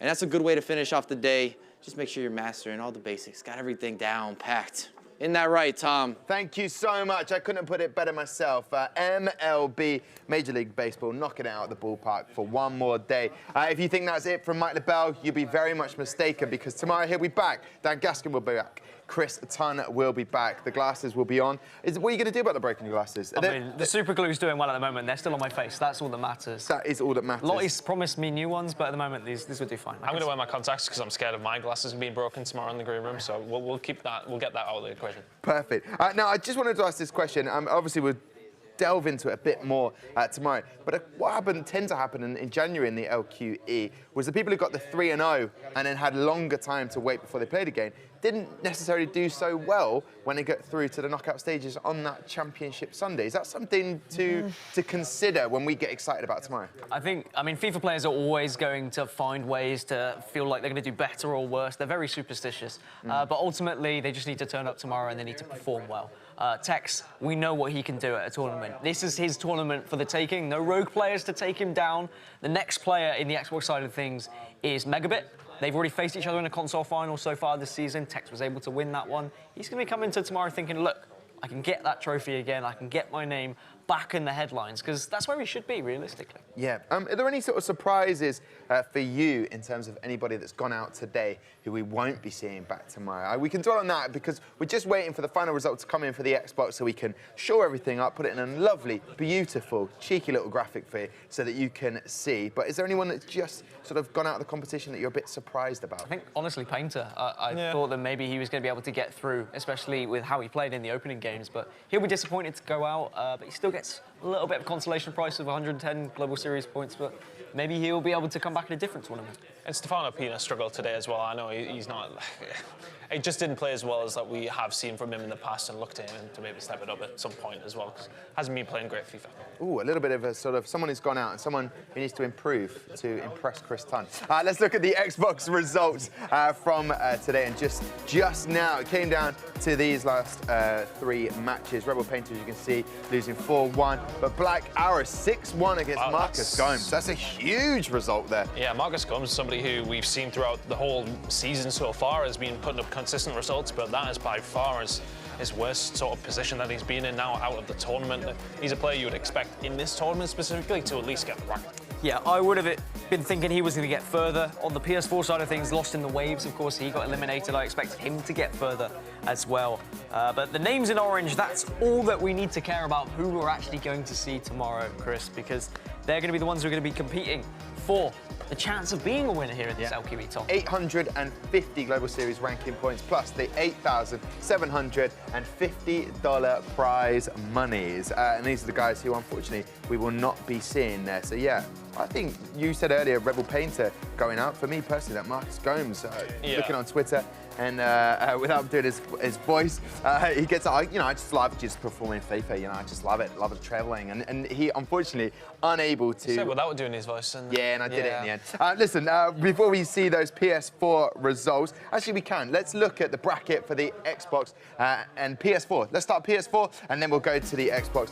This is how things will stand for tomorrow in the PS4, so make a note of that, because when we come back, we are going to have that all for you to see. And look at that, you're pointing. Perfectly poised for a potential Nicholas versus Peanut PlayStation final. That's what I want to see, but they've both got to perform well tomorrow for it to be able to happen. It's always good when you see the top 2 players kind of on the opposite side of the bracket, seeding doing its job correctly there. Yeah, and that's even happened with Peanut having a poor tournament as well. So these 2 guys obviously still will be favourites. We know that Peanut can bring a different level, but that's not a first easy game for him against Sime. We know how good that guy can be. If he brings his A game and Peanut hasn't stepped it up, then he's going to be in trouble there. But Nicholas, I fully expect him to recover because he's not had the best day of things either. We've seen some poor performances from him by his standards. So he needs to step it up tomorrow. But realistically, if you play it good on Sunday, once you get to Sunday, it doesn't matter how you play them Swiss as long as you got there. Outside of the arena, I said, I sort of nodded to Dr. Ahana. I said, well played today. He just nodded back, and that was it. And that's all he needed to say. He's a 3-0. People will be overlooking him. He's got a great record, undefeated. He goes into tomorrow as maybe one of the favourites. Silent but deadly. He is one of those players who does have the ability to get further in these tournaments, and maybe this is the tournament he's finally going to pounce on that opportunity. Because that's one of the things that comes into the situation. Nicholas, Pina, they've been here before, they've got the Global Series ranking points, they've most likely already secured playoffs, whereas some of these players, they're still fighting for that chance to get to playoffs, so it almost means more to them to get that victory, and that might show in their gameplay. Beautiful. Well, listen, gentlemen, I got in a bit of a tongue-tie not knowing which bracket we'd show first, but now I can say that we should look at the Xbox bracket. This is how it looks for tomorrow. And F2 Tech's right in the top left, and Senna right at the bottom, Megabit in the middle there, and Danoso just in the bottom right, PSG Dax. It's an interesting lineup there of everything that's going to go on there. That is tough for Danoso, isn't it? You come out and you go straight up against Dax, who has been playing well so far this weekend as well. It is going to be tough. He did play well against Tex, though, in his first game with the Swiss, so there's always going to be a chance. I think I'm looking at Tex and Megabit being on the same side of the bracket. That is number 1 in the Xbox standings, plus number 2 at this tournament in the Xbox standings in Megabit. And they did face each other in Bucharest. I think it was LQE 2 in the console final there, so we potentially could have a rematch in the console semi-finals. And then maybe someone like PSG Dax, I mean, he's probably looking at this side of the bracket thinking, hey, I've got a good run at the console final here. No big names in his way, realistically, in terms of where he stands in the Global Series rankings. Yeah, indeed. No one from Rogue. For F2 Tech. Exactly. So there you go. Gentlemen, listen, if you had to say an MVP for today in terms of the casting and the hosting, the presenting, who would you pick? Because I got to do the thank yous now. We're wrapping the day up. I would say Dan. Yes. Dan Gaskin, beautiful stuff. Did have his glasses stepped on by Lottie and broken. Lovely work for you, Dan. To Chris, thank you very much. I'm looking forward to tomorrow. Also to MLB, to Onset, to LVP, Lottie Van Prague, Wonderboy, Richard, and of course, Brandon. And thank you to everybody who's been watching today. That is day 1 in the Swiss stage of the tournament. Out of the way, done, dusted, move on, because tomorrow is a new day that brings with it the cutthroat elimination bracket that will leave just one man standing. Who will be crowned our cross-console champion? Make sure to tune in from 11:45 a.m. for the build-up, with the first match kicking off at midday. You will not want to miss it, because I can promise you one thing: there will be goals, goals, goals. The way you just stood there and looked there throughout was amazing. See you then. Take care.